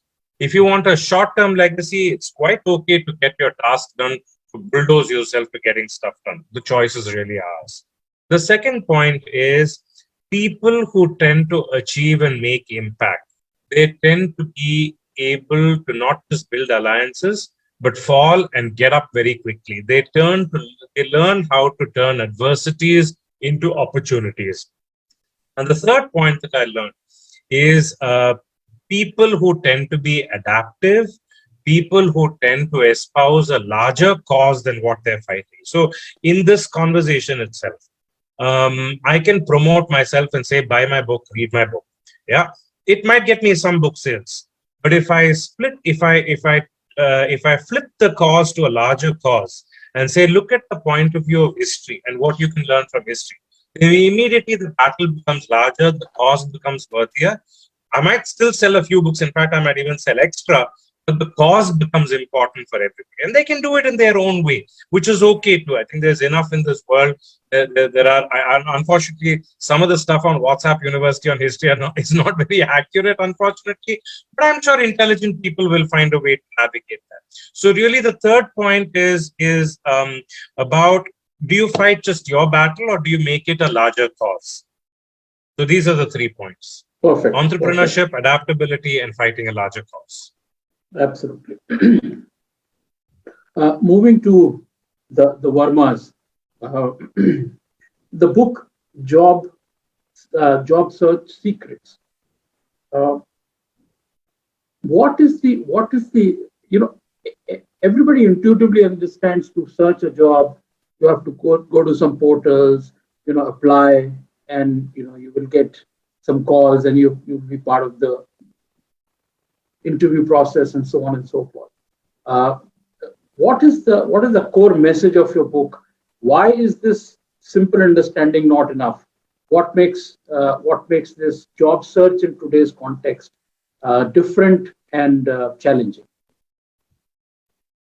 Basically, when we think that suppose you are a BE or MBA or you are into any professional course where you build certain competency and skill, job search is the most important skill which everyone must build. Start to end approach. What a job aspirant should know to get the job which they want in the shortest possible time. Youth complain nowadays that there is no vacancy or companies are not hiring, we are not getting jobs. But in the other way around, companies are also complaining that they are not able to get the right talent. They have vacancies, but not able to hire. So what is the framework that your book offers? What's the path that your book? So the framework, or in a nutshell, if we talk about the book, it is how to choose a right career which give you money but also happiness, how to reach 70% of the job which are not advertised, how to find people who can help in finding the job, how to build long-time network for job search, how to use social media like your LinkedIn, Facebook, Twitter for job search, how to crack campus interview, then the master the virtual interviews, and some practical tips which will lead you to success in interviews, how to evaluate the compensation and benefits offered by a company, things to consider before leaving a company, and how to leave gracefully. So these are in a nutshell been covered. Everything is covered in a single book. I'm sure all the students listening to this would be heading to the libraries or internet to look for that important book. So Veerji, you want to add something to this? You're muted. I just want to say that this book is not about about how to write CV, how to give interviews, all that. Like this, the name suggests, it is about the secrets, how the companies recruit. So, for example, how can you choose your career? How do you reach people who can help you job? You don't have to reach 1,000 people on LinkedIn or go to Naukri.com and apply on Monster.com. You just have to find 20 people, and those 20 people will help you get that job. So it's all about the tricks, how you can reach the jobs which are not advertised. How can you reach people who can get you the job? So basically, what do you want to do? Who will help you doing that, and how can you do that? So this book addresses about these three things, all the practical aspects and the tricks, not the general stuff which you see on. Perfect. So we have about 7-8 minutes. I would now like with this background, answers to some very quick answers, short answers, 30 seconds answers to a few questions. First, to each of you, what's your one advice to most of the people listening this conversation are going to be MBA students or people related to management education. So what's your one advice to young MBAs with respect to their career, with respect to their future? So again, let's start with Anjana. So I would say learn always, constantly throughout your life. Even if you, even after you've so-called retired from a regular job. And I think for this generation, they're going to have it a lot tougher than an older generation and our generation, because the coming together of artificial intelligence and technologies, the leap is going to be so exponential that everything that you learned today, which you think is going to serve you for the next decade, may only actually serve you for 3 or 4 years. Right. And so the only way you can stay relevant and useful is by constantly learning and constantly adapting. I mean, learning should be, I think, the number one goal. That's a great advice. What about you, Pradeepji? Yeah. A good grade will get you a job for sure. But a promotion is going to come only if you're able to invest in relationships. And if you have to invest in relationships, you need to become more self-aware. You need to start digging deeper into the needs and fears that you have and the needs and fears that others have around you. And history is a great place to start to help you in that, navigate that journey. Fantastic. Relationship, focus on relationship and building alliances and partnerships. Subir sir. I would say that the time to repair the roof is when the sun is shining. So all the MBA students, like you are studying MBA, this is the time that you are getting 2 years time to prepare. Job search is not just you sit in the campus. So once you make a plan, what kind of career you are looking for, you need to have the right tool, and then only you can make the career. So make a plan, but also use the tool. Otherwise, you will be making noodles without a pot. Okay. Perfect. So one quick question to all the four. Anjana ji, who's the best storyteller of our times? Is it our Prime Minister? Is it a Western leader? Is it the tech czars? Who's the best storyteller, because you do research on this?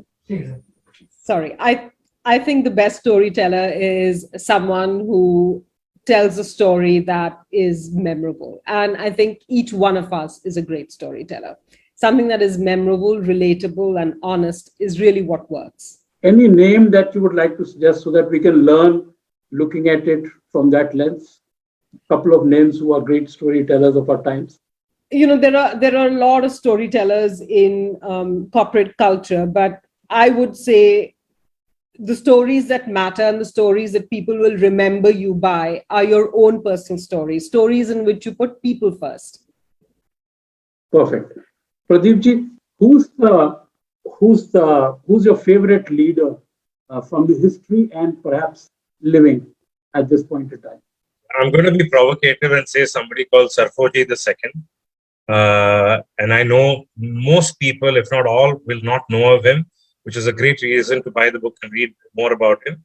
Sarfoji II's life is particularly relevant as we are coming out of a lockdown and maybe we might be going into another lockdown as well. I would pitch for Sarfoji II of Panjab. Great. Subirji, what's the biggest secret of career hunt, job search in India? Your book talks about that. What's one biggest secret that all of us should be aware? You need to find people who can get you the job. Find 5 people, build long-term relationship, and they will not only get you the job but also help you in reaching greater heights in your career. And your book says that 70% of the jobs are not advertised at all. Not advertised. Yes, they are not advertised. So we need to find out a way how to reach them, and also find people in those organizations who would help you in getting that job faster. So key is to find those people in the organization which you have identified in the role which you want to do. And how do you identify them? By reading about them, by following them? No. So the book talks about the complete approach. There is 2x2 matrix which has been written there. So first you will decide what kind of career you want to do based on your personality. For example, if you are an MBA student, now everybody wants to get into sales, but somebody who is an introvert, sales is a bad choice. So he has to choose the career, and we have given a formula called Besto formula and a 2x2 matrix basis which he can choose. Then he will choose the sector where he wants to get into. Suppose he has chosen 5 sectors. From that sector, he need to choose 5 leaders, 5 people who are responsible for hiring, who are leading in that organization. So 5 into 5 into 5 becomes 50. And that 50 would be the contact of his life who will help him in everything what he wants to do. Perfect. We have one or two more minutes. I will utilize them. Sagarika, it's often talked about that today's world requires more of EQ, focus on EQ and SQ, and not so much on knowledge. But all job searches, all job interviews are very focused on what you know, the questions that get asked.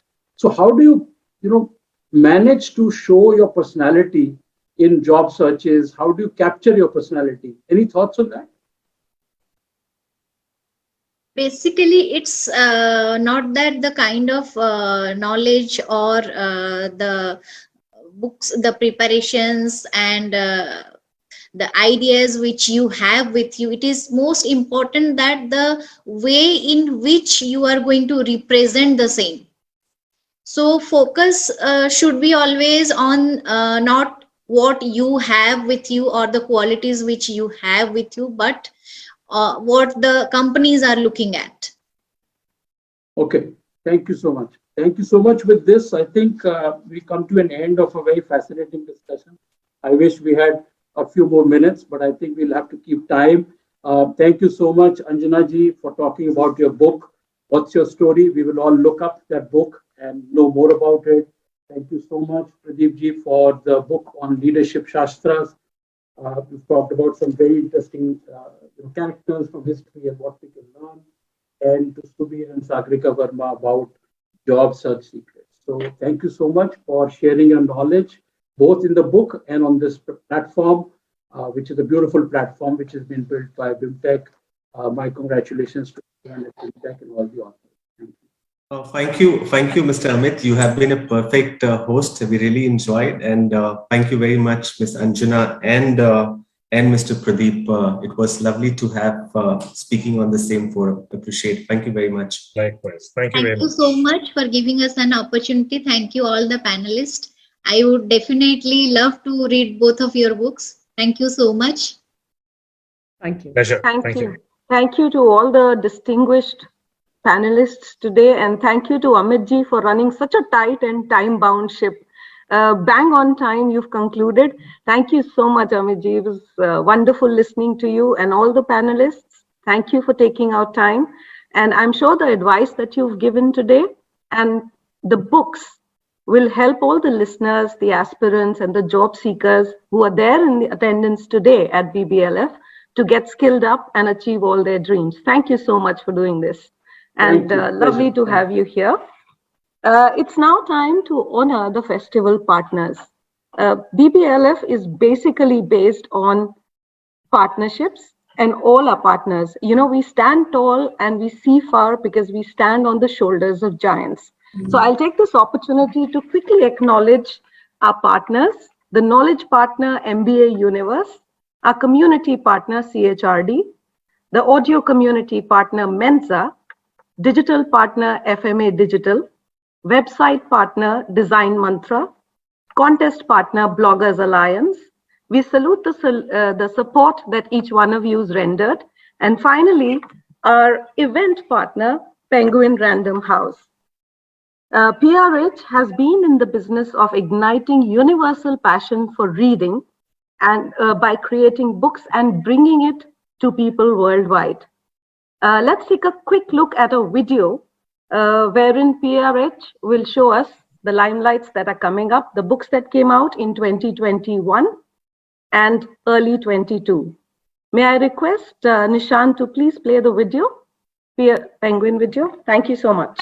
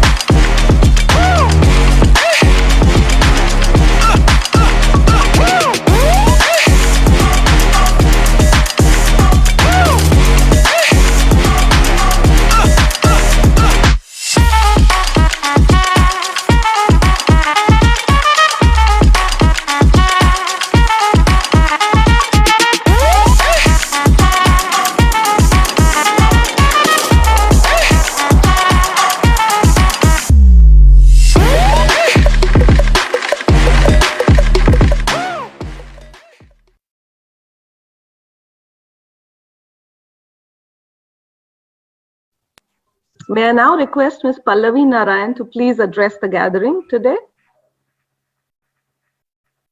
Unmute, yes. Yes. Hi, everyone. Firstly, thank you so much for giving us such a prominent and beautiful space to share some of our books with you. And also at this event, I mean, this is obviously our second year collaborating with BIMTECH, and I would like to congratulate the organizers on the completion of yet another successful edition. You know, platforms such as these creates opportunities for enriching discussions and forwarding ideas and intelligent engagement in a space where there's so much potential for growth and innovation. And I'd like to thank BIMTECH for giving authors from Penguin such a genuine platform to engage with their readers, potential and existing. A special mention here for you, Meera Kapoor, for your vision of programming and for your patience to organize an event at such a scale. I don't think that, I mean, we are very happy to be able to talk about our books and with our authors at a space which is so welcoming to business ideas and management coaching lessons.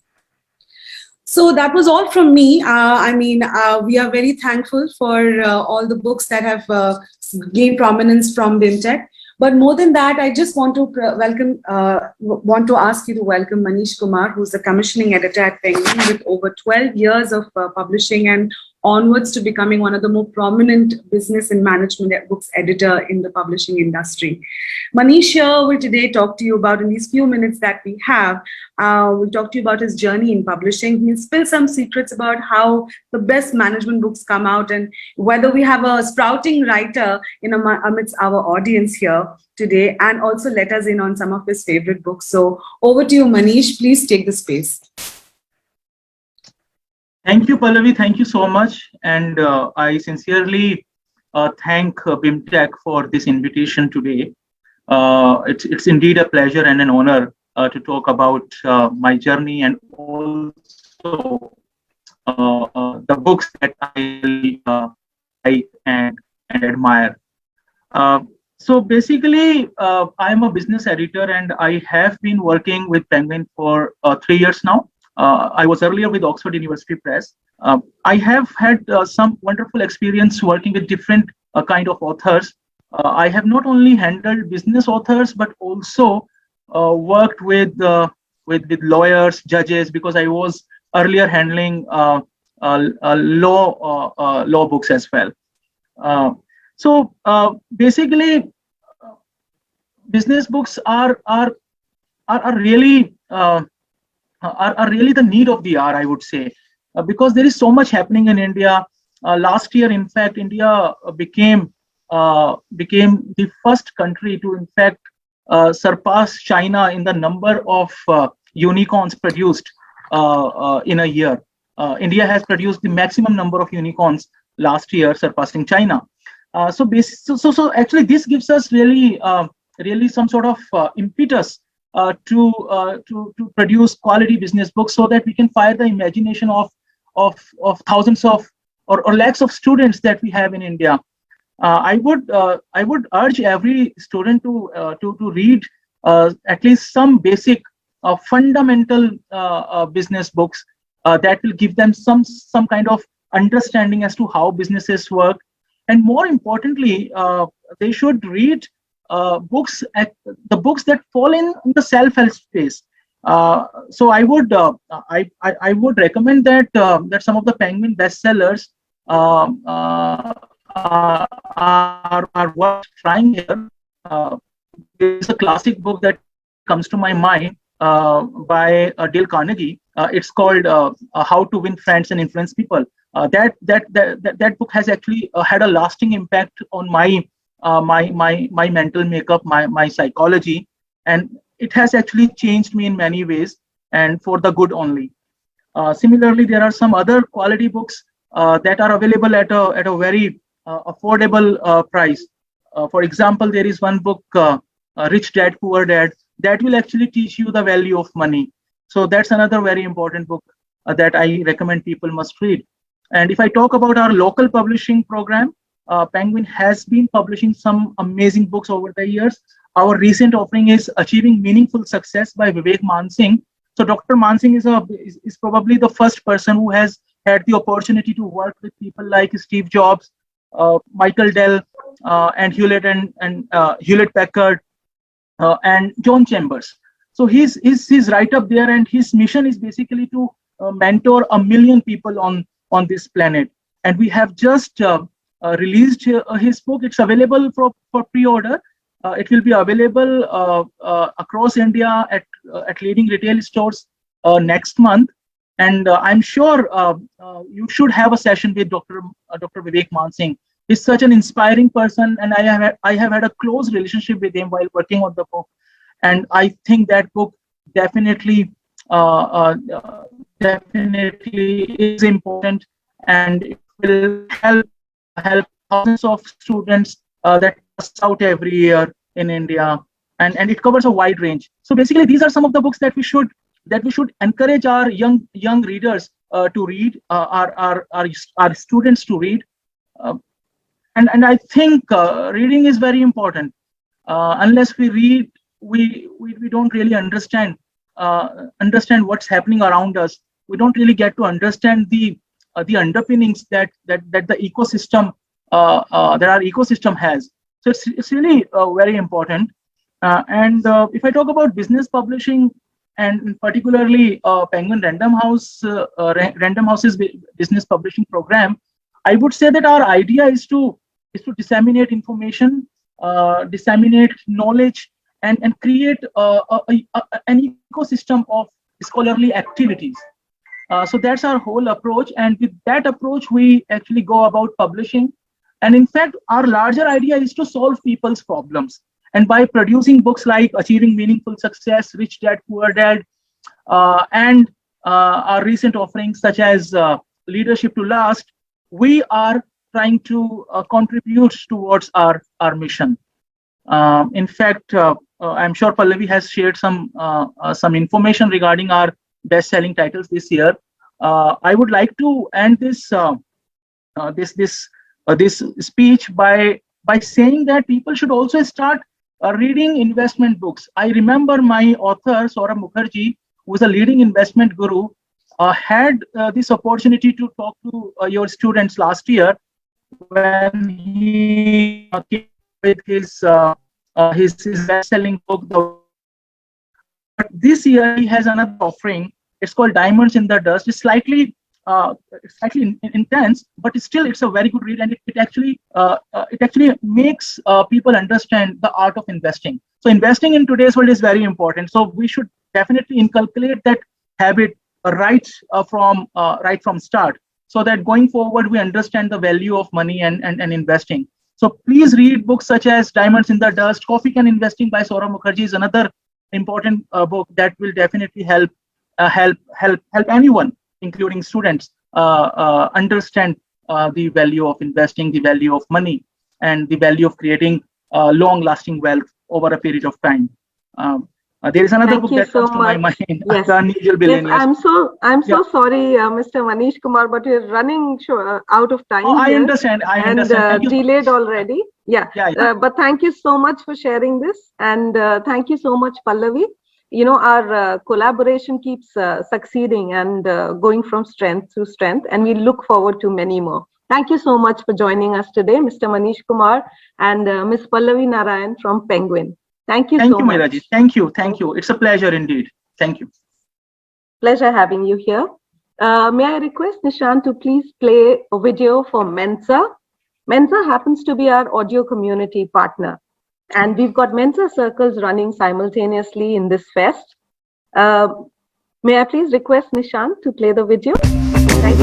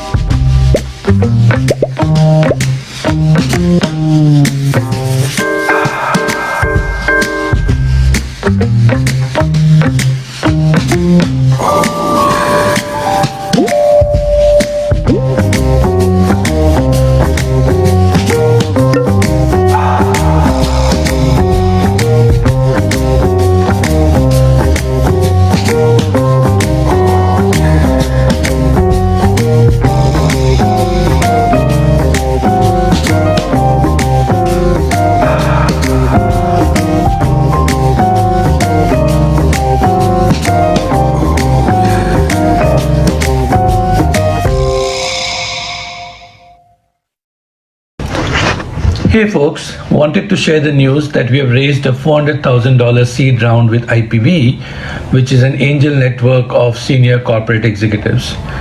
Delighted to have made this funding start as we go about executing our vision of bringing conversational learning to one and all through this very democratized social audio edtech platform Mensa. Our progress is primarily because of the tremendous support and engagement of our members. They have made this platform their own, and some of them have even used the IPV route to invest in Mensa. So a big thank you to all of you. In the short period of 4 months, we have raked up over 60,000 minutes of fantastic user-generated content, have forged excellent learning partnerships with Rolling Stones, HarperCollins, Mica, BIMTECH, and have several more in the pipeline. We are in the process of launching a program for creators and a program called Be Heard, Be Hired for students across the country, and we continue to strengthen our flagship property, Career Connect, with large corporates. Looking forward to seeing you all on Mensa soon. Cheers and thank you. Thank you so much. Next up, we've curated a very special panel for an extraordinary discussion on women authorship. And we have some brilliant, trailblazing women here with us on the panel. To carry this session forward, may I please request Dr. Shraddha Kabra, who's a faculty of business communication at BIMTECH, to please take the proceeding further. Thank you so much, Professor Meera, and good afternoon, everyone. Today, I will be in conversation with 4 phenomenal women who are phenomenal authors as well. I've been looking forward to the session, as I'm certain there'll be many takeaways from the discussion and that it would be truly delightful for the audience. So without further ado, let me introduce all four of them to you. On the panel, we have with us Rajni Sekhri Sibal, former IAS officer and writer of 7 books. She topped the civil services examination in 1986, and in an article that appeared in 2003 in the Tribune, she was referred to as the unsung heroine. And it is interesting to note that she was awarded the Indian of the Year award in the category of unsung hero for her courage and commitment in 2013. But she soon started to pen down her side of the story, and today we'll be discussing one of her books, Women of Influence, 10 Extraordinary IAS Careers. We also have on the panel Ruchira Chaudhary. She is an alumna of the University of Chicago Booth School of Business. She is a leading executive coach, adjunct faculty at several top-tier business schools, and runs a boutique consulting firm, True North Consulting, which focuses on organizational strategy solutions. She is also the author of Coaching, the Secret Code to Uncommon Leadership, around which our discussion will revolve today. Next, we have Sudha Menon. She is the editor of 6 popular non-fiction books published by Penguin and Pan Macmillan, a veteran journalist and founder of writing workshops, Get Writing and Writing with Women, a diversity and inclusion ambassador. Ms. Sudha Menon is invited to speak at top corporate houses, industry platforms, and management institutes. She is also an actor and model. Finally, we have with us Ms. Renu Mattu, alumna of Exhilarate, who also taught postgraduate management students at Exhilarate for nearly 16 years. She has written over 400 articles and been published abroad and in India.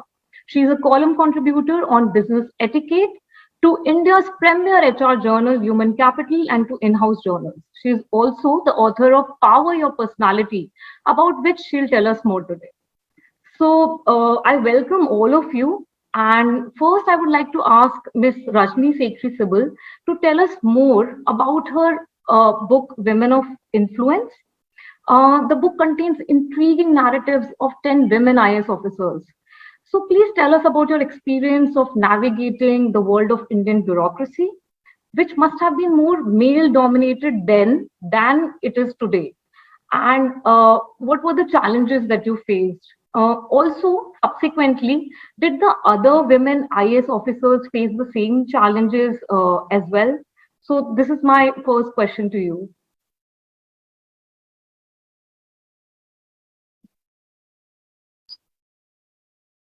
Over to you. 1 second, yes. Good afternoon, everybody. I was muted, I didn't realize. It's a pleasure to be here. Namaskar, Jai Hind.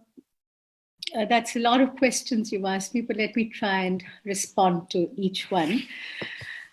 The book, Women of Influence, is the book we're talking about right now. It's Women of Influence, 10 Extraordinary IAS Careers. Is a book about 10 beautiful women who walk that extra mile.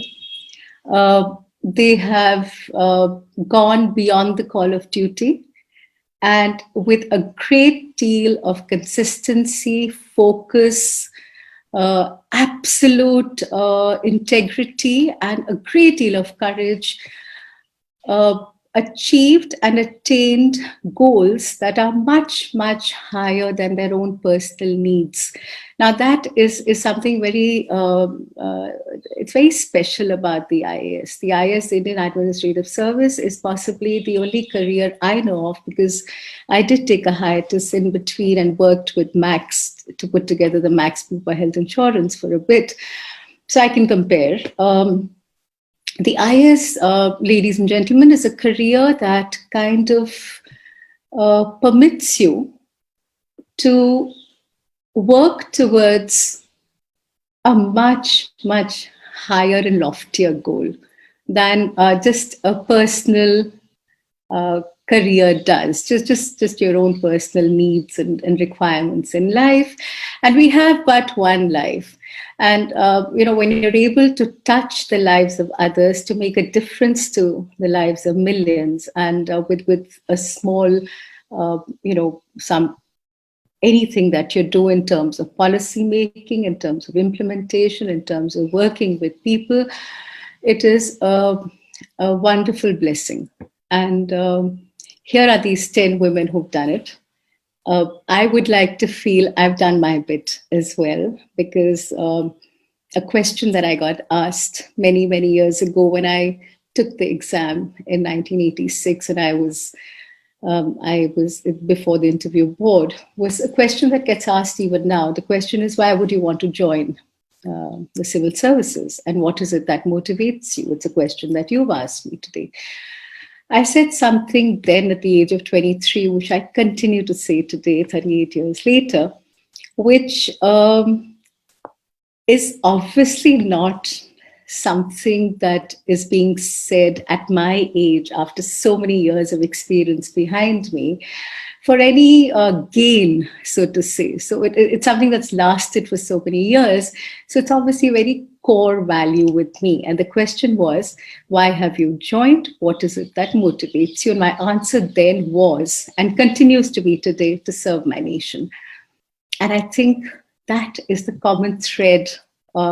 These 10 women I've talked about actually belong to different academic backgrounds, different family backgrounds. They worked in different eras. For example, the oldest was 1965 during the Indo-Pak War.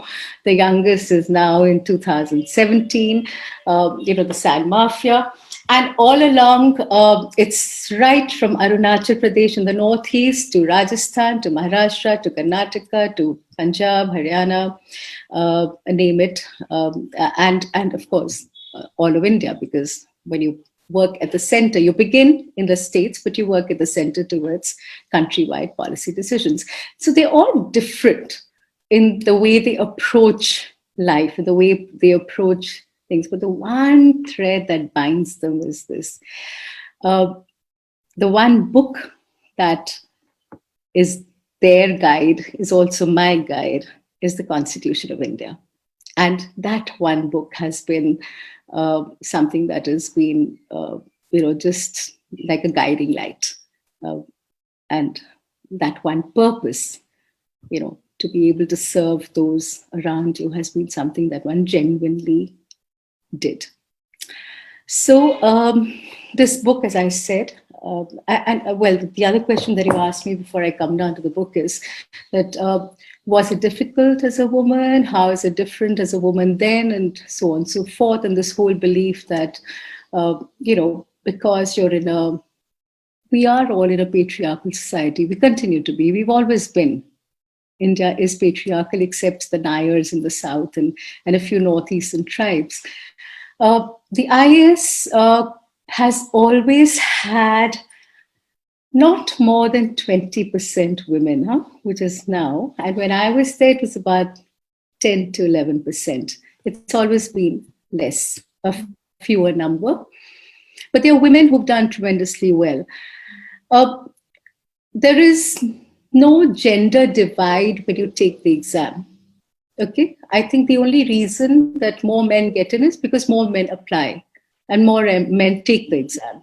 If you compare the number of women who take the exam and who qualify, it's maybe more than the number of men who take the exam and qualify. However, once you join, there is absolutely no gender divide, none.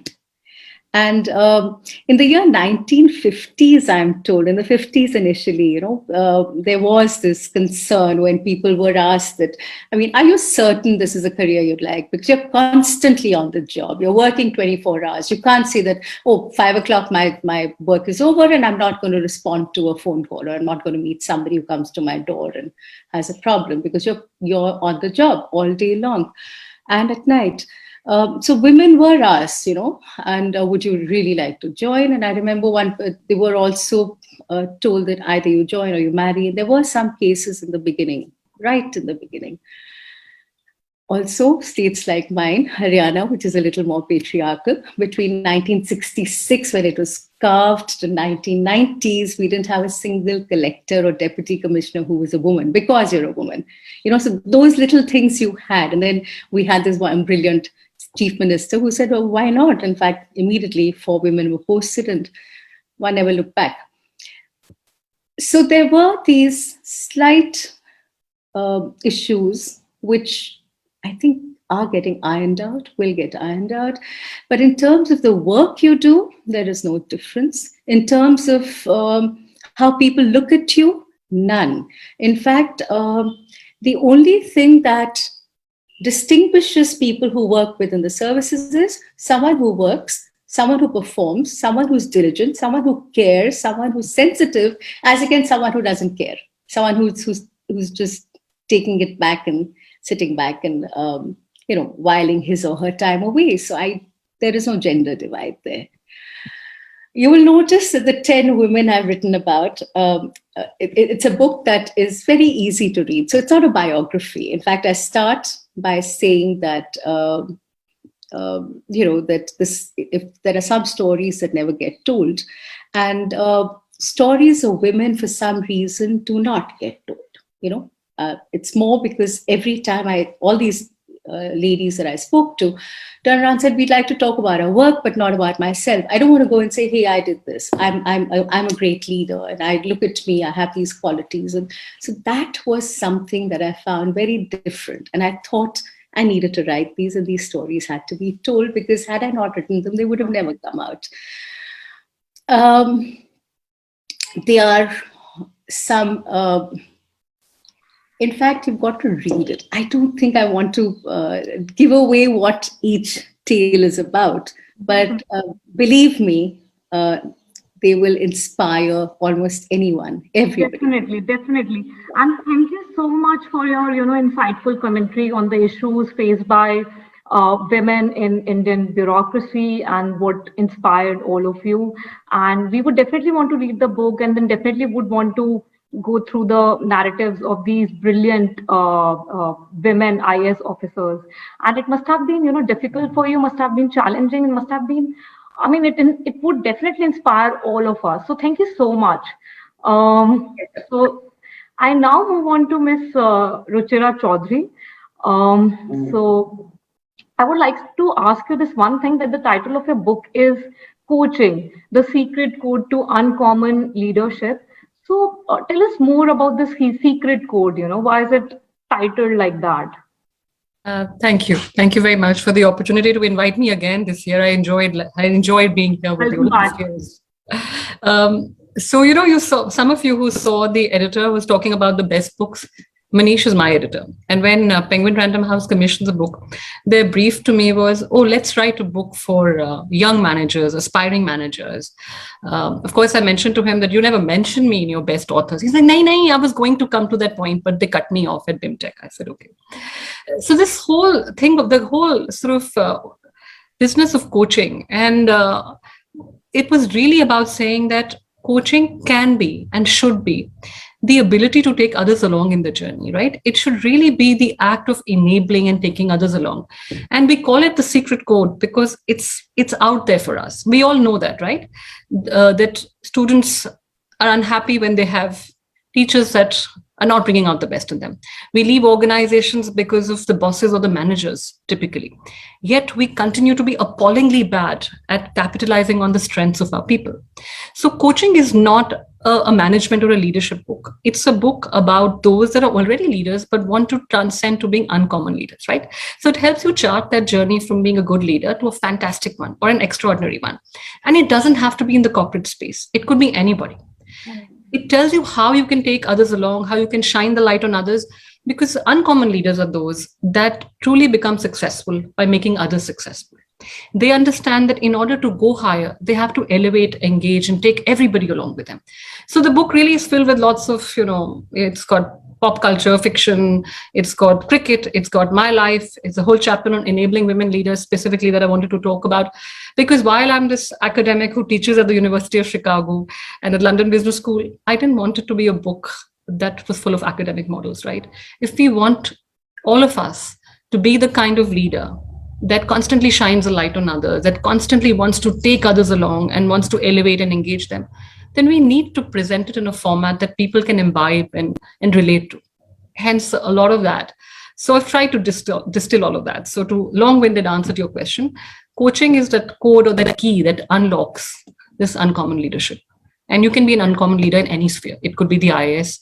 It could be, you could be a fabulous journalist. You could be the best, business school professor. You have to be a leader because that's what good leaders do. They don't just focus on the numbers or the goals. They focus on building their people. And when they do that, they achieve their goals. They achieve those runs and they achieve those, the numerical scores that they're all vying for. Right. Okay, right. So another thing that I wanted to ask you, so you've mentioned these three concepts, coached, sporadically, over-mentored, and not sponsored. So these three facets in your book, which you've discussed while talking about coaching for women. So can you shed more light on these three concepts and how are mentors, coaches, and sponsors different? Because this is something that we would all want to know, that how are mentors, coaches, and sponsors different? Okay, let's take the first two, mentors and coaches, right? It's a term we all use interchangeably. Even I've done it without even thinking about it. So it's great. I have a mentor, so and so is coaching me. But it's vital to understand there is a critical difference. And it's not to say that one is better than the other, right? A mentor is somebody who's usually older, or basically someone who has a lot more experience, who's been there, done that, understands the lie of the land, and gives you advice. So a mentor is always giving you prescriptive advice. Hey, this is what made me successful. I think you should do this. Now, this person is typically could be in any part of your ecosystem, could be a family friend, could be a cousin, could be anybody, but someone who truly wants to make you become better than you are today. That's your mentor, who you go to for advice. A coach is slightly different. A coach doesn't give you the answer. A coach doesn't tell you what to do. A coach asks you. So coaching is all about asking powerful questions. And when you ask these powerful questions, you help people think for themselves. You help them find their own answers. And unfortunately, it's been a very underrated trait, whether it comes to managers or in early education, because we always believe in telling students that, hey, you need to have all the answers. The best managers are told, you need to have all the solutions. You need to fix it. We never make them think for themselves, right? So coaching is all about asking. Mentoring is all about telling. Now, this third category, which is a category that's probably been around and I think even more applicable when it comes to women leaders, is a sponsor. A sponsor goes all out on a limb to advocate for you. A sponsor is somebody who talks well of you when you're not in the room. A sponsor is someone who will open doors for you. And increasingly, research is telling us that women are over-mentored. We have a lot of people telling us what to do. Aise karo, this is how it's done, this is how you should do it. We have a lot of people. Unsolicited advice, good, bad, we get a lot of that. We don't get as much coaching, but then coaching as such is not a commonly used skill or a muscle, as Sheryl Sandberg says, right? This third category, a lot of it is the onus is on ask. We need to convert these mentors into sponsors. We need to ask.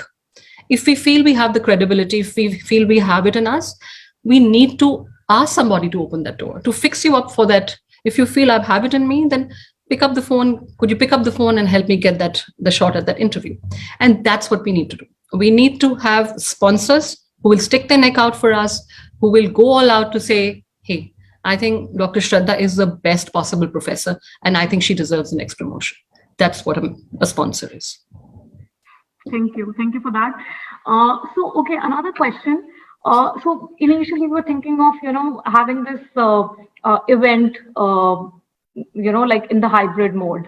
And we wanted to probably do it physically. But then the pandemic changed everything, so we were hit by the second wave and then the third wave.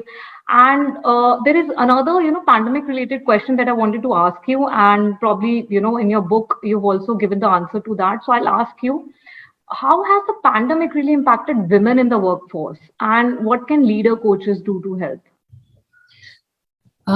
This could be a very long answer. It could be a short one, but I think I'll keep it to the former because you have to ask many more questions to some very fantastic authors and fabulous women leaders here.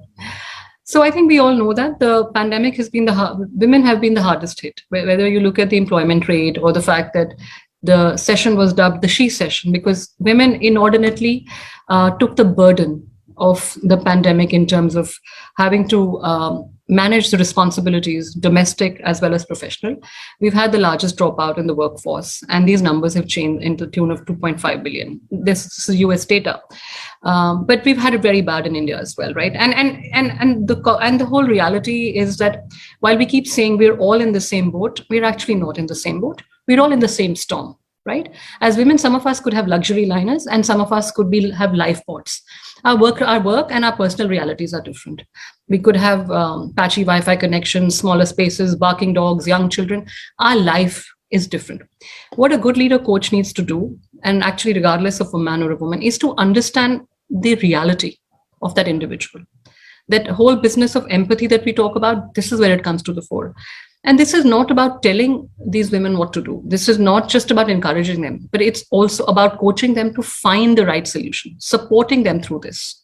It's about having a conversation. It's about figuring out if someone is not showing up 100%, can you do something to alleviate a lot of that's going on in their lives? So can we take them along in the journey? Can we build that, that equation of trust, which is often lacking, especially in the corporate space?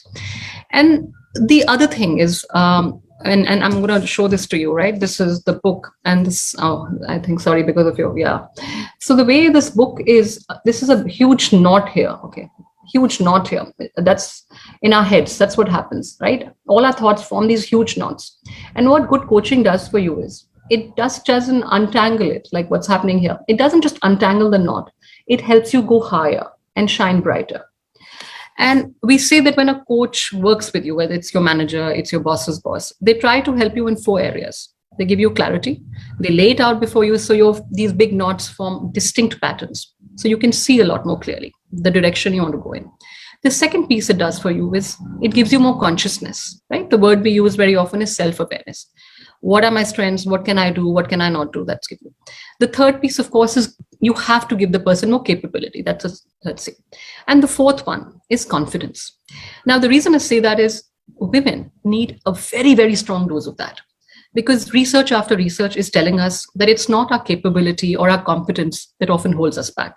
It's our confidence. And if you are that leader coach, this is where you really can make the difference.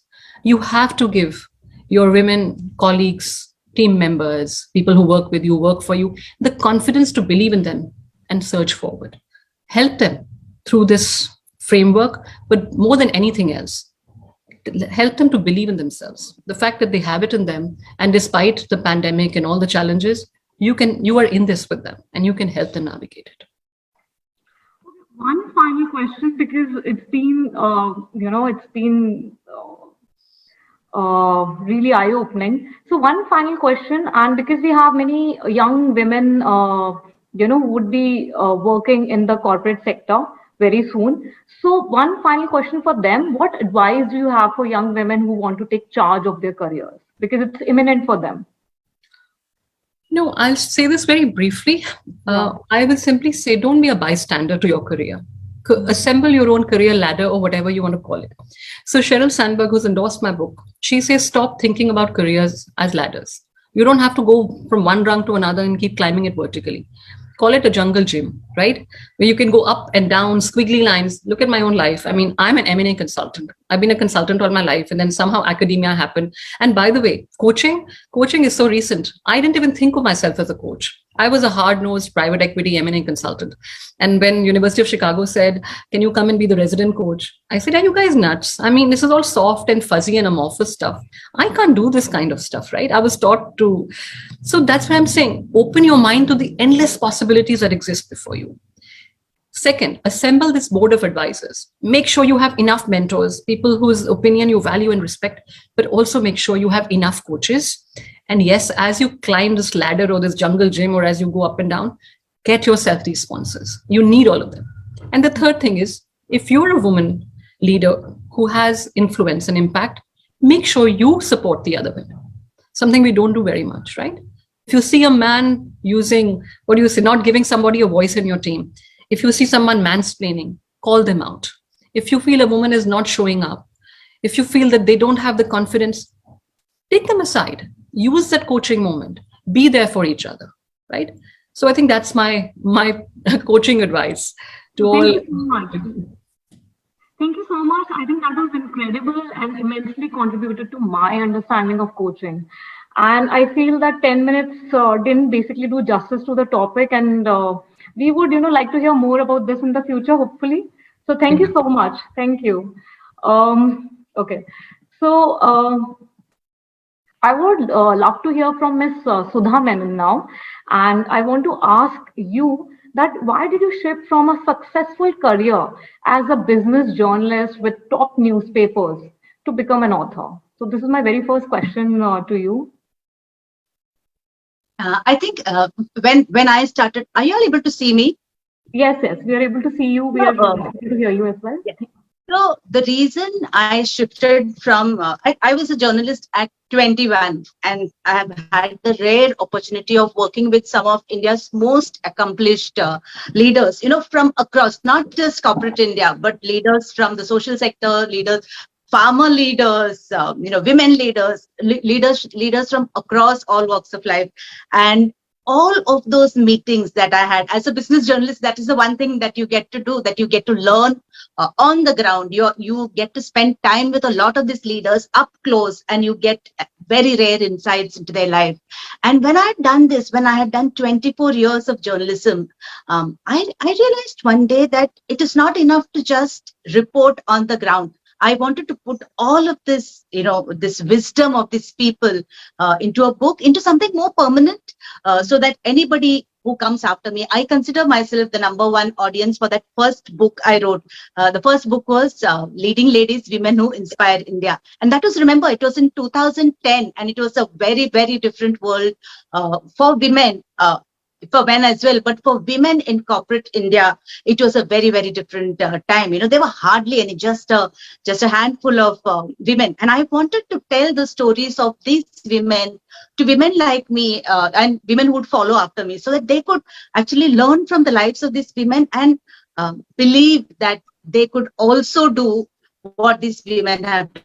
I always remember that first meeting that I had with Ilaben Bhatt. If I'm sure most of you will know Ilaben Bhatt, the founder of Seva, a lone Gandhian, a diminutive woman. I remember my meeting with her when she told me, she said, and I think this remains one of the most impactful advice that I have ever been given. She said that when you women in urban India achieve so much, fulfill yourself, find great success, you all forget that there are your sisters in the villages and smaller towns of India. And if each of you spend just 1 week of your month or year with, in small villages, go listen to those women, mentor some young women, talk to them, find out what are their dreams and what can you do to help them. That one bit of advice remains in my head as something. It's like kind of my leading light. Leading light. I look upon Ilaben as one of the biggest influences in my life. Remember, she started her work maybe 60 years ago, starting out organizing women who worked in the unorganized sector, textile mills of Ahmedabad, Gujarat, picking up rags, head loaders, and all of them. She organized them, and at a time when there was so much opposition to women being anywhere and voicing themselves, she organized them and formed the largest ever union of unorganized workers in the world. And today, at one point, 6 million women from the organized sector. They are the most empowered lot of women. Their Ilaben's little Seva has now become an organization that is replicated all over the world. So I wanted to bring those stories to women, like women who would come after me, and I even today, after writing 6 books, many of them about women and leadership and success, I still think that women's stories don't find enough voices, and that's why I decided that my journalism years have to be converted into something more permanent. Pick up a book and read and get inspired and motivated. Wow, that's so sweet. I mean, it was beautiful to hear all that. And okay, one more thing. Why did you set up India's first writing workshops? Get writing and writing with women. And what has been the experience like? And also, can you tell us something more about these workshops? What is it all about? Is it about inclusion and diversity? So Yes. So how I started India's first writing workshop was that when I launched my book Leading Ladies in 2010, almost overnight it became hugely successful. 11 years after its launch, that is still a book that when I'm invited to corporate houses to talk about women and success and leadership, I'm always told get those books along. That and another book called Devi Diva or She Devil. These are the two books that write about women and at their career, at their workplace, how they find balance between life and work. Though most of us, insist that there is a balance, but these books tell you how to find that rare little balance that whatever possible. So when I wrote this book, I went on a kind of book tour. And wherever I went, at bookstores or launch events, or sometimes even airports, people would say, "Are you not that author who wrote that book?" And I'd say, "Yes." Why? And they would say, somebody or the other would always say, "This happened to me. This story happened to me, or this thought is in my mind, and I want to write a book, but I don't know how to write." And when this had happened enough number of times over a period of 3-4 months, I said, there is a real need here. People, what we are taught as writing in those days, what we were taught as writing in schools was not enough to actually inculcate a kind of confidence or best practices in people. It was not enough to allow them to write a story or a book so I said, I'm going to start this. It is like writing, like everything is about technique. There are tools that you can actually use. Tools as in skill sets that you can use to sort of enable you to write. And most people don't know those skills. And also writing is about confidence. It's about saying that, yes, I can do it. And so I said, I'm going to start this writing workshop. It was a complete sort of huge risk for me. When I told my friends that I'm going to set up Get Writing, that's what it's called. I was told by my friends, and I was told by a lot of people who trust in me that, look, you have a very, very credible run as a journalist and as a author. Why do you want to take this risk? It might not run. India might not be ready for this. And I said, no, I'm going to do it because risk taking is what I advise women to do. So I have to do this. So I started that. I announced that workshop in 2011. Jan was the first one, and 80 people from the ages of 8 to 80, and the 80-year-old man was a retired head of human resources of a very, very large conglomerate. All of them came, wrote with me, and went back making me promise that I would hold another workshop the next month. And I have never looked back since then. We are so many people in India, and I truly believe that each of us is a walking, talking, museum of memories. There is so much we can write. And it doesn't always have to be to publish a book. Writing is for a lot of things. Writing is for therapy. Writing is for just documenting what's happening in your life. Writing instills confidence. Every day, affirmations. If you do that, I'm just telling you the various uses of writing. So it has been 11 years now, and this workshop has gone from strength to strength. And I believe that is because it is helping people in some way or the other. And I think it is in my career of now maybe 40 years, 35 years. I think it's one of the most fulfilling things I have done. And a few years ago, 6-7 years ago, maybe 10 years, no, 6-7 years ago, I think when I'd run my Get Writing workshops for that many years, I would see, in a mixed class of maybe 40 people in a writing workshop, at the end of the day, when the workshop dispersed, there'd always be a couple of women, loitering. They would just straggle behind. And when the men had left, they would come and say, I wrote this in your class today in the workshop, and I was very, very keen to share it, but I was not comfortable standing up and reading my story, or I was not comfortable in a mixed group of people. That is when I realized what I've always believed, that women don't get a platform often enough. Women don't get asked for their opinion. They will not be heard enough. Women's stories are not sought out enough. Nobody ever tells a woman.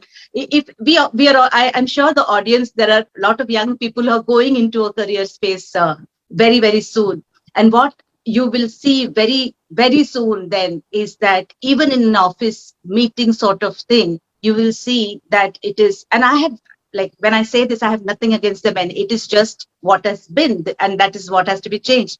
That in a meeting, 90% of the space, talking time is taken up by the men. And it is what I have seen, because I have covered business for so many, 2.5 decades. I was a business journalist. I have seen this happen, that women don't get to even stand up and talk what they want to talk for 2 minutes. And so I started writing with women so that women get to share their stories. Women get a safe space to come together and share their experiences, form a sort of sisterhood, form relationships outside of their work, or, that is what we lack. Women lack that old boys network. We need we need a sisterhood, and I cannot emphasize this enough, that women need a sisterhood. That's when they will get support.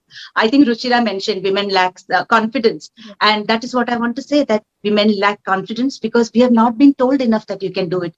And at my Get Writing workshop, these are the things that I allow them, when I enable them to stand up and read their stories, share their stories, and listen to criticism and accept it on the chin and defend it.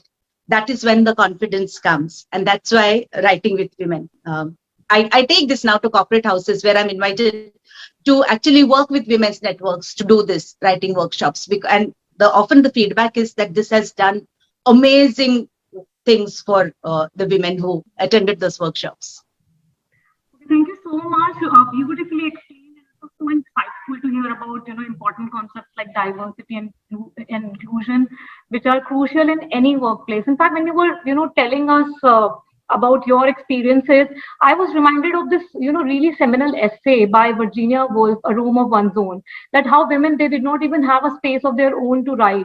And then I think even today, in today's time, they're still facing, it was written back in 20th century, and today, right now also you're saying that, we are facing similar issues, and we need to have shared confidence and maybe, build a sense of sisterhood. Absolutely. The change is happening, a lot of change is happening, but there is not enough happening. I would say that there's a scope for much, much more. And so we have to all form a sisterhood and push everybody up. When you reach a particular place, reach out for the ones coming after you and help them up. That's the only way this will work. Yes, wonderful. Thank you so much. Thank you. Thank you. So the session has been so engaging, and all the panelists have explained in their own ways that how gender, leadership, inclusivity, and challenges are intertwined in the workplace.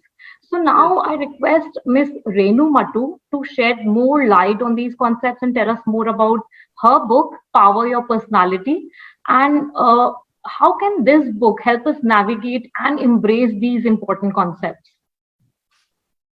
So over to you.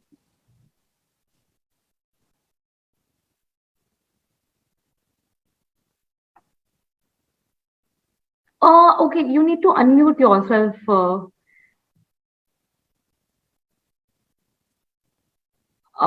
Ms. Matu, please unmute yourself. We can't hear you. My husband would have been very happy. Okay, all right. Now can you hear me? Yes, we can hear you now. Thank you so much. Yes. I was saying that, Shraddha, what am I, a 76-year-old grandmother of 4, 3 of who are in their 20s, doing with these beautiful young ladies on our panel? But I'm delighted to be here. So much of learning. We are delighted to have you. Thank you so much. Thank you, Shraddha. A little bit about the book. Here is the book. This is what it looks like, Power Your Personality. It's a slim volume. And I've been writing articles on most of these subjects for many years now. And then once or twice, people said, why don't you put this all together in a book? And I said, Chodo, who's going to read it? Who's going to take a look at it? But then my husband kept saying, write your book, write your book. And I just, I'll do it. And the only thing is that I did it after he had passed away. But wherever he is, I think he knows that the book is published. So what is this book about? Young men and women from tier 2 and 3 cities, when they get jobs in the metros, Delhi, Bombay, etc., that's where they experience some kind of a culture shock. And I said, okay, what are the things that you would like me to write about? And I was amazed when they said simple things like, what are the right business clothes to wear? How does one greet an Indian or a foreigner? How does one use a knife and a fork? And when I was doing this knife and fork workshop in Jamshedpur for the disco young men and women, I was actually mocked. And I was told, oh, she's a professor at XLRI and she does a Churikata course. But the day I left, a month after that, the same person started his own Churikata course, which delighted me. And I said, I'm happy that, you see the value of this, this part of this session. So the Churikata course, the chopsticks, the cocktail events, how do you, and greetings all across the world. To give you an example, we keep hearing that, oh, the handshake has to be firm and you've got to have strong eye contact. And I think all of you will agree that's not true the world over. There are countries where the handshake is very soft. Japan, France, the Middle East, they don't have strong the firm grip. They don't even have strong eye contact. Have you noticed that in India, when people shake hands, they look down because that's what we do out of respect for the other person. And then, of course, there were questions about why don't you write about interviews, virtual interviews. So anybody who's now going through this pandemic knows the value of virtual interviews and virtual meetings. So all of these things became a part of the book. It's a very eclectic list of subjects. And I wish that there was more a smooth flow, but there can't be when you have people asking for so many different things. This is essentially not a book for the metro young man or woman, but for the tier 2 and tier 3 young men and women.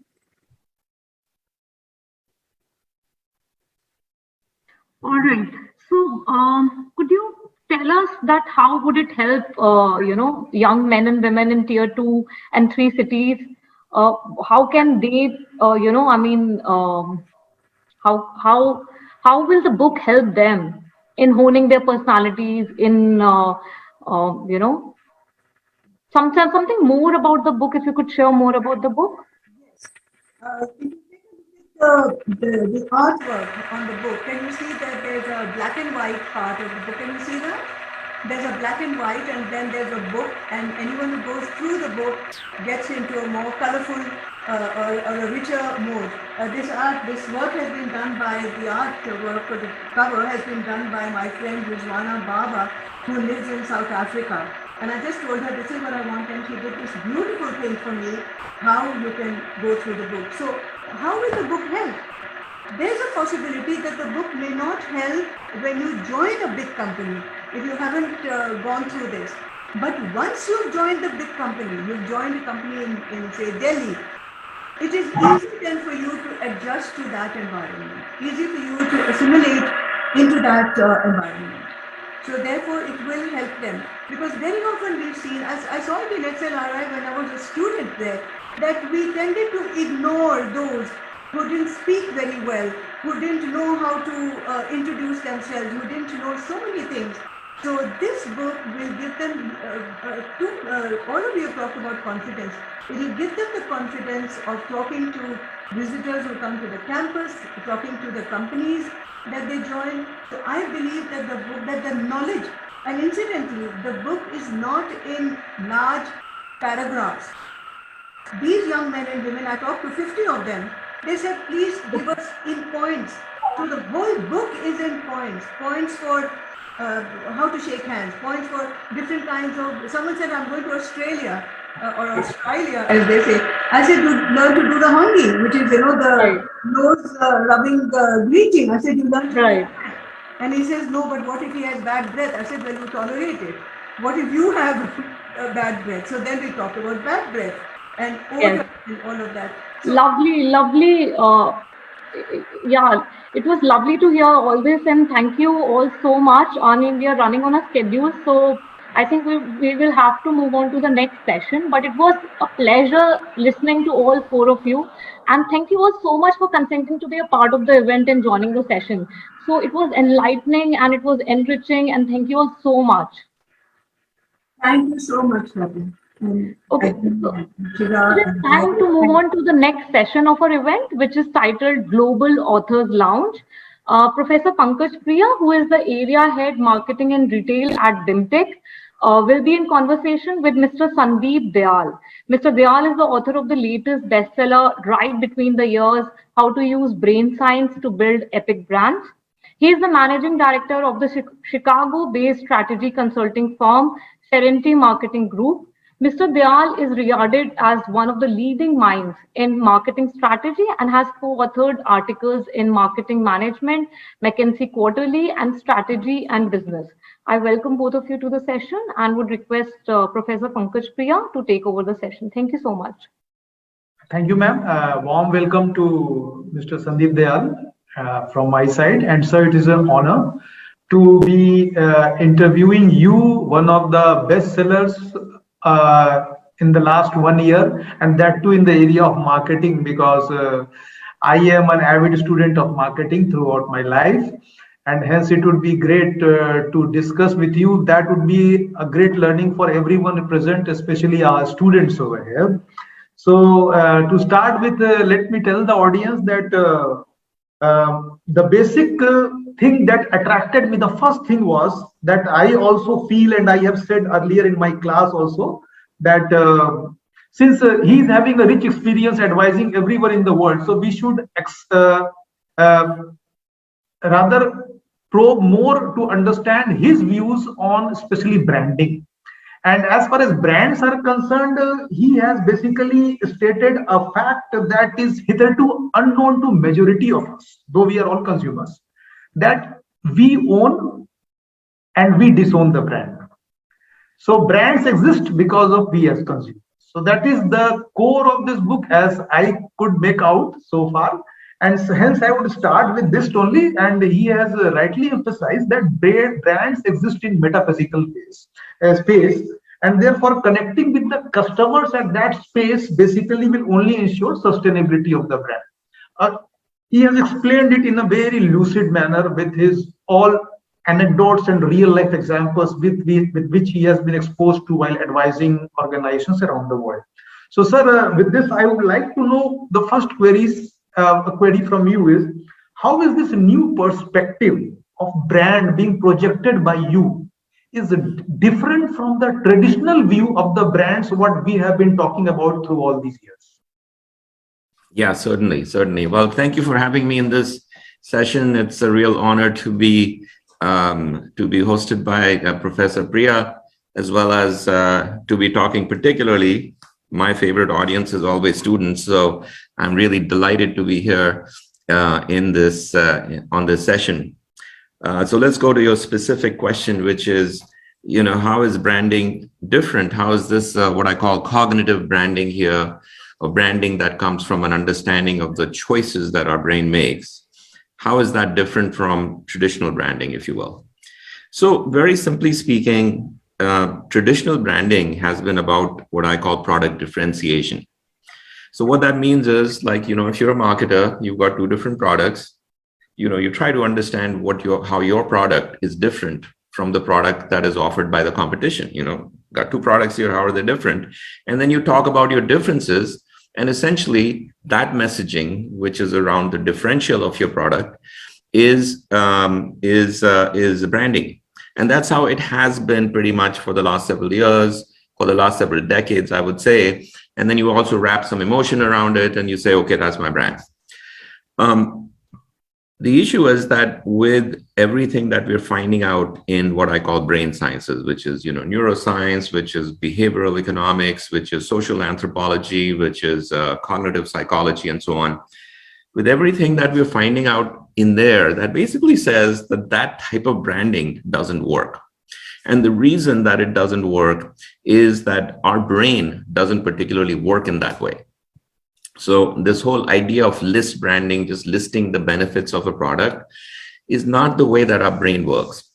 And you and I, we all experience things like that when we go, let's say, grocery shopping. You may go to grocery shopping and, my wife might tell me, hey, you buy these 5 things. And by the time I get to that store, unless I've written those 5 things down, I'll probably forget 3 of them, And so the whole idea of lists as being something that is a way to communicate your message is just not the way our brain accepts it.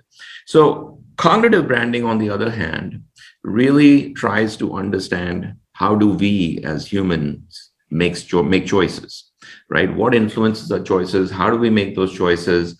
And when we understand that, then we start thinking about brands in a very different way. So cognitive brands, which is what I describe in my book, are brands that work the way our brain does. And our brain works in many different ways, and we can certainly talk about that in the conversation. But it is certainly there are two types of processes that go on in our brain. One is an instinctive process where we sort of just make decisions instinctively, and another one is where we look at things and evaluate them through extensive measures, through analysis, and make the choice more deliberatively. So instinctively and deliberatively. So those are some ideas that I discuss in my book. Yes, sir. So taking along what you just said, you have mentioned obviously in your book that the brain thinks in seconds without wasting much energy on deliberating various issues. So what is your advice for the brand communicators or marketers, that how should they simplify the message to the TG so that the reflex thinking of the brain is favorable for their brands? Yeah, that is such a great question.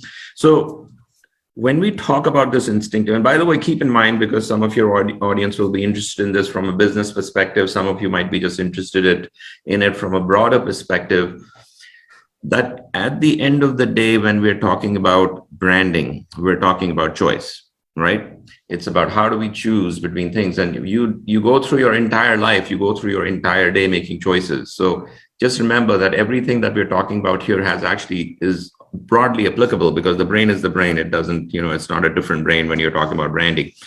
So what is this instinctive choice, and what is this thing that happens, all by itself in microseconds?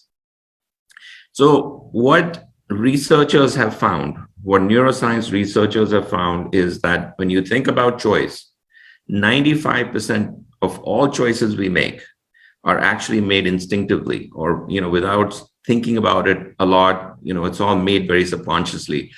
And what are some examples? So you and I, we all drive cars, for example. When you're driving a car, you're making so many choices, and you're making so many complicated choices, which computers are only now being able to replicate through artificial intelligence, and not really as well as a human does.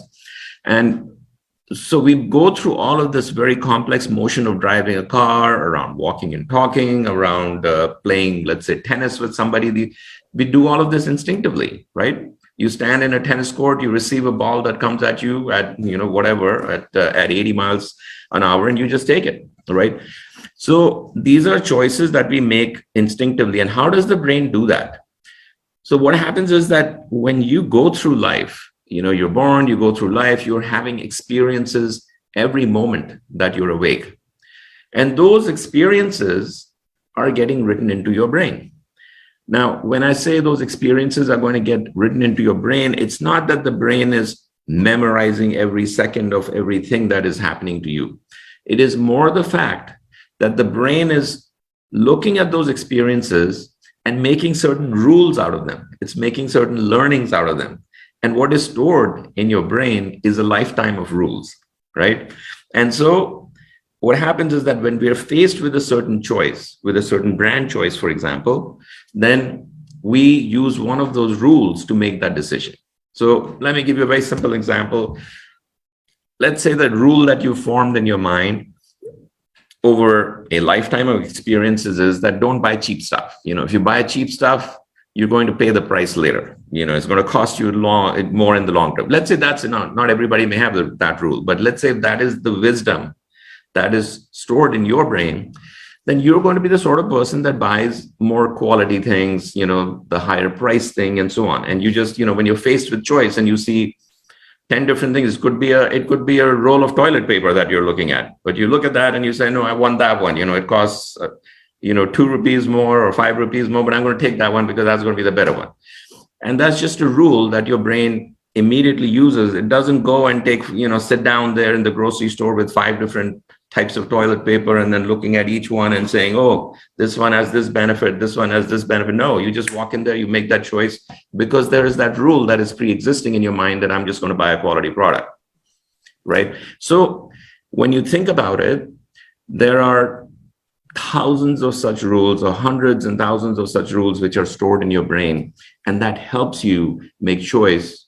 95% of the time, you just use one of those rules to make your choice. And that is why the branding process, when we're looking at choice, we have to understand what are those rules that people have put in their minds, because that's how they're going to make the choice around the products that you're selling. Yeah. Okay. And sir, in your book, you have also mentioned about the work of famous laureate Daniel Kahneman, where you say the pain of loss is felt more accurately than the pleasure of gain. Now, so when it comes to brand communication strategy, means we should, in a subtle manner, talk about the negative consequences while also talking about the positive ones to ensure greater engagement with our brand? Yeah, I think, well, yes and no. So, Daniel Kahneman is the guy, he's a Princeton professor, he's a Nobel laureate.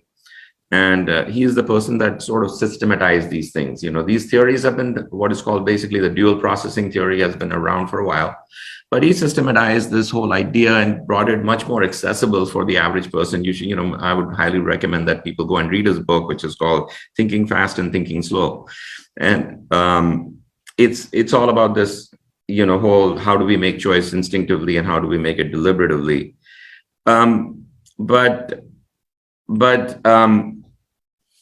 Yeah, so I think, those things, I'm sorry, can you just repeat your question? I lost the train of thought there. Actually, what I thought that if the pain of loss is felt more accurately than the pleasure of gain, and since if we keep on talking only about the negative consequences, obviously there is a limit to it, then it can create. So that means, though we do talk about the positive consequences, but in a subtle manner, also talk a little about the negative consequences, so that to ensure greater engagement. So what do you say about it? Okay, got it. So let me just, take a step back and sort of talk about unpack some of the things that you just described here. So remember, I was talking about how your brain has these hundreds of rules that it accumulates over a lifetime. It turns out that there are certain types of rules that are pretty common in human beings, across cultures, across countries, across different types of people and what have you. And some of these rules are what people or psychologists call cognitive biases. And I don't like that term necessarily because it's sort of bias has this connotation of it being something that's a negative thing. And the economists typically consider those rules to be inefficient because sometimes they can go wrong, so just because you have certain rules, they may not always be the right rules. Just like I said, you may always say, I'm just going to buy the higher quality product, or I'm going to buy something that is more expensive. It's a rule, but sometimes that may not be the best idea, but 90% of the time that may be the best idea. So I call it cognitive wisdom. Economists call them cognitive biases. But so there's this specific bias that Kahneman got his Nobel Prize for, and he encapsulated that in his prospect theory. But it says that we tend to feel the pain of a loss more acutely than the corresponding happiness from an equivalent gain. So the pain of losing $100 is higher than the pleasure you get out of gaining $100 that somebody, just finding $100 in the street. And for that asymmetry that you see between gains and losses is what the whole prospect theory is about. And Kahneman did some very interesting findings, which become valuable when you get into investment theory and things like that. But that is just, remember, that is just one type of rule. You may have many, many different types of rules that are there. So you can use a rule like that, for example, to a message. If you're positioning a brand, you can message something which is positioned around a loss.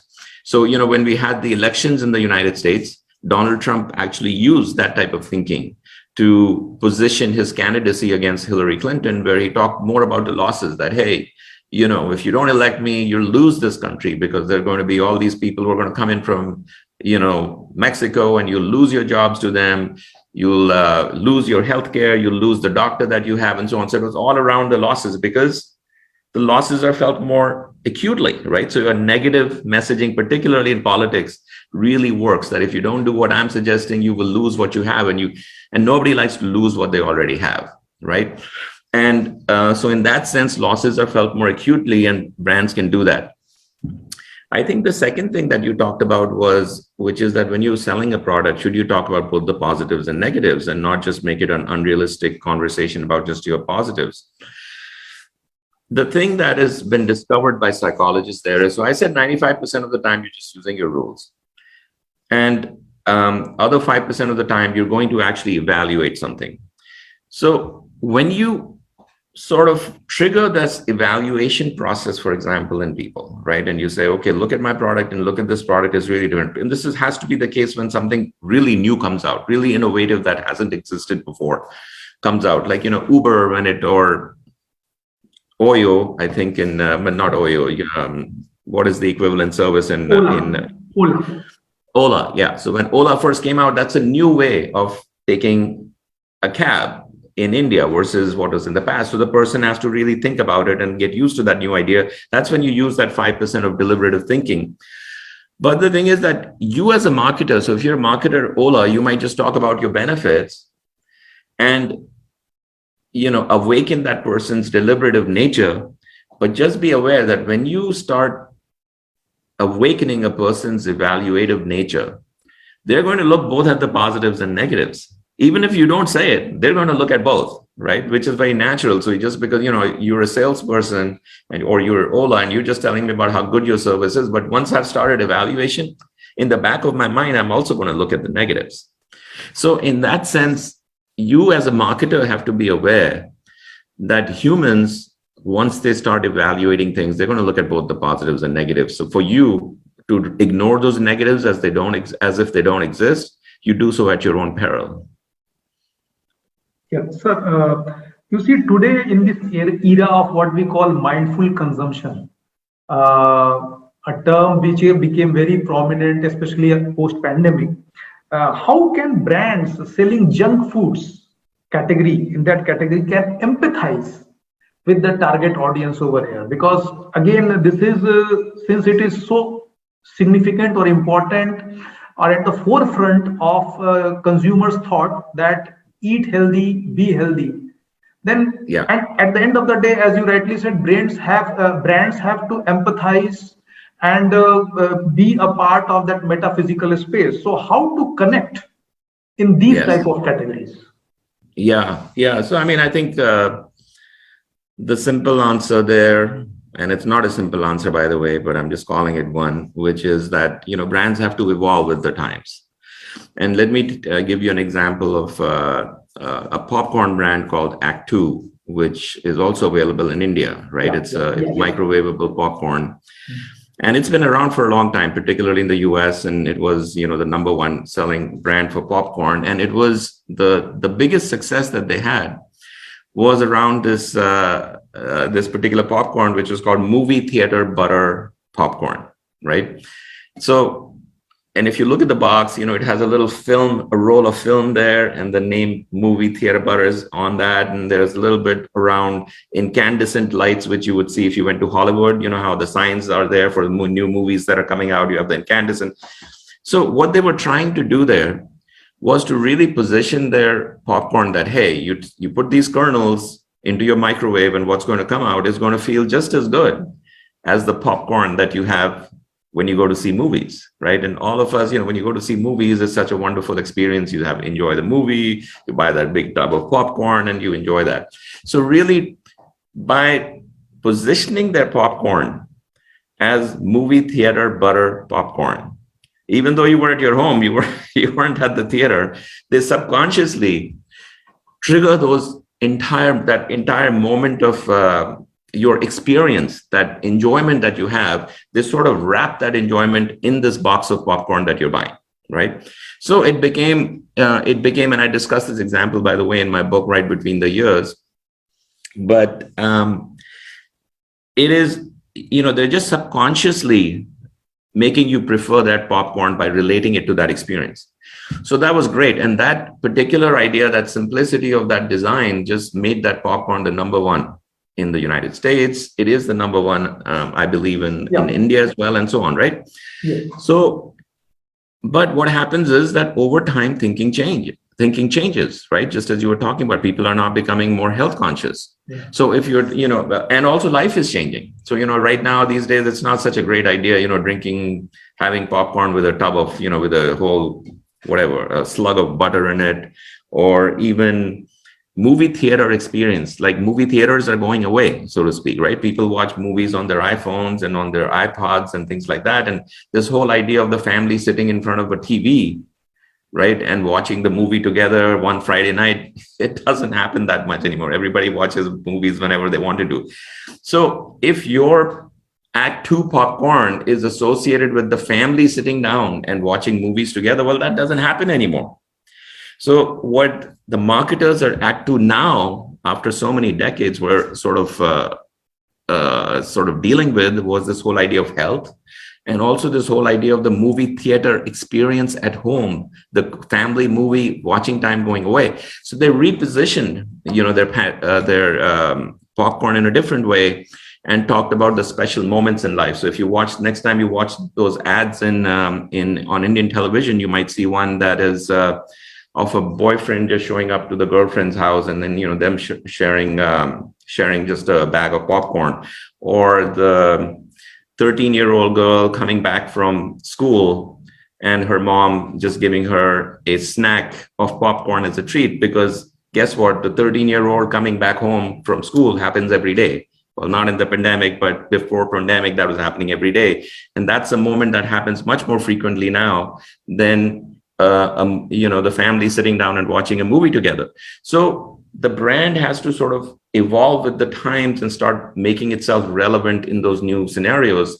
But nonetheless, it subconsciously then plants that thought in your mind that popcorn is something that you eat anytime you want to have a special moment, right? And so those things happen. And by the way, the other thing I would say is that, yes, of course, health is becoming more important. And therefore, popcorn is now available in a smaller pack, because they don't want you to, it's not a healthy thing to sit down with a big tub of popcorn and pour lots of butter and eat it. I mean, that's what are you doing? So a smaller pack size has become available, just a snack portion, eat less of it. So all of those things are things that brands have to do, and you can see all of those things happening with Act 2 popcorn, for example.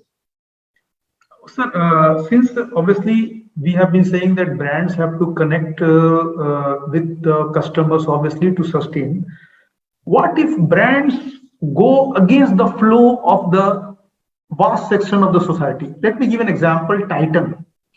One of their advertisement few months back showed a couple from two different communities, and it was the session. It was a function basically where the bride she becomes pregnant, and it is her traditional worship going on as per the rituals of her community. So there was a backlash from a majority of the netizens and others, and then Titan had to withdraw. Now, thing is, they hadn't come with anything wrong as such, but thing is, it was against the values, the viewpoint of the majority of the community at that point of time. So maybe they were ahead of time. I don't know. So what are your views on when brands take these bold steps? So let me sort of break that example into two pieces, and I'm going to talk about both the pieces. So the brand is actually Tanishq, right?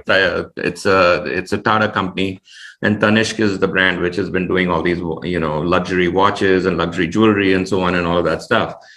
And I'm going to first talk about one of their other brands and then come back to the example that you're talking about. So one is, one of the brands that they have for jewelry is a brand called Mia.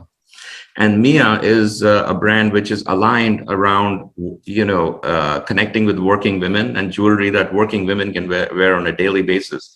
So one of the fascinating ads that they have, and you can watch it on YouTube, is around, these different women going to work. And they're talking about this angst where they say that, look, I'm getting promoted. People are saying that I'm getting promoted in my job because I'm a woman. Or, gee, I need extra time and the company's treating me special and I need more time because I'm a woman. So the idea that, a lot of times women's accomplishments are minimized just because people say you're a woman. And so people are giving you extra allowance, whereas women are just doing well in our business and society just because they're talented, not because they're just women. So Mia had this whole 3-minute ad or something, which you can watch into it.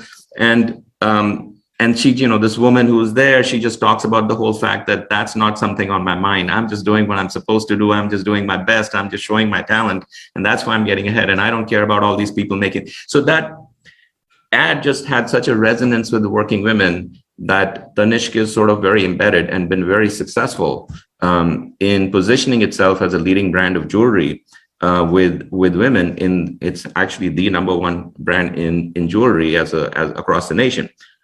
Now let's go to this other brand, and I'm forgetting the name of this brand which they have, but it is a brand of jewelry that they have around marriages, right? And they have done various ads, so pregnant women, they've done Hindu Muslim, all these types of things that they've done, and some of those, like particularly the Hindu Muslim type of marriages.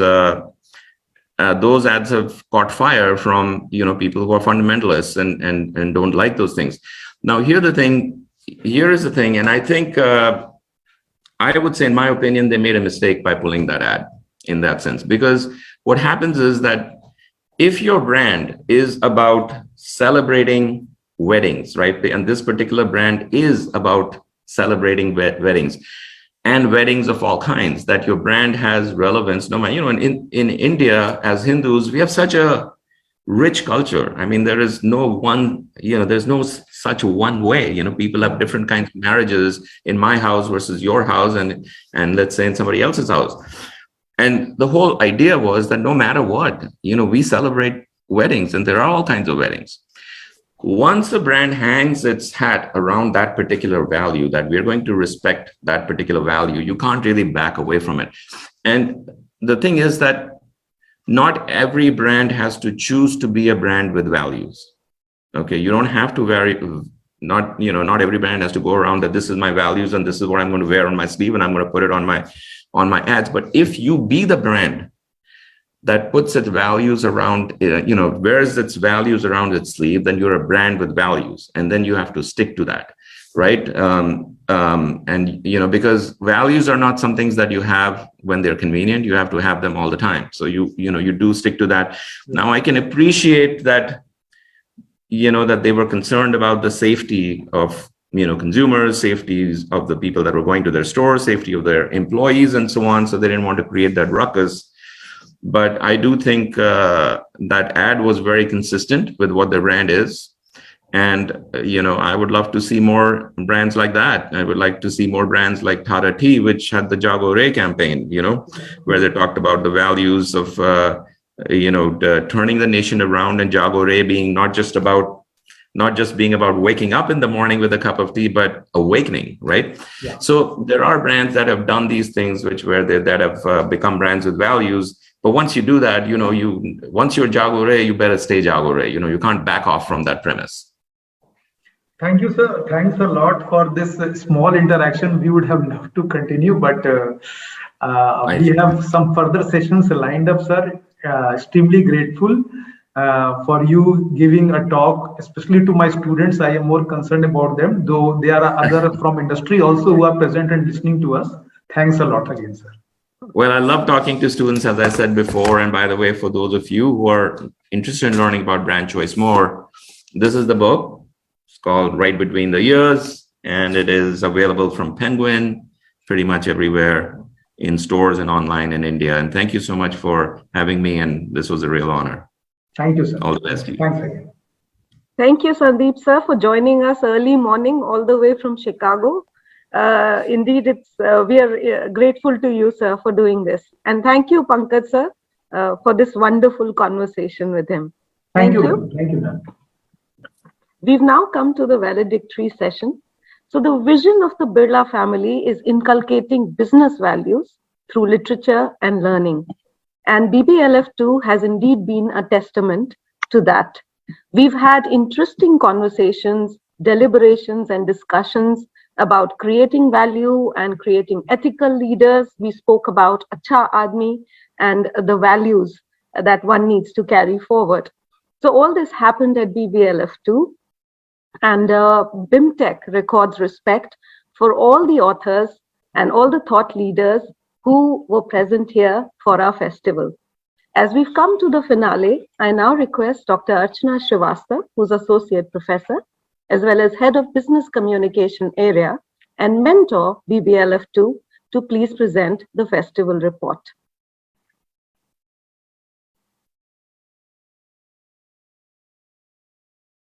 Ma'am, unmute your mic, please, ma'am. So sorry. Thank you, Meera, and good afternoon to everyone. The second edition of BIMTECH Business Literature Festival was curated by the Business Communication Area. We had Penguin Random House as our event partner, MBA Universe Knowledge Partner, CHRD Community Partner, Mensa Audio Partner, FMA our digital partner, Design Mantra website partner, and Bloggers Alliance our contest partner. This literature festival encouraged ideation through book launches, panel discussions, and conversations with renowned authors and speakers. A day-long festival hosted 21 authors who spoke on various themes. We had discussions on the books from entrepreneurship and innovation, future of work and skills manager need to excel, career, mental health, personality, and perseverance. The session began with the inaugural address by the Chief Guest, Professor Devashish Chatterjee, Director of Indian Institute of Management, Kozhikode, who shared valuable insights from his bestseller, Karma Sutra, The Leadership and Wisdom in Uncertain Times. Our international authors space was occupied by Mr. Sandeep Dayal, MD and EVP at Serenity Marketing Groups, and author of Right Between the Ears, How to Use Brain Science to Build the Epic Brands. We had 3 masterclasses, Brand Leadership and Beyond by Ms. Tripti Bhandari and Mr. Arvind Bhandari, Blog Your Way to Author Your Own Book One Day with Mr. Amit Nagpal, and Corporate Lessons from Gita with Mr. Atul Satya Kaushik, dramatist and trainer. The event will conclude with a valedictory address by Mr. Prakash Iyer, founder, CEO of Leadership Works. Authors and speakers, your gracious presence was a source of great encouragement to us as well as to the academia, industry, and the business literature community at the fest. Thanks for helping us make this event a grand success. Thank you. Over to you, Meera. Thank you so much, ma'am. So as a part of this festival, we had a lot of competitions running, and 2 of those competitions were related to blogging and promotional videos. So for the National Blogging Contest, may I now request Dr. Amit Nagpal to please announce the winners.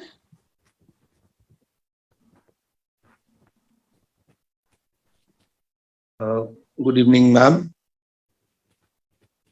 The winners of blogging competition, first prize goes to Vishaka Chaudhary from LPU, Lovely Professional University.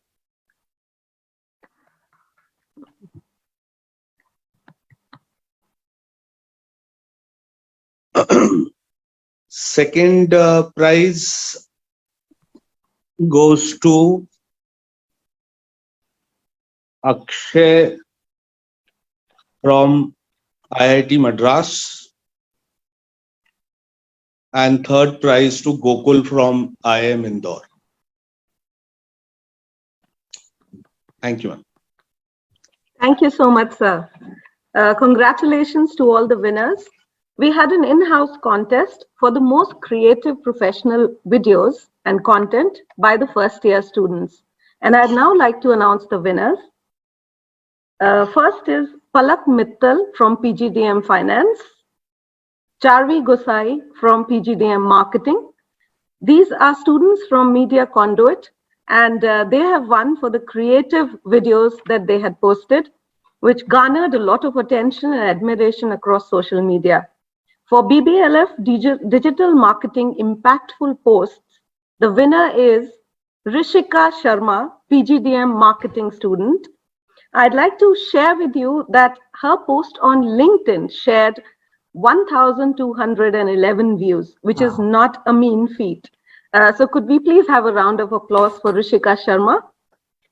I'd also like to make a commendable mention for Niharika and Pragya, who made the Instagram page for this festival. Thank you so much. Without these students' creativity, BBLF2 would not have been successful. Thank you so much. You make us proud everywhere, dear students. And now we move on to the valedictory address. And we have with us Mr. Prakash Iyer, who's the founder CEO of Leadership Works, a best-selling author and motivational speaker. He's also a certified leadership coach and an uncertified cricket junkie. He takes delight in uncovering leadership lessons from a tea bag or life lessons from a shoelace. Mr. Iyer spent 3 decades in the corporate world before stepping out to pursue his passion for speaking, writing, and helping people unleash the leader within. In his last role, he was the managing director of Kimberly-Clark Lever. An alumnus of IIM Ahmedabad, he started his career with Hindustan Unilever Limited.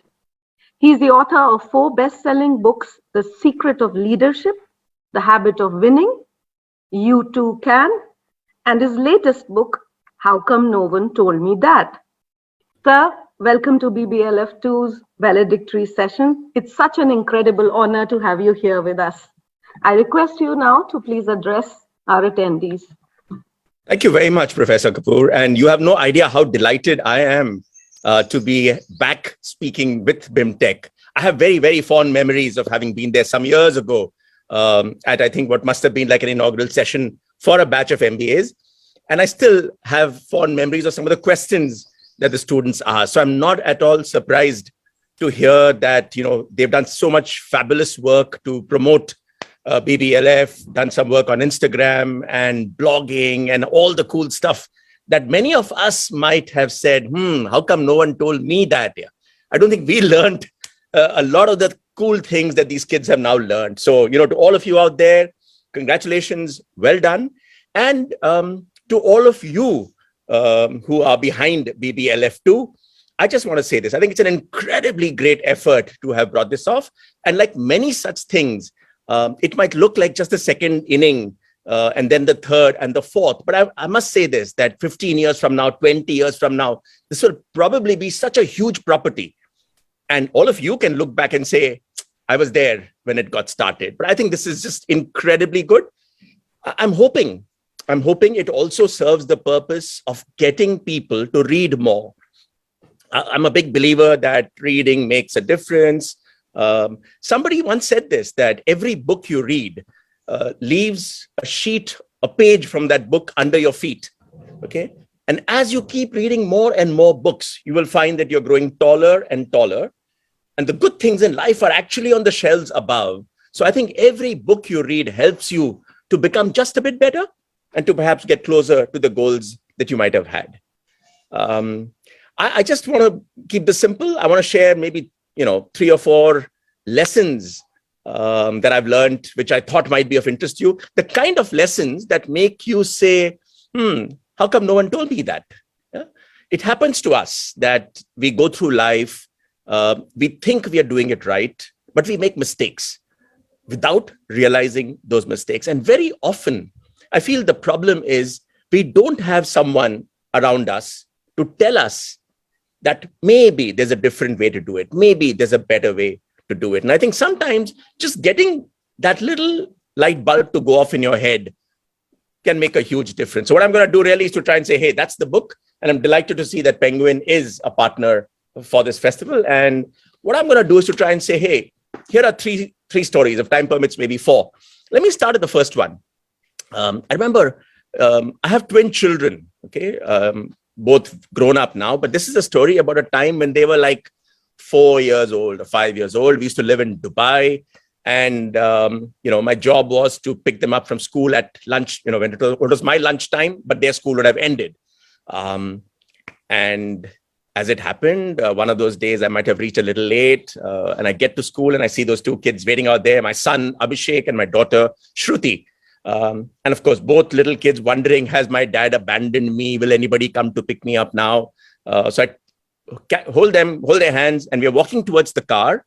And as we are walking towards the car, Shruti, my daughter, says, Dad, I want to sit on the right side. Now, it's an unwritten rule. Both the kids have to sit at the back. Whether they sit on the left or the right really makes no difference. But I can imagine that, it's a left-hand drive. I sit on the left.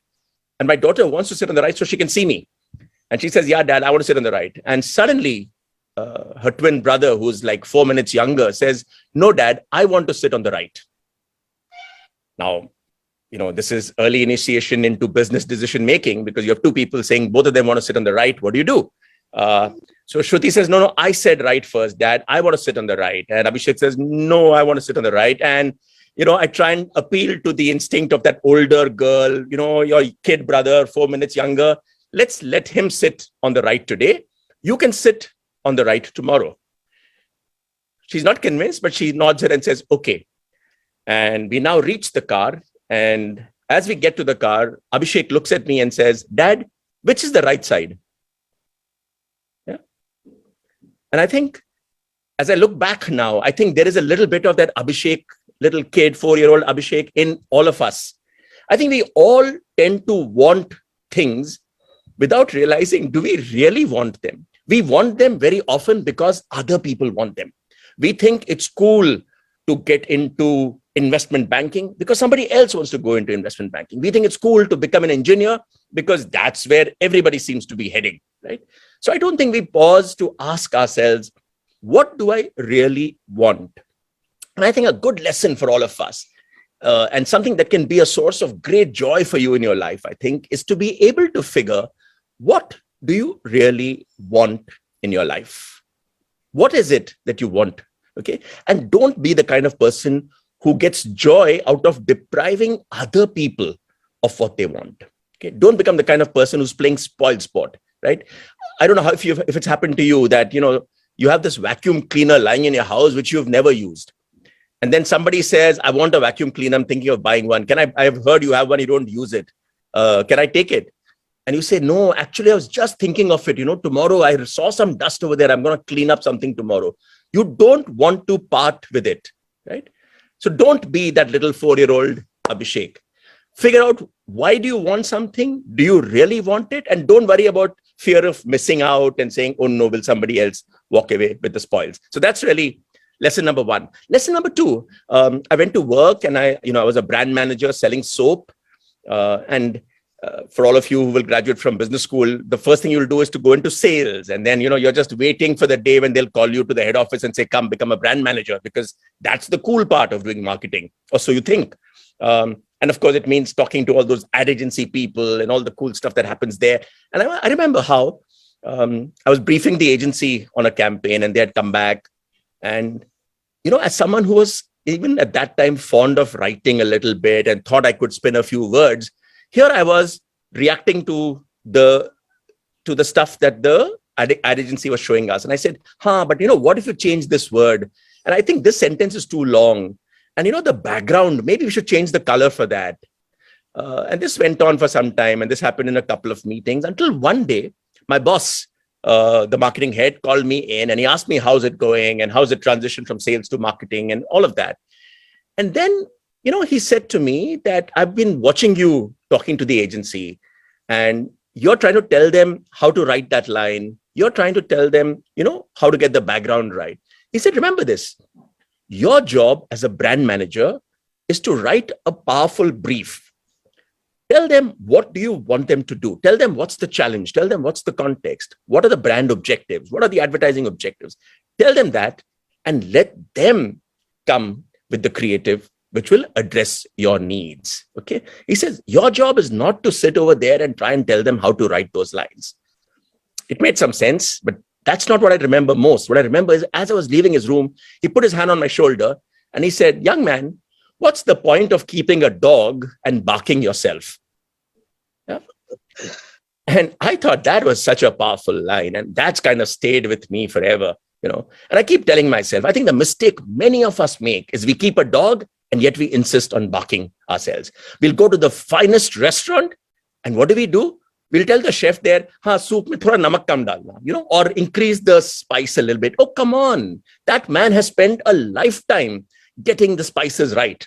And what are we trying to do? We're trying to tell him how to make that soup, right? I don't know if it's happened to you. It happens all the time. You're in a new city and, you know, okay, let's assume for a minute I'm in Delhi, landed in T3, and we are saying that, you know, we have to get to Vasant Vihar. And you ask him, kaun sa rasta le rahe ho? Right? And that cabbie says, you know, I was taking this route. No, you want to tell him which route to take, right? Because you think you know it better than the cabbie does. And I think this becomes a source of great stress in our lives. Two problems. One is you're constantly double guessing the other person. Why is that cabbie taking me on that route? Was he trying to take me for a ride? Why doesn't he know what's the better way to go there, right? That's the first problem. The second problem, the cab driver actually is very happy because now he can have all the traffic or all the jams in the world and he doesn't care. After all, you told him to take this route, right? And I think if you think of an organizational context, this is a big challenge. A lot of times, employees are frustrated at work because they don't have the freedom to do what they're supposed to do. They have a supervisor or a boss who's constantly telling them how to do it. Okay, bad idea.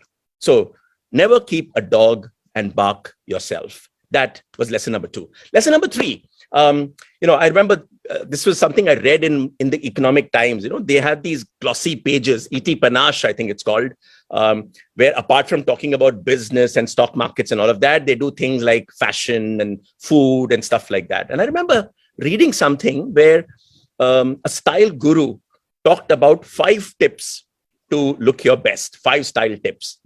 And what I remember is tip number 5. Okay, it said, get yourself an alteration tailor. Now, I thought that was interesting. Why on earth would anybody want an alteration tailor? I mean, you know, we all might, these days, most of us are wearing ready-made clothes and you might have a favorite tailor, but alteration tailor? But she went on to explain that many of us end up buying expensive clothes, ready-made garments. They don't always fit us as well as they should. And she said, get yourself an alteration tailor who will tell you how, you know, just shortening that length of your trouser by ½ an inch will make it fall a lot better. Or making sure that your jacket ends like ½ an inch before your shirt sleeve does will make you look so much smarter. And she says, you need an alteration tailor to help you make those small changes that can make you look so much better. And then she added that sometimes, you know, over time, we put on a little weight and that shirt, which was so good, suddenly becomes a shirt you can't wear because it's kind of tight. And she says, all you need is an alteration tailor who can set that right for you. And I thought, hey, great advice. But I'm not trying to give you style advice, because what I felt when I read this was that, hey, great idea to have an alteration tailor for your clothes, but even better idea to have an alteration tailor for your life. I think we all need someone who's close to us telling us, you know, make that small change and you can become a lot better. We need someone who will tell us how to make that one little change. Maybe you lose your temper too easily. Maybe you're not listening as much as you should. Maybe without realizing it, you're taking too much credit for whatever is your team's work. You may not realize these things, but you need that alteration tailor in your life who will tell you that, hey, be careful, just make these small changes and you can become so much better. And I think if you think about it, and I certainly think that way about myself, I think we are all who we are today thanks to the alteration tailors in our life. Okay, it could be your spouse, it could be a sibling, it could be a colleague, a boss, subordinate, friend, whoever. But I think we all need people who will tell you when something is not right. who will tell you that here's a small change you can make that can make you a lot better. And I must tell you this, that, in what I do in my work right now, I see myself as a bit of an alteration tailor, and I get my highs out of actually helping other people make those small changes that can help them become just a little bit better. Staying with the theme, and before we end, I think we might have another 5 minutes, so if I can take those 5 minutes to, before we open it up for questions perhaps, but I just thought I'll tell you how the whole idea of how come no one told me that happens all the time, okay?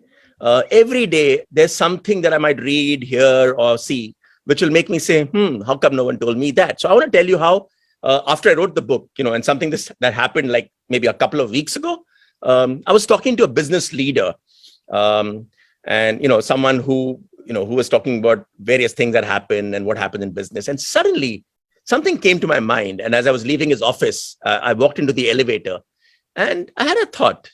As I walked into the elevator, I saw somebody in the lift and I was about to smile and say hello, but that person immediately looked into his phone.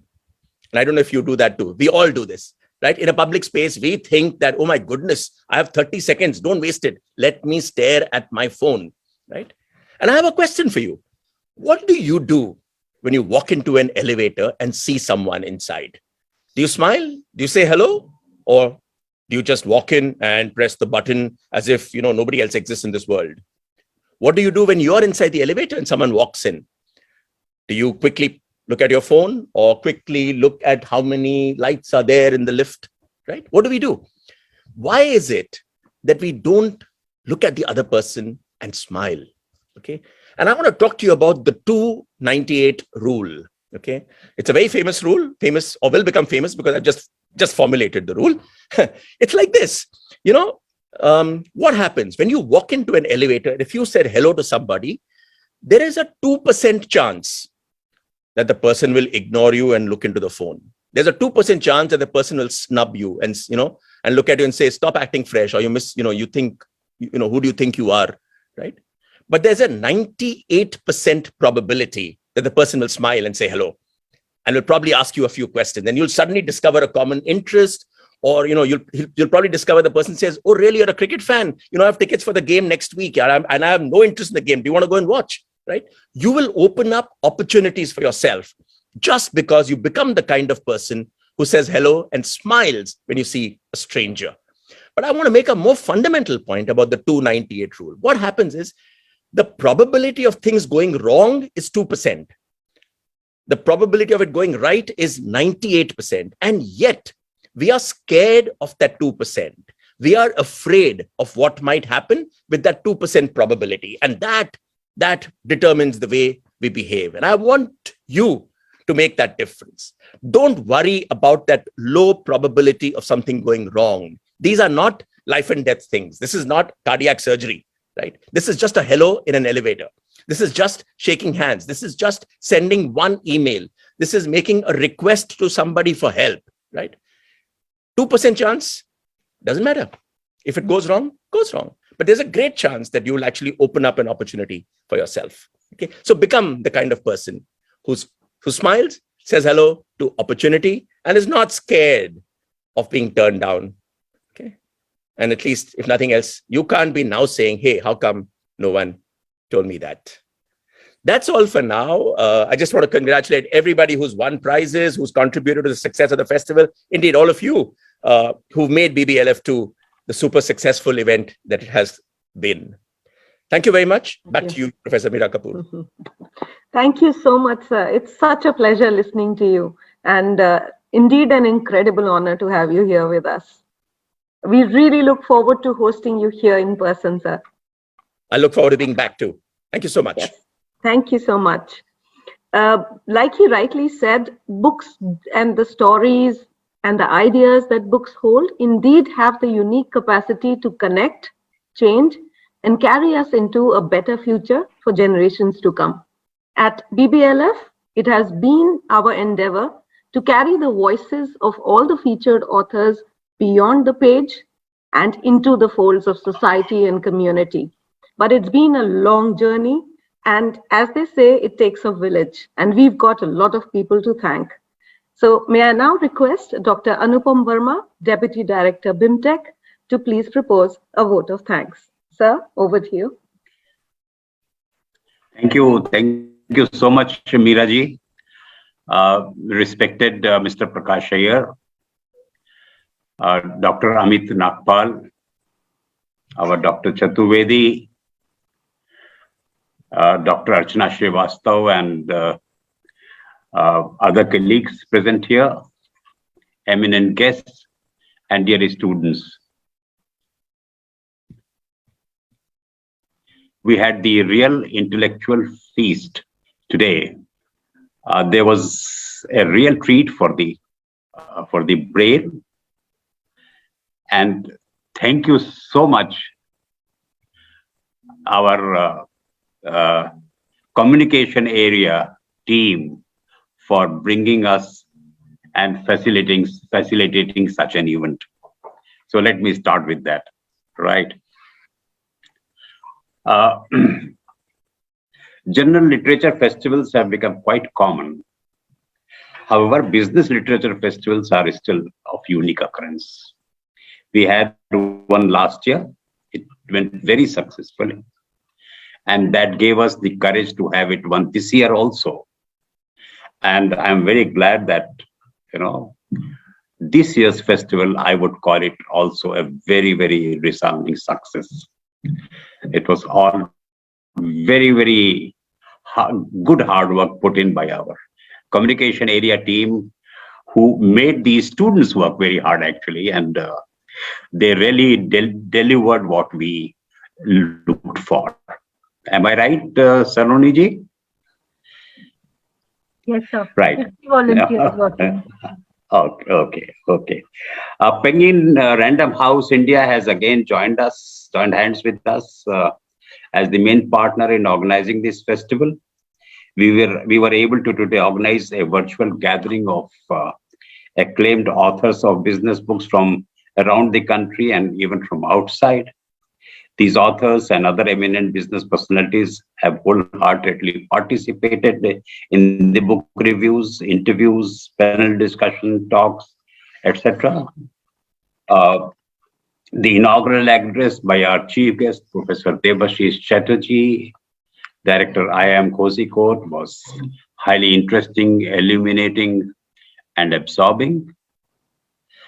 In the session on Book Cafe, Mr. Samir Soni, actor, director, and author, was in interesting conversation with our faculty, Meera Kapoorji. And in the Author Speak session, Dr. Vivek Mansingh, the renowned author, global leader, gave a very enriching account of his experiences. There were 3 master classes held on very important issues and topics like brand leadership and beyond, blog your way to author your own book one day, corporate lessons from Gita. 3 master classes were handled by Ms. Trupti Bhandari and Mr. Arvind Bhandari, Mr. Amit Nagpal and Mr. Atul Satyakaushik, all experts in their respective fields. All these master classes evoked huge interest and response from the audience. There were 3 illuminating panel discussions. The first one was on entrepreneurship and innovation, moderated by Dr. Abha Rishi, CEO, Atal Incubation Center, and senior BIMTECH faculty. The panelists were Mr. Harish Damodran, Dr. Malvika Dadlani, Dr. Anil Wali, and Dr. Kaushik Mukherjee. The second one was on Renaissance of liberal arts education in Indian B schools. This was moderated by Dr. Archana Srivastav, our own associate professor here in the communication area. The panelists were Dr. Geetanjali Singh Chanda, Dr. Deepa Sethi, and Amit Bhosle. The third panel discussion was on women authorship, which was moderated by Dr. Shraddha Kabra, our own faculty sitting here. The panelists were Ms. Rajani Shekhri Sibal, Ms. Ruchira Chaudhary, Ms. Sudha Menon, and Ms. Renu Matu.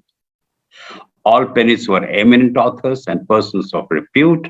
It was a pleasure to hear each one of them. One session was devoted for mixed bag, future of works and skills managers need to excel. This was moderated by Mr. Amit Agnihotri, founder MBAuniverse.com. The participants were Ms. Anjana Menon, Ms. Sagarika Verma, Mr. Subir Verma, and Mr. Pradeep Chakravarti. The discussions were in the above panel talks were of very high order and extremely useful. The session on author in conversation, where our faculty Saloni Sinaji conducted a detailed conversation with Mr. Satya Saran, consulting editor, HarperCollins Publishers, India. There was an interesting session on Global Authors Lounge. In this session, Pankaj Priyaji, our own faculty, was in conversation with Mr. Sandeep Dayal, MD and EVP at Serenity Marketing Group, LLC. And then this particular session, we had the pleasure of having, we have the pleasure of having Mr. Prakash Iyer sitting here with us. He is a well-known personality, and it has been a privilege to have him here in this session. He is a great orator. We have seen the class of oratory that he possesses. And thank you very much, sir, for speaking here at to the audience at BIMTECH once again. Thank you for accepting our invitation. Once again, I would say you have been with us earlier and doing us a favor by being present here. We will remember some of the wonderful tips you have given us today. What